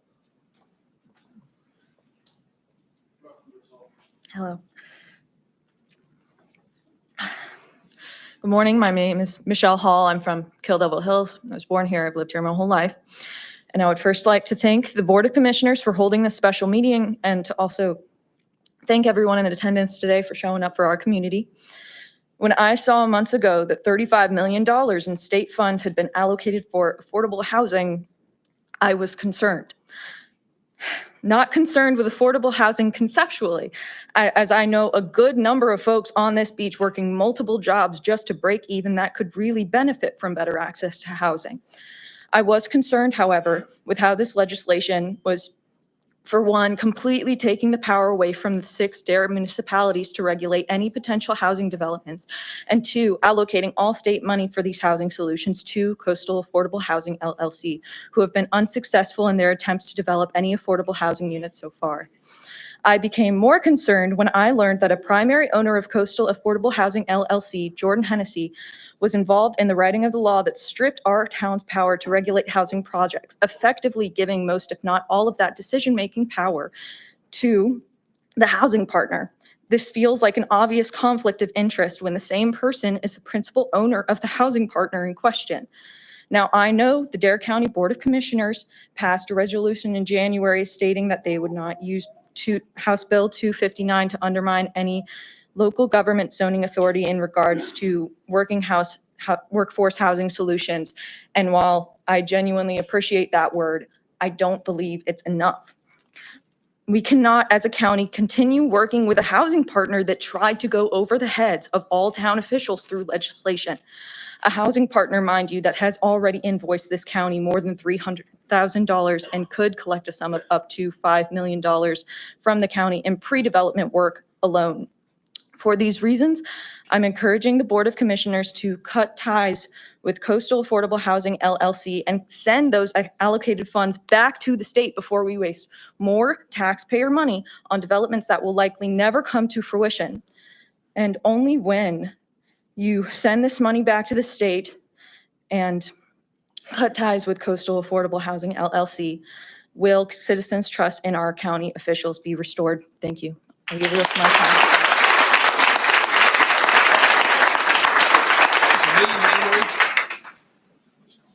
Sorry, Bobby. Janine Emery. Welcome, Ms. Emery. Hi, thank you. I'm Janine Emery. I'm from Manio. Good morning. And unfortunately, in your introduction to all of your accomplishments, you were unable to provide housing to support the growing infrastructure that you supported and helped develop. It seems that not in my backyard is prevalent and, in my opinion, impeding the progress that we need to move forward with this plan. As far as I can see, it's your job to do what is in the best interest of the entire community and not just the loudest people that are against, where we don't want anyone living in our backyard. This also includes the municipality. So I understand what, the Dare County, what you have done as a board to try to move forward this issue as well. So really, I guess, what does it say about a community that supports the construction of massive homes for tourists, many of which are located in their backyards, and also negatively affects the environment, but then balks at constructing homes for locals such as teachers, firefighters, waitresses, etc.? Thank you.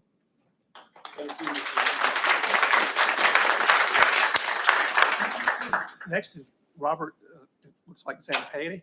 Zampardi, I'm sorry. Good morning, Commit. Welcome, sir. Yes, my name is Robert Zampardi. I'm from Rocky Mount, North Carolina, and now for something completely different. I'm an outsider. I'm a solution-oriented person, and I don't doubt, and I am very ignorant on a lot of what's come up as far as development goes, but I do agree with 100% with Cindy. We need a multi-pronged approach. What's stopped the forward movement in affordable housing, from my observation, is a mixture of pride, some fear. What has to change? There's all kinds of ways to look at this. Do you have public buildings that aren't fully utilized? Is there property that isn't utilized to its best method that it can be restructured? Can we do something with some mixed use zoning? Is there an opportunity to split zoning?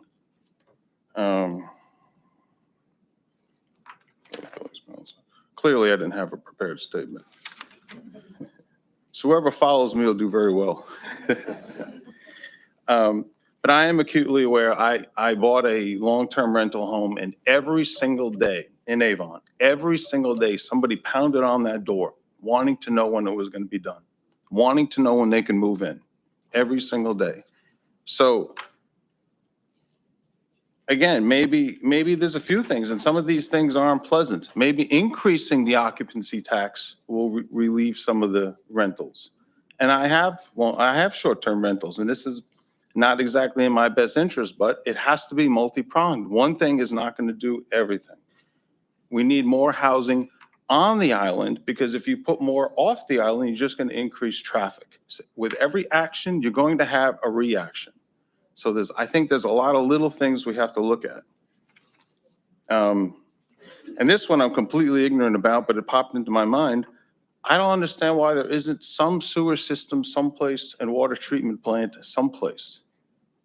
I think that would also be able to increase housing in areas where public health is an issue. Let's see what else I got to do. Housing, preserve OBX. Possibly liveaboards on the marinas. I mean, it is an urgent issue. Everybody in this room knows it. Look at how full the room is. I'm stating the obvious. So again, I don't know anything about this $35 million project. Doesn't sound like a solution. It sounds like something, but I think we have to look at other things, smaller things, everything. Again, underutilized public property is an option. No, that's all I got. Thank you all very much.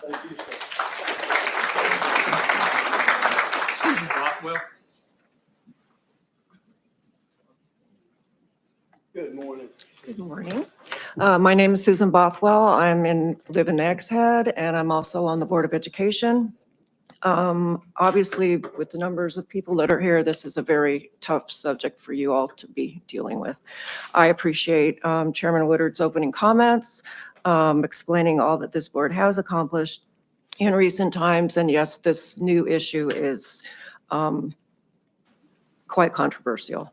And I also appreciate the fact that you didn't call it affordable housing, because I don't think it's necessarily called affordable housing. I think it's necessary, and I think it's essential. We need it for our teachers, mostly firefighters, nurses, restaurant workers. This community will not survive if we don't have people that can work here.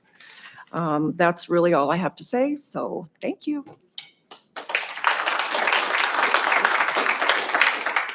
Asher Daniels.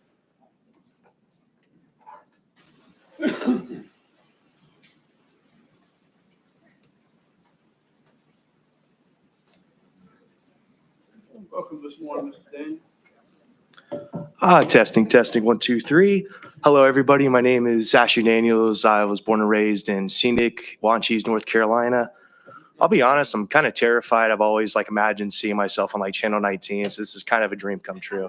But aside that point,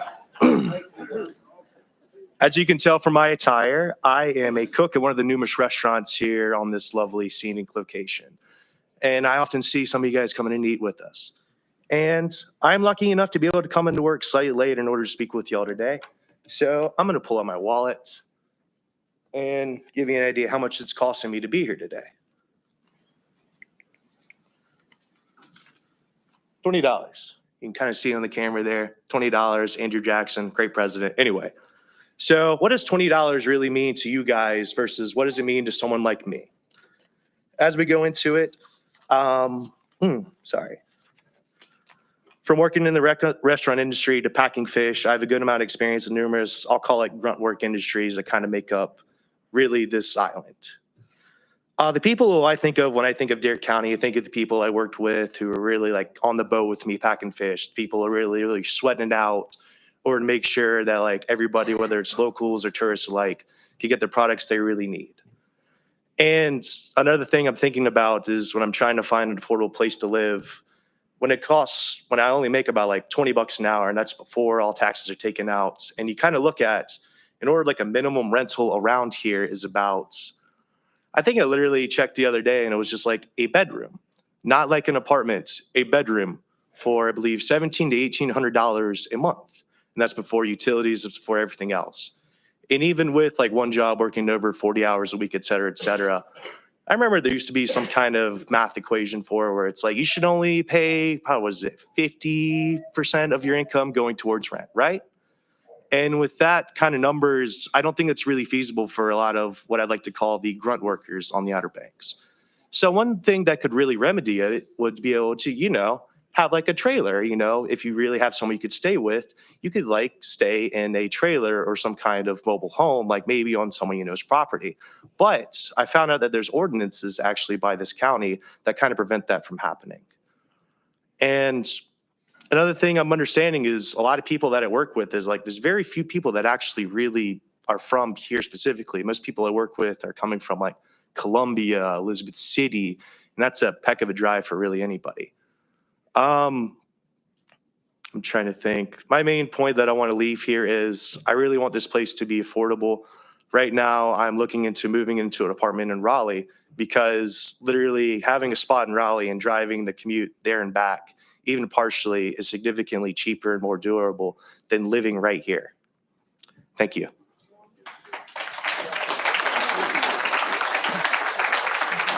Bob Mueller.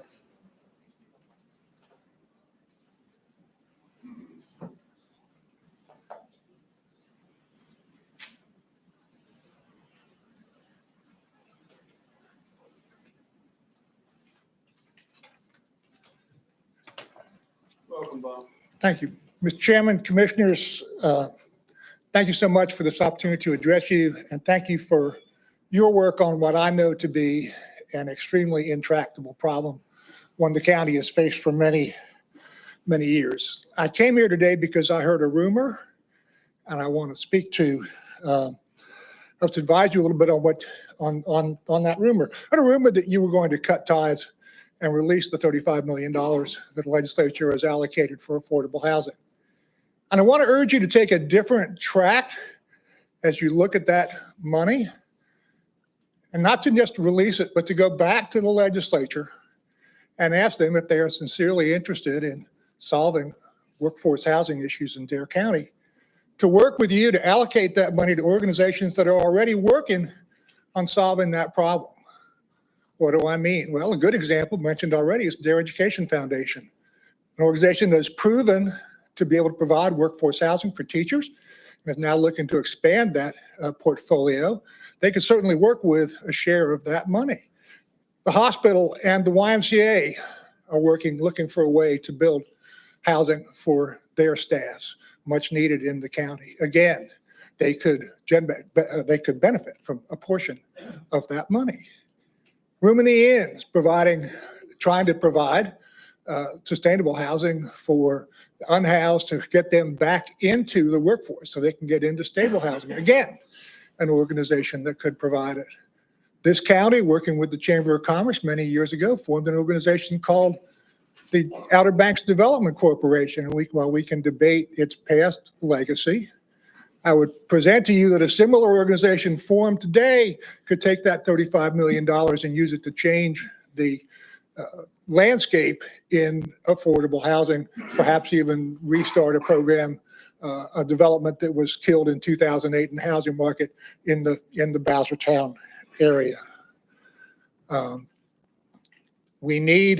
Obviously we need affordable housing, but we can solve it with groups here in Dare County. I want to specify that I do not represent any of those groups. I'm speaking strictly as an individual, but I would encourage you to go back to the legislature, ask them if they are interested in solving workforce housing issues in Dare County, and if they are, to work with you to solve our Dare County problems, working with our Dare County groups. Thank you very much.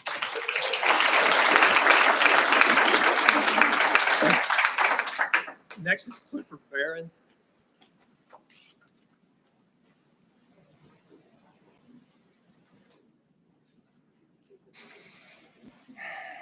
Welcome, Mr. Barron. Good morning, ladies and gentlemen. I'm here on a personal issue. It's about the affordable housing. I live in Kitty Hawk Estates and have lived there for over 30 years now, and we have flooding issues back there often, just from the rain. We get a normal rainstorm and I have water up to my front porch. And we are concerned that if there was construction along Windsor Place with the high-density housing and pavement and all that, that it's going to worsen the flooding to such an extent where we could be dealing with serious issues to our homes and damage.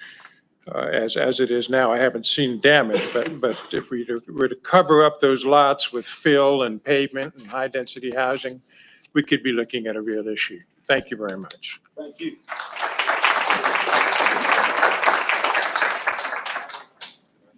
Next is Ida Hobble.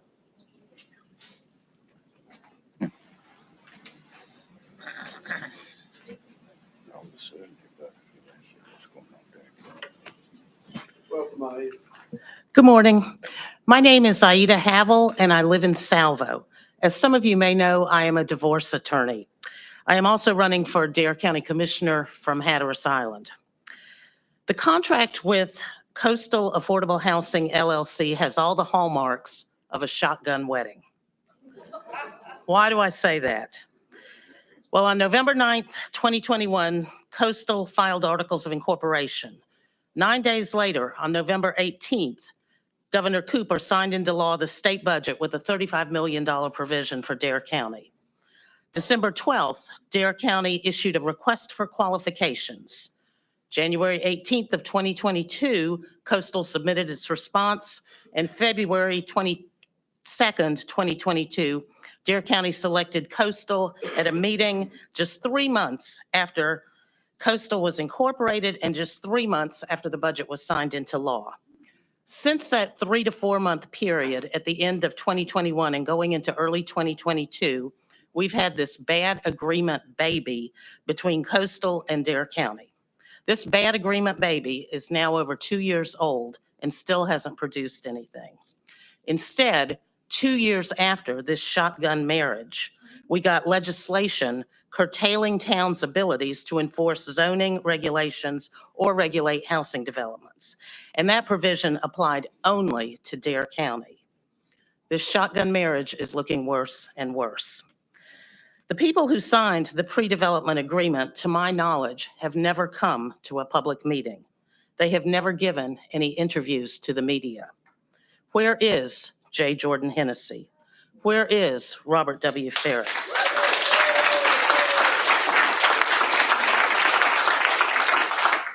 Where is Aaron K. Thomas? Where is Judge Marion R. Warren? Where is any representative from Metcom, the general contractor? And I have 3 other questions. Number 1, Exhibit C to the pre-development contract says, all expenses on Exhibit C above will be payable by the county to the developer on a monthly basis during the pre-development phase. Coastal will submit a monthly invoice to the county that is due within 14 days.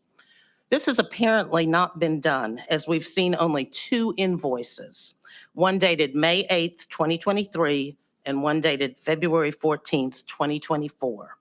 Why were invoices not submitted monthly? 2, both of the invoices listed $10,000 per month for developer overhead. $80,000 on the first invoice and $90,000 on the second invoice. Now, in my world, overhead means rent, but I don't think it's for rent, because if it had been for rent, the invoice would have said for rent. I don't know what other overhead there might be that is $10,000 a month. Number 3, the 2 invoices also had a line item for miscellaneous costs totaling $16,545. It's a drop in the bucket, but it's also a lot of money. What were those miscellaneous costs for? There's a provision in the contract that says that time is of the essence. There's also a provision in the contract that says that in the initial phase of the contract, approximately 300 to 400 multifamily units will be built. To date, not one has been built. And yet Dare County said on its own website that Coastal Affordable Housing has indicated to the board that it intends to construct up to 400 housing units in Dare County by the end of 2023. Not to stretch a metaphor too far, but this shotgun marriage has been a disaster. It's time for a divorce. Now, I don't like to make criticism without also offering a creative suggestion or solution. And I think that many of the suggestions that particularly Cindy Holda and Bob Mueller made were great suggestions. And I would like to add one more. I live on Hatteras Island, and my suggestion is that you use some of that 35 million, if possible, to buy the old abandoned water park in Rodanthe and to turn it into perhaps some essential housing or workforce housing in the summer. If you go down to Hatteras Village and you see those brightly colored little cabanas that are for rent, they are tiny houses. Perhaps you could make slightly larger tiny houses and put it on that abandoned water park property. There are 14 acres there, and I don't see any reason why you couldn't negotiate with the owner, buy that property, fix it up. I've heard comments that nobody will commute across the bridge from Hatteras Island. I don't think that's true at all. People are commuting from Elizabeth City and Terrell County every day. I come up the beach routinely from Salvo, and it is 30-minute drive, easy and beautiful. Thank you for your time.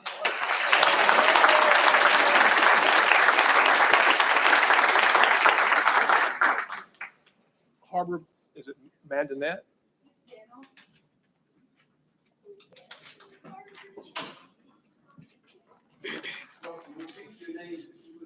Okay, my name's Harbor McDaniel. I'm from Kill Devil Hills, and I'm 14 years old.